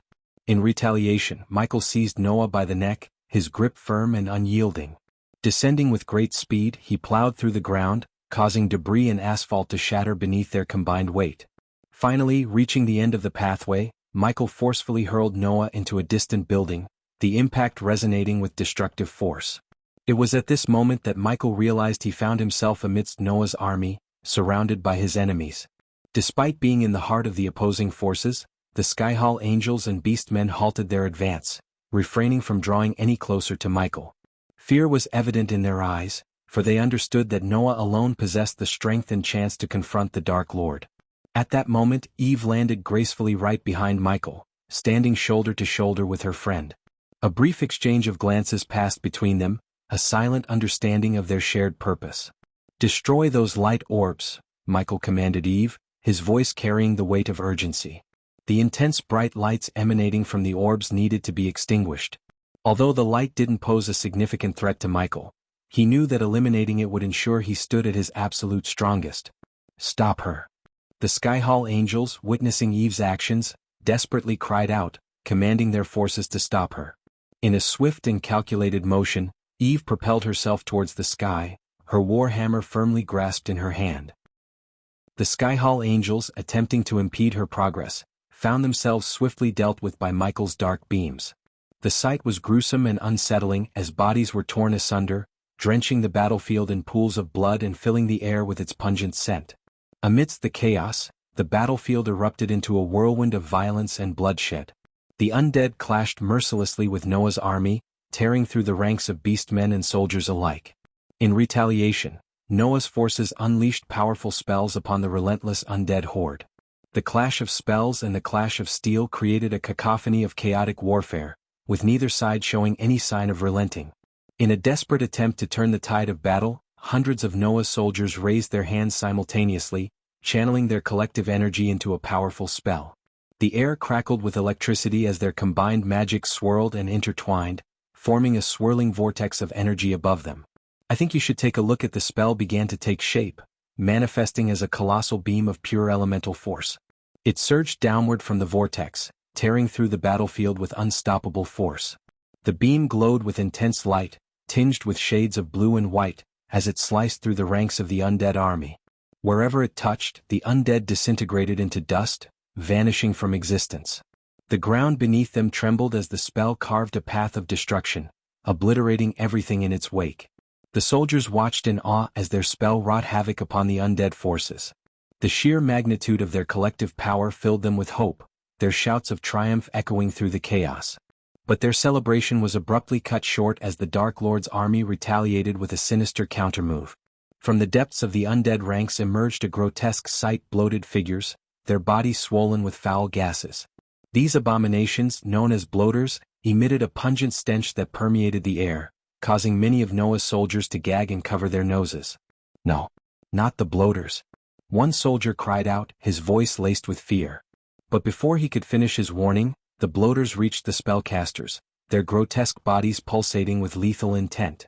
With a sickening explosion, the bloaters detonated, unleashing a wave of destruction that engulfed the spellcasters. The force of the explosion tore through the ranks of Noah's soldiers, leaving devastation and carnage in its wake. Noah rose from the rubble of the shattered building, his eyes burning with determination. He raised his hands towards Michael, his palms radiating with intense light. Concentrated beams of pure luminosity shot forth from his outstretched hands, blazing through the air with blinding speed. The beams of light sliced through anything in their path, disintegrating the undead soldiers unfortunate enough to be caught in their trajectory. Buildings crumbled into dust, and the ground beneath them cracked and shattered, unable to withstand the sheer force of Noah's unleashed power. The light beams illuminated the battlefield, casting an ethereal glow upon the chaos below. Not to be outdone, Michael responded by raising his own hand, his palm emanating a swirling darkness. Dark beams erupted from his fingertips, coiling like serpents as they raced towards Noah. The clash between the light beams and the dark beams created an explosive collision, unleashing a cataclysmic shockwave that reverberated through the air. The resulting explosion engulfed the surrounding area, decimating everything within its vicinity. The force of the impact sent shockwaves rippling through the battlefield, shaking the ground and tossing debris into the air like confetti. The intense light and dark energies collided, creating a maelstrom of destruction that tore through the undead army and Noah's soldiers alike. The destructive power of the collision was awe-inspiring. Buildings crumbled, reduced to rubble in an instant. Trees were uprooted, their branches splintered and scattered across the battlefield. The shockwave blasted away soldiers, both undead and living, like rag dolls, flinging them through the air with merciless force. The explosion left behind a scene of desolation and ruin. Smoke and dust filled the air, obscuring the battlefield in a haze. The sound of crumbling structures and anguished cries echoed amidst the devastation. The once bustling landscape now lay in ruins, a testament to the unrelenting power of the clash between light and darkness. As they soared through the sky, Noah and Michael collided, engaging in a fierce battle without the aid of their swords. Their clenched fists clashed with thunderous impacts, each strike resonating through the air. "Tell me, Noah, how did you manage to reach the half-celestial stage? Let me guess, someone lent you a helping hand as always." Michael sneered at Noah, taunting him about his progress to the half-celestial stage. He mocked Noah, suggesting that someone had assisted him, as if Noah's accomplishments were not his own. "This would have been a one-sided massacre if it weren't for the constant plot armor you seem to acquire," Michael jeered, attempting to undermine Noah's abilities. Their bodies twisted and turned in the air as they exchanged blows, their movements fluid and precise. Noah's determination fueled his every strike, while Michael's dark aura enveloped him, lending an air of menacing power to his attacks. With each clash, the sound of fists meeting flesh echoed through the sky, their intense rivalry escalating to new heights. The air crackled with their energy, their movements leaving trails of energy in their wake. Despite their physical combat, their conflict ran deeper than mere punches and taunts. It was a battle of brothers, of contrasting powers and ideologies. Each blow carried the weight of their shared history and personal vendettas. Chapter 1033. Michael overpowers Noah. As the battle raged on, Michael's serpent mega fighting style proved to be an advantage, allowing him to gain the upper hand over Noah. His dark armor, with several runes, provided additional protection that surpassed even the sturdy dwarven-made armor worn by Noah. With a swift and devastating strike, Michael landed a powerful blow to Noah's jaw, stunning him. Seizing the opportunity, Michael firmly gripped Noah's face and forcefully drove his knee into Noah's already injured visage. The impact was jarring, causing Noah to stagger backward. Raising his hands, Michael conjured bolts of black lightning, crackling with raw power. The ominous energy surged from his fingertips, resembling twisted serpents as they streaked through the air with deadly accuracy. With a resounding impact, the bolts struck Noah, sending him hurtling downwards through the sky. When Noah descended, his body spiraling toward the ground, Michael unleashed his devastating meteor spell.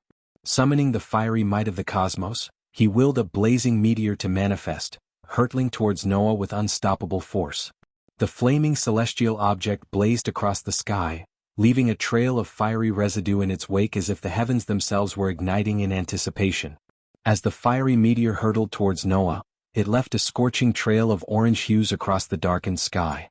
Its sheer magnitude and radiance cast an eerie glow upon the battlefield below, capturing the attention of all who witnessed its descent. Soldiers locked in combat below paused, their expressions shifting from determination to awe as they looked up, their eyes widening in disbelief. The sight of the impending cataclysm was both mesmerizing and horrifying, as the fiery orb grew larger with each passing second, consuming the sky with its blazing brilliance. With an earth-shattering impact, the meteor crashed down upon Noah, engulfing him in a tempest of flames and debris. The force of the collision unleashed a shockwave that rippled through the air, sending tremors across the battlefield. The town below bore witness to the destructive power of the meteor, its impact decimating the structures in its path. Countless buildings crumbled and collapsed, reduced to nothing more than smoldering ruins. The intense heat melted metal and reduced stone to ash, leaving behind a scarred landscape of devastation. Noah's army, already engaged in a fierce battle with the undead forces, was caught off guard by the meteor's sudden arrival. The relentless onslaught of fire and destruction obliterated vast sections of the undead army, their bodies disintegrating under the overwhelming heat and force. The ground shook beneath their feet as the remnants of the meteor continued its destructive path, leaving a trail of desolation in its wake. Noah. Norvin's anguished cry echoed across the battlefield as he witnessed the catastrophic impact of the meteor on his comrade. Filled with desperation, he attempted to take to the skies, seeking to reach Noah's side. However, his path was abruptly halted by Gaia, who had assumed her fearsome Naga form. Leaving so soon? Gaia hissed, her serpentine tails coiling around Norvin, binding him tightly. Norvin struggled fiercely, desperately trying to break free from her grasp. But Gaia's strength was overwhelming, and her hold on him was unyielding. With a swift and forceful motion, Gaia propelled Norvin into the air, his body hurtling through the sky.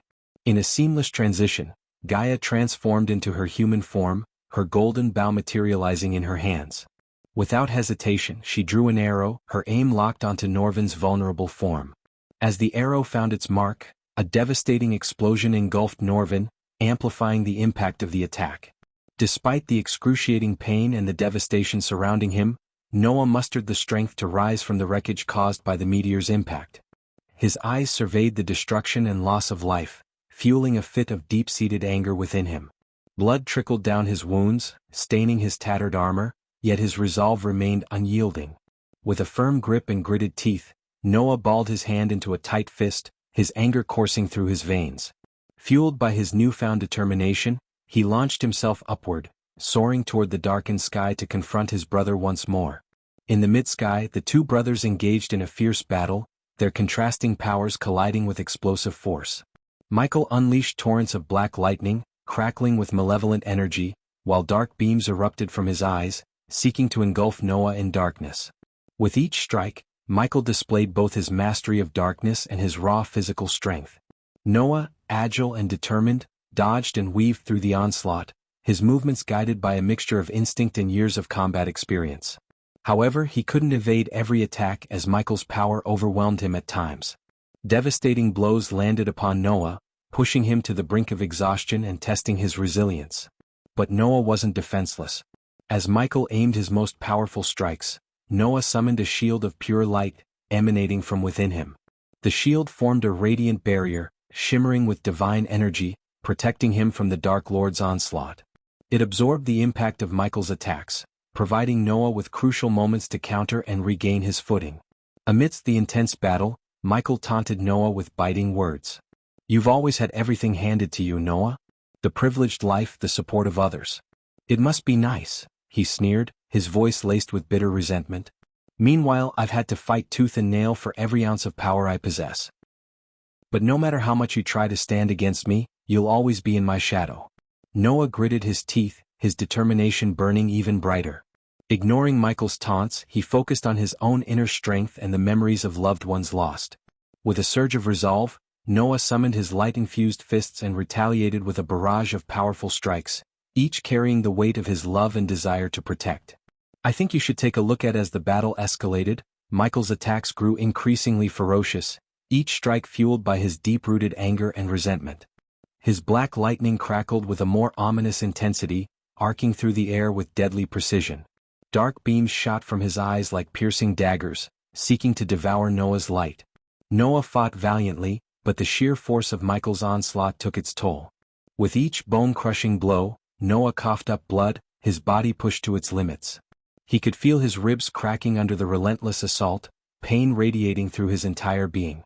Yet he refused to yield, drawing strength from his unyielding determination. Through gritted teeth, Michael continued his taunts, his words dripping with scorn. "You think you're better than me, Noah? With your lavish life, your supporters? Let me tell you something. No one handed me anything. I was an orphan, fighting every second just to survive. I clawed my way up, surpassing every obstacle that stood in my path. I earned every ounce of power I possess." As Michael's words hung in the air, Noah's vision blurred, his body battered and bruised. But within him a fire burned brighter than ever. Ignoring the searing pain, Noah summoned his remaining strength and launched a counterattack, his light-infused fists radiating with a renewed determination. The clash between the brothers intensified, a dance of light and darkness. Noah dodged and weaved, evading some of Michael's attacks with sheer reflexes, while others struck true, sending him hurtling through the air, his body crashing into debris with bone-crushing impacts. As Michael's attacks reached their apex, he abruptly halted, seizing Noah by the neck with a cruel grip.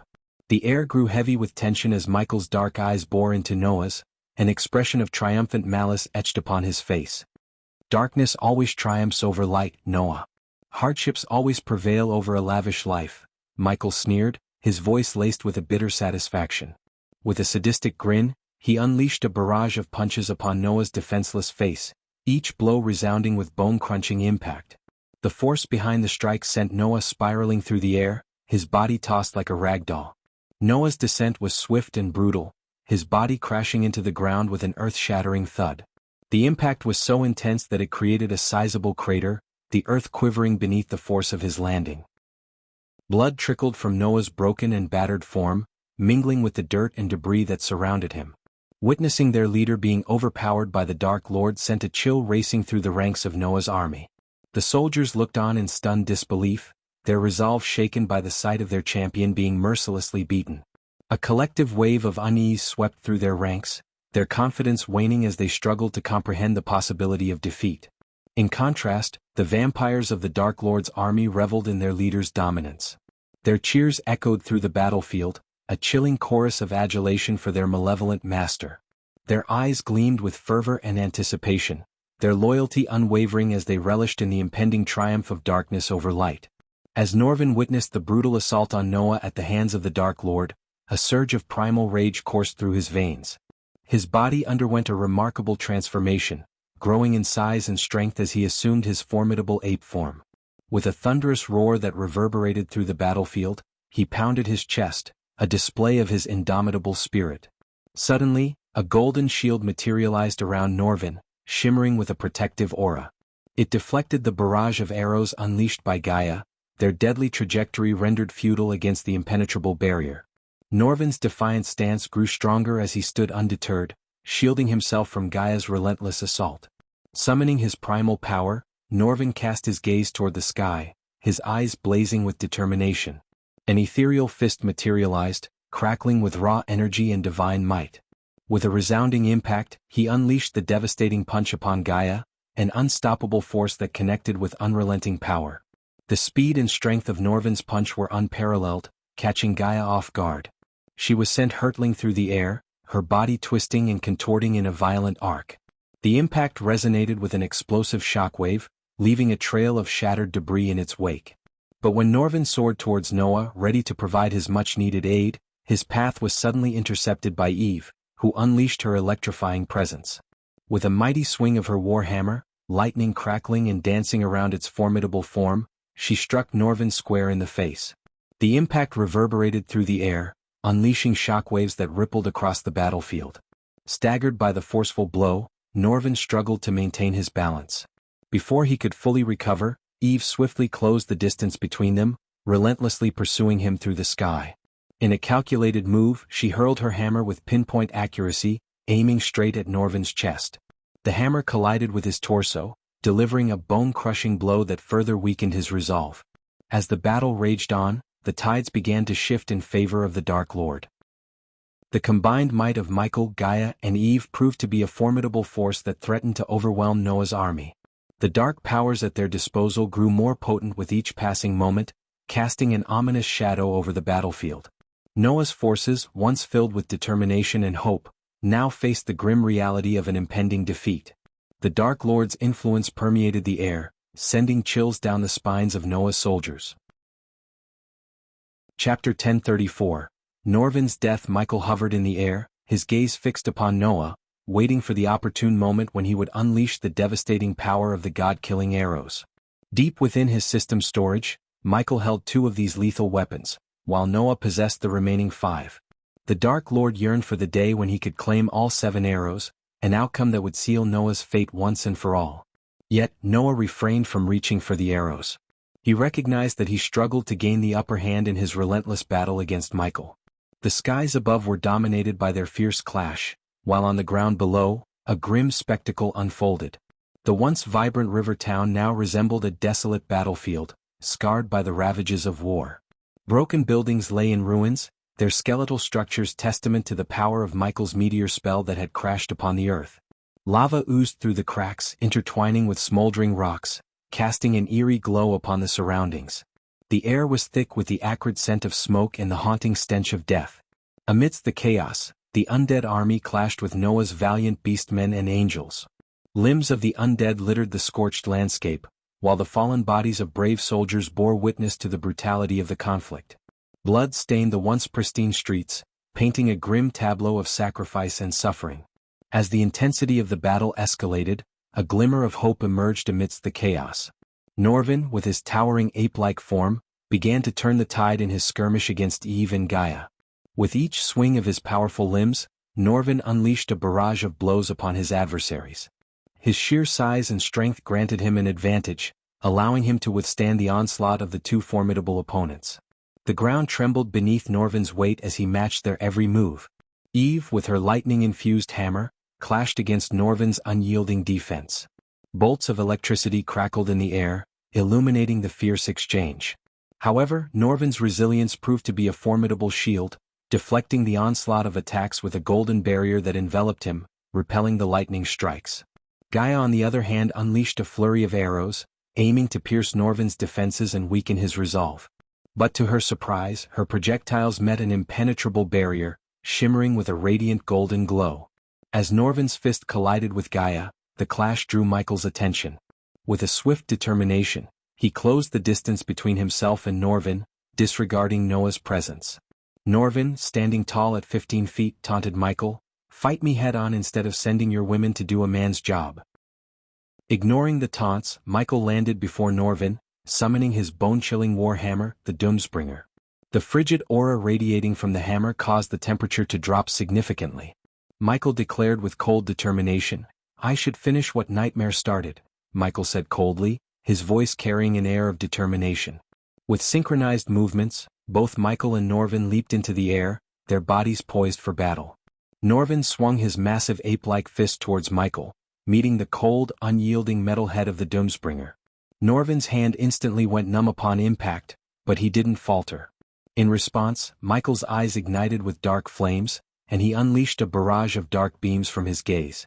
A golden shield appeared around Norvin, attempting to defend against the relentless assault. However, the shield began to crack under the overwhelming power of the dark beams, and within moments, it shattered completely. Undeterred, Norvin mustered his strength and seized the warhammer as Michael attempted another strike. In a desperate effort, Norvin delivered a powerful headbutt towards Michael. But to his astonishment, the Dark Lord remained unyielding, displaying his formidable resilience. Michael retaliated with a forceful jump, headbutting Norvin with equal intensity, causing the ground to tremble beneath them. The impact sent Norvin hurtling through the ground, leaving a trail of destruction in his wake. Noah lay unconscious, buried beneath the rubble of shattered buildings. Meanwhile, Michael remained completely focused on Norvin, his anger burning within him. The death of his pet dragon, Nightmare, had ignited a fiery rage within Michael. The news of Nightmare's demise had stirred the emotions of those around him. Gaia wreaked havoc upon her own kingdom, Vidora nearly destroyed the Dark Castle in a fit of anger, and Claire and others wept openly. But Michael, devoid of tears, channeled his anger into a fierce determination. It fueled his every move as he dashed towards Norvin. With intense purpose, Michael landed before Norvin, gripping him tightly by his fur before hurling him towards Noah's army, locked in battle against the relentless undead. Above them, one of the intense light orbs shattered, causing the brightness to diminish. Michael glanced upwards, recognizing that Eve had successfully disabled one of the light orbs hidden beneath the dome. As Norvin crashed into a building, reducing it to rubble, Gaia unleashed a relentless barrage of explosive arrows from the sky, further injuring him. Undeterred, Michael, wielding the Doomsbringer, swiftly closed the distance and planted himself firmly upon Norvin's chest. "Now look into my eyes and taunt me," Michael coldly demanded of Norvin. Rather than responding with words, Norvin emitted a thunderous roar, the sheer force of it causing Michael's hair to be blown back. Yet, Michael stood resolute upon Norvin's chest. "I think you should take a look at," raising his Doomsbringer with intent to strike a final blow. Michael's actions were suddenly interrupted by the distant firing of a powerful cannonball. The resounding boom of the cannon drowned out even the fiercest thunderclap, as the fiery projectile soared through the air. The dwarves stood together, their eyes fixed on the unfolding battle between the Dark Lord and their comrades. Their hands trembled slightly as they prepared the powerful cannonball once again, their minds filled with a mix of determination and uncertainty. "Fire the cannon. Let's blast that Dark Lord to oblivion," one dwarf exclaimed, his voice filled with both hope and anxiety. Another dwarf, however, expressed doubts. "Are we making a terrible mistake? The Dark Lord is no ordinary foe. We may have just drawn his attention towards us." A third dwarf chimed in, "It's true. What can we possibly do against a being at the half-celestial stage? Our cannon is mighty, but it may not be enough to stop him." Yet, amidst their wavering thoughts, one dwarf raised his voice, his eyes fixed on Noah, still lying motionless amidst the chaos. "Noah, wake up. This is your chance to fight back against the Dark Lord. Rise and show him the strength of your resolve." The dwarves exchanged concerned glances, their hearts heavy with worry. They understood the immense challenge that lay before them, but they refused to give in to despair. To their utter disbelief, Michael effortlessly caught the fiery cannonball, reducing it to a mere pile of ash with a tight grip. The dwarves watched in stunned silence as their mighty weapon was rendered useless. The weight of their defeat settled upon their shoulders. Michael's gaze shifted upwards, locking onto Gaia, and with a chilling nonchalance he commanded, "Kill them all." His voice reverberated through the battlefield, sending shivers down the spines of the dwarves. They turned their gaze towards the distant sky, where lightning flashed behind the Dark Queen, revealing the ominous shadow of a colossal cobra, a testament to her true Naga form. Meanwhile, Norvin, with all his might, tried to dislodge Michael from his chest. However, his efforts were in vain as Michael remained steadfast and immovable. Norvin clenched his fists, summoning ethereal manifestations that pummeled Michael relentlessly from both sides. Yet, Michael showed no sign of yielding, his unwavering stance challenging Norvin's futile attempts. With the Doomsbringer raised high, Michael taunted Norvin, "I will bring Nightmare back from the depths of hell, but Noah won't be able to bring you back." Norvin's roars filled the air as his ethereal fists continued to assault Michael without effect. But Michael remained unperturbed. As the realization of his impending defeat dawned upon him, Norvin slowly turned his gaze towards the rubble where Noah lay buried. Tears welled in his eyes as he faced Michael once more, his voice filled with sorrow. "You were able to defeat Noah because deep down he still sees you as his brother," Norvin revealed. Gaia, relentless in her slaughter of the dwarves, prevented any futile resistance while Eve continued her destructive mission to dismantle the remaining light orbs. As a result, darkness encroached upon the battlefield, slowly consuming all in its path. "My death will break that bone and bring back the Noah who went around killing his enemies left and right," Norvin snickered, embracing his impending demise without a trace of fear. Michael parted his lips as if poised to utter something but then closed them again. In the next moment, a shocking and heart-wrenching event unfolded before their eyes. Without hesitation, Michael brought down the Doomsbringer upon Norvin's head, caving in his mighty ape skull. Blood and fragments of bone sprayed across the battlefield, painting a gruesome scene. Norvin's body convulsed while Michael stood amidst the carnage, drenched in Norvin's crimson lifeblood. The sight of Norvin's cruel demise struck Noah's army with a paralyzing shock, freezing them in disbelief and despair. As if the shocking events weren't enough, Michael activated his soul-eating skill, his eyes glowing with a sinister light. A wispy, white smoke began to emanate from Norvin's lifeless body, slowly snaking its way toward Michael's open mouth. This ethereal smoke carried Norvin's soul and life energy, a macabre feast for the Dark Lord. With each passing moment, Norvin's once mighty form began to shrink and wither, like a wilting flower drained of its essence. In a matter of mere moments, Norvin's body transformed into a desiccated mummy, a hollow shell devoid of life. The sight sent a chill through the hearts of Noah's army as they witnessed the terrifying display of Michael's power, his ability to consume the very essence of a fallen warrior.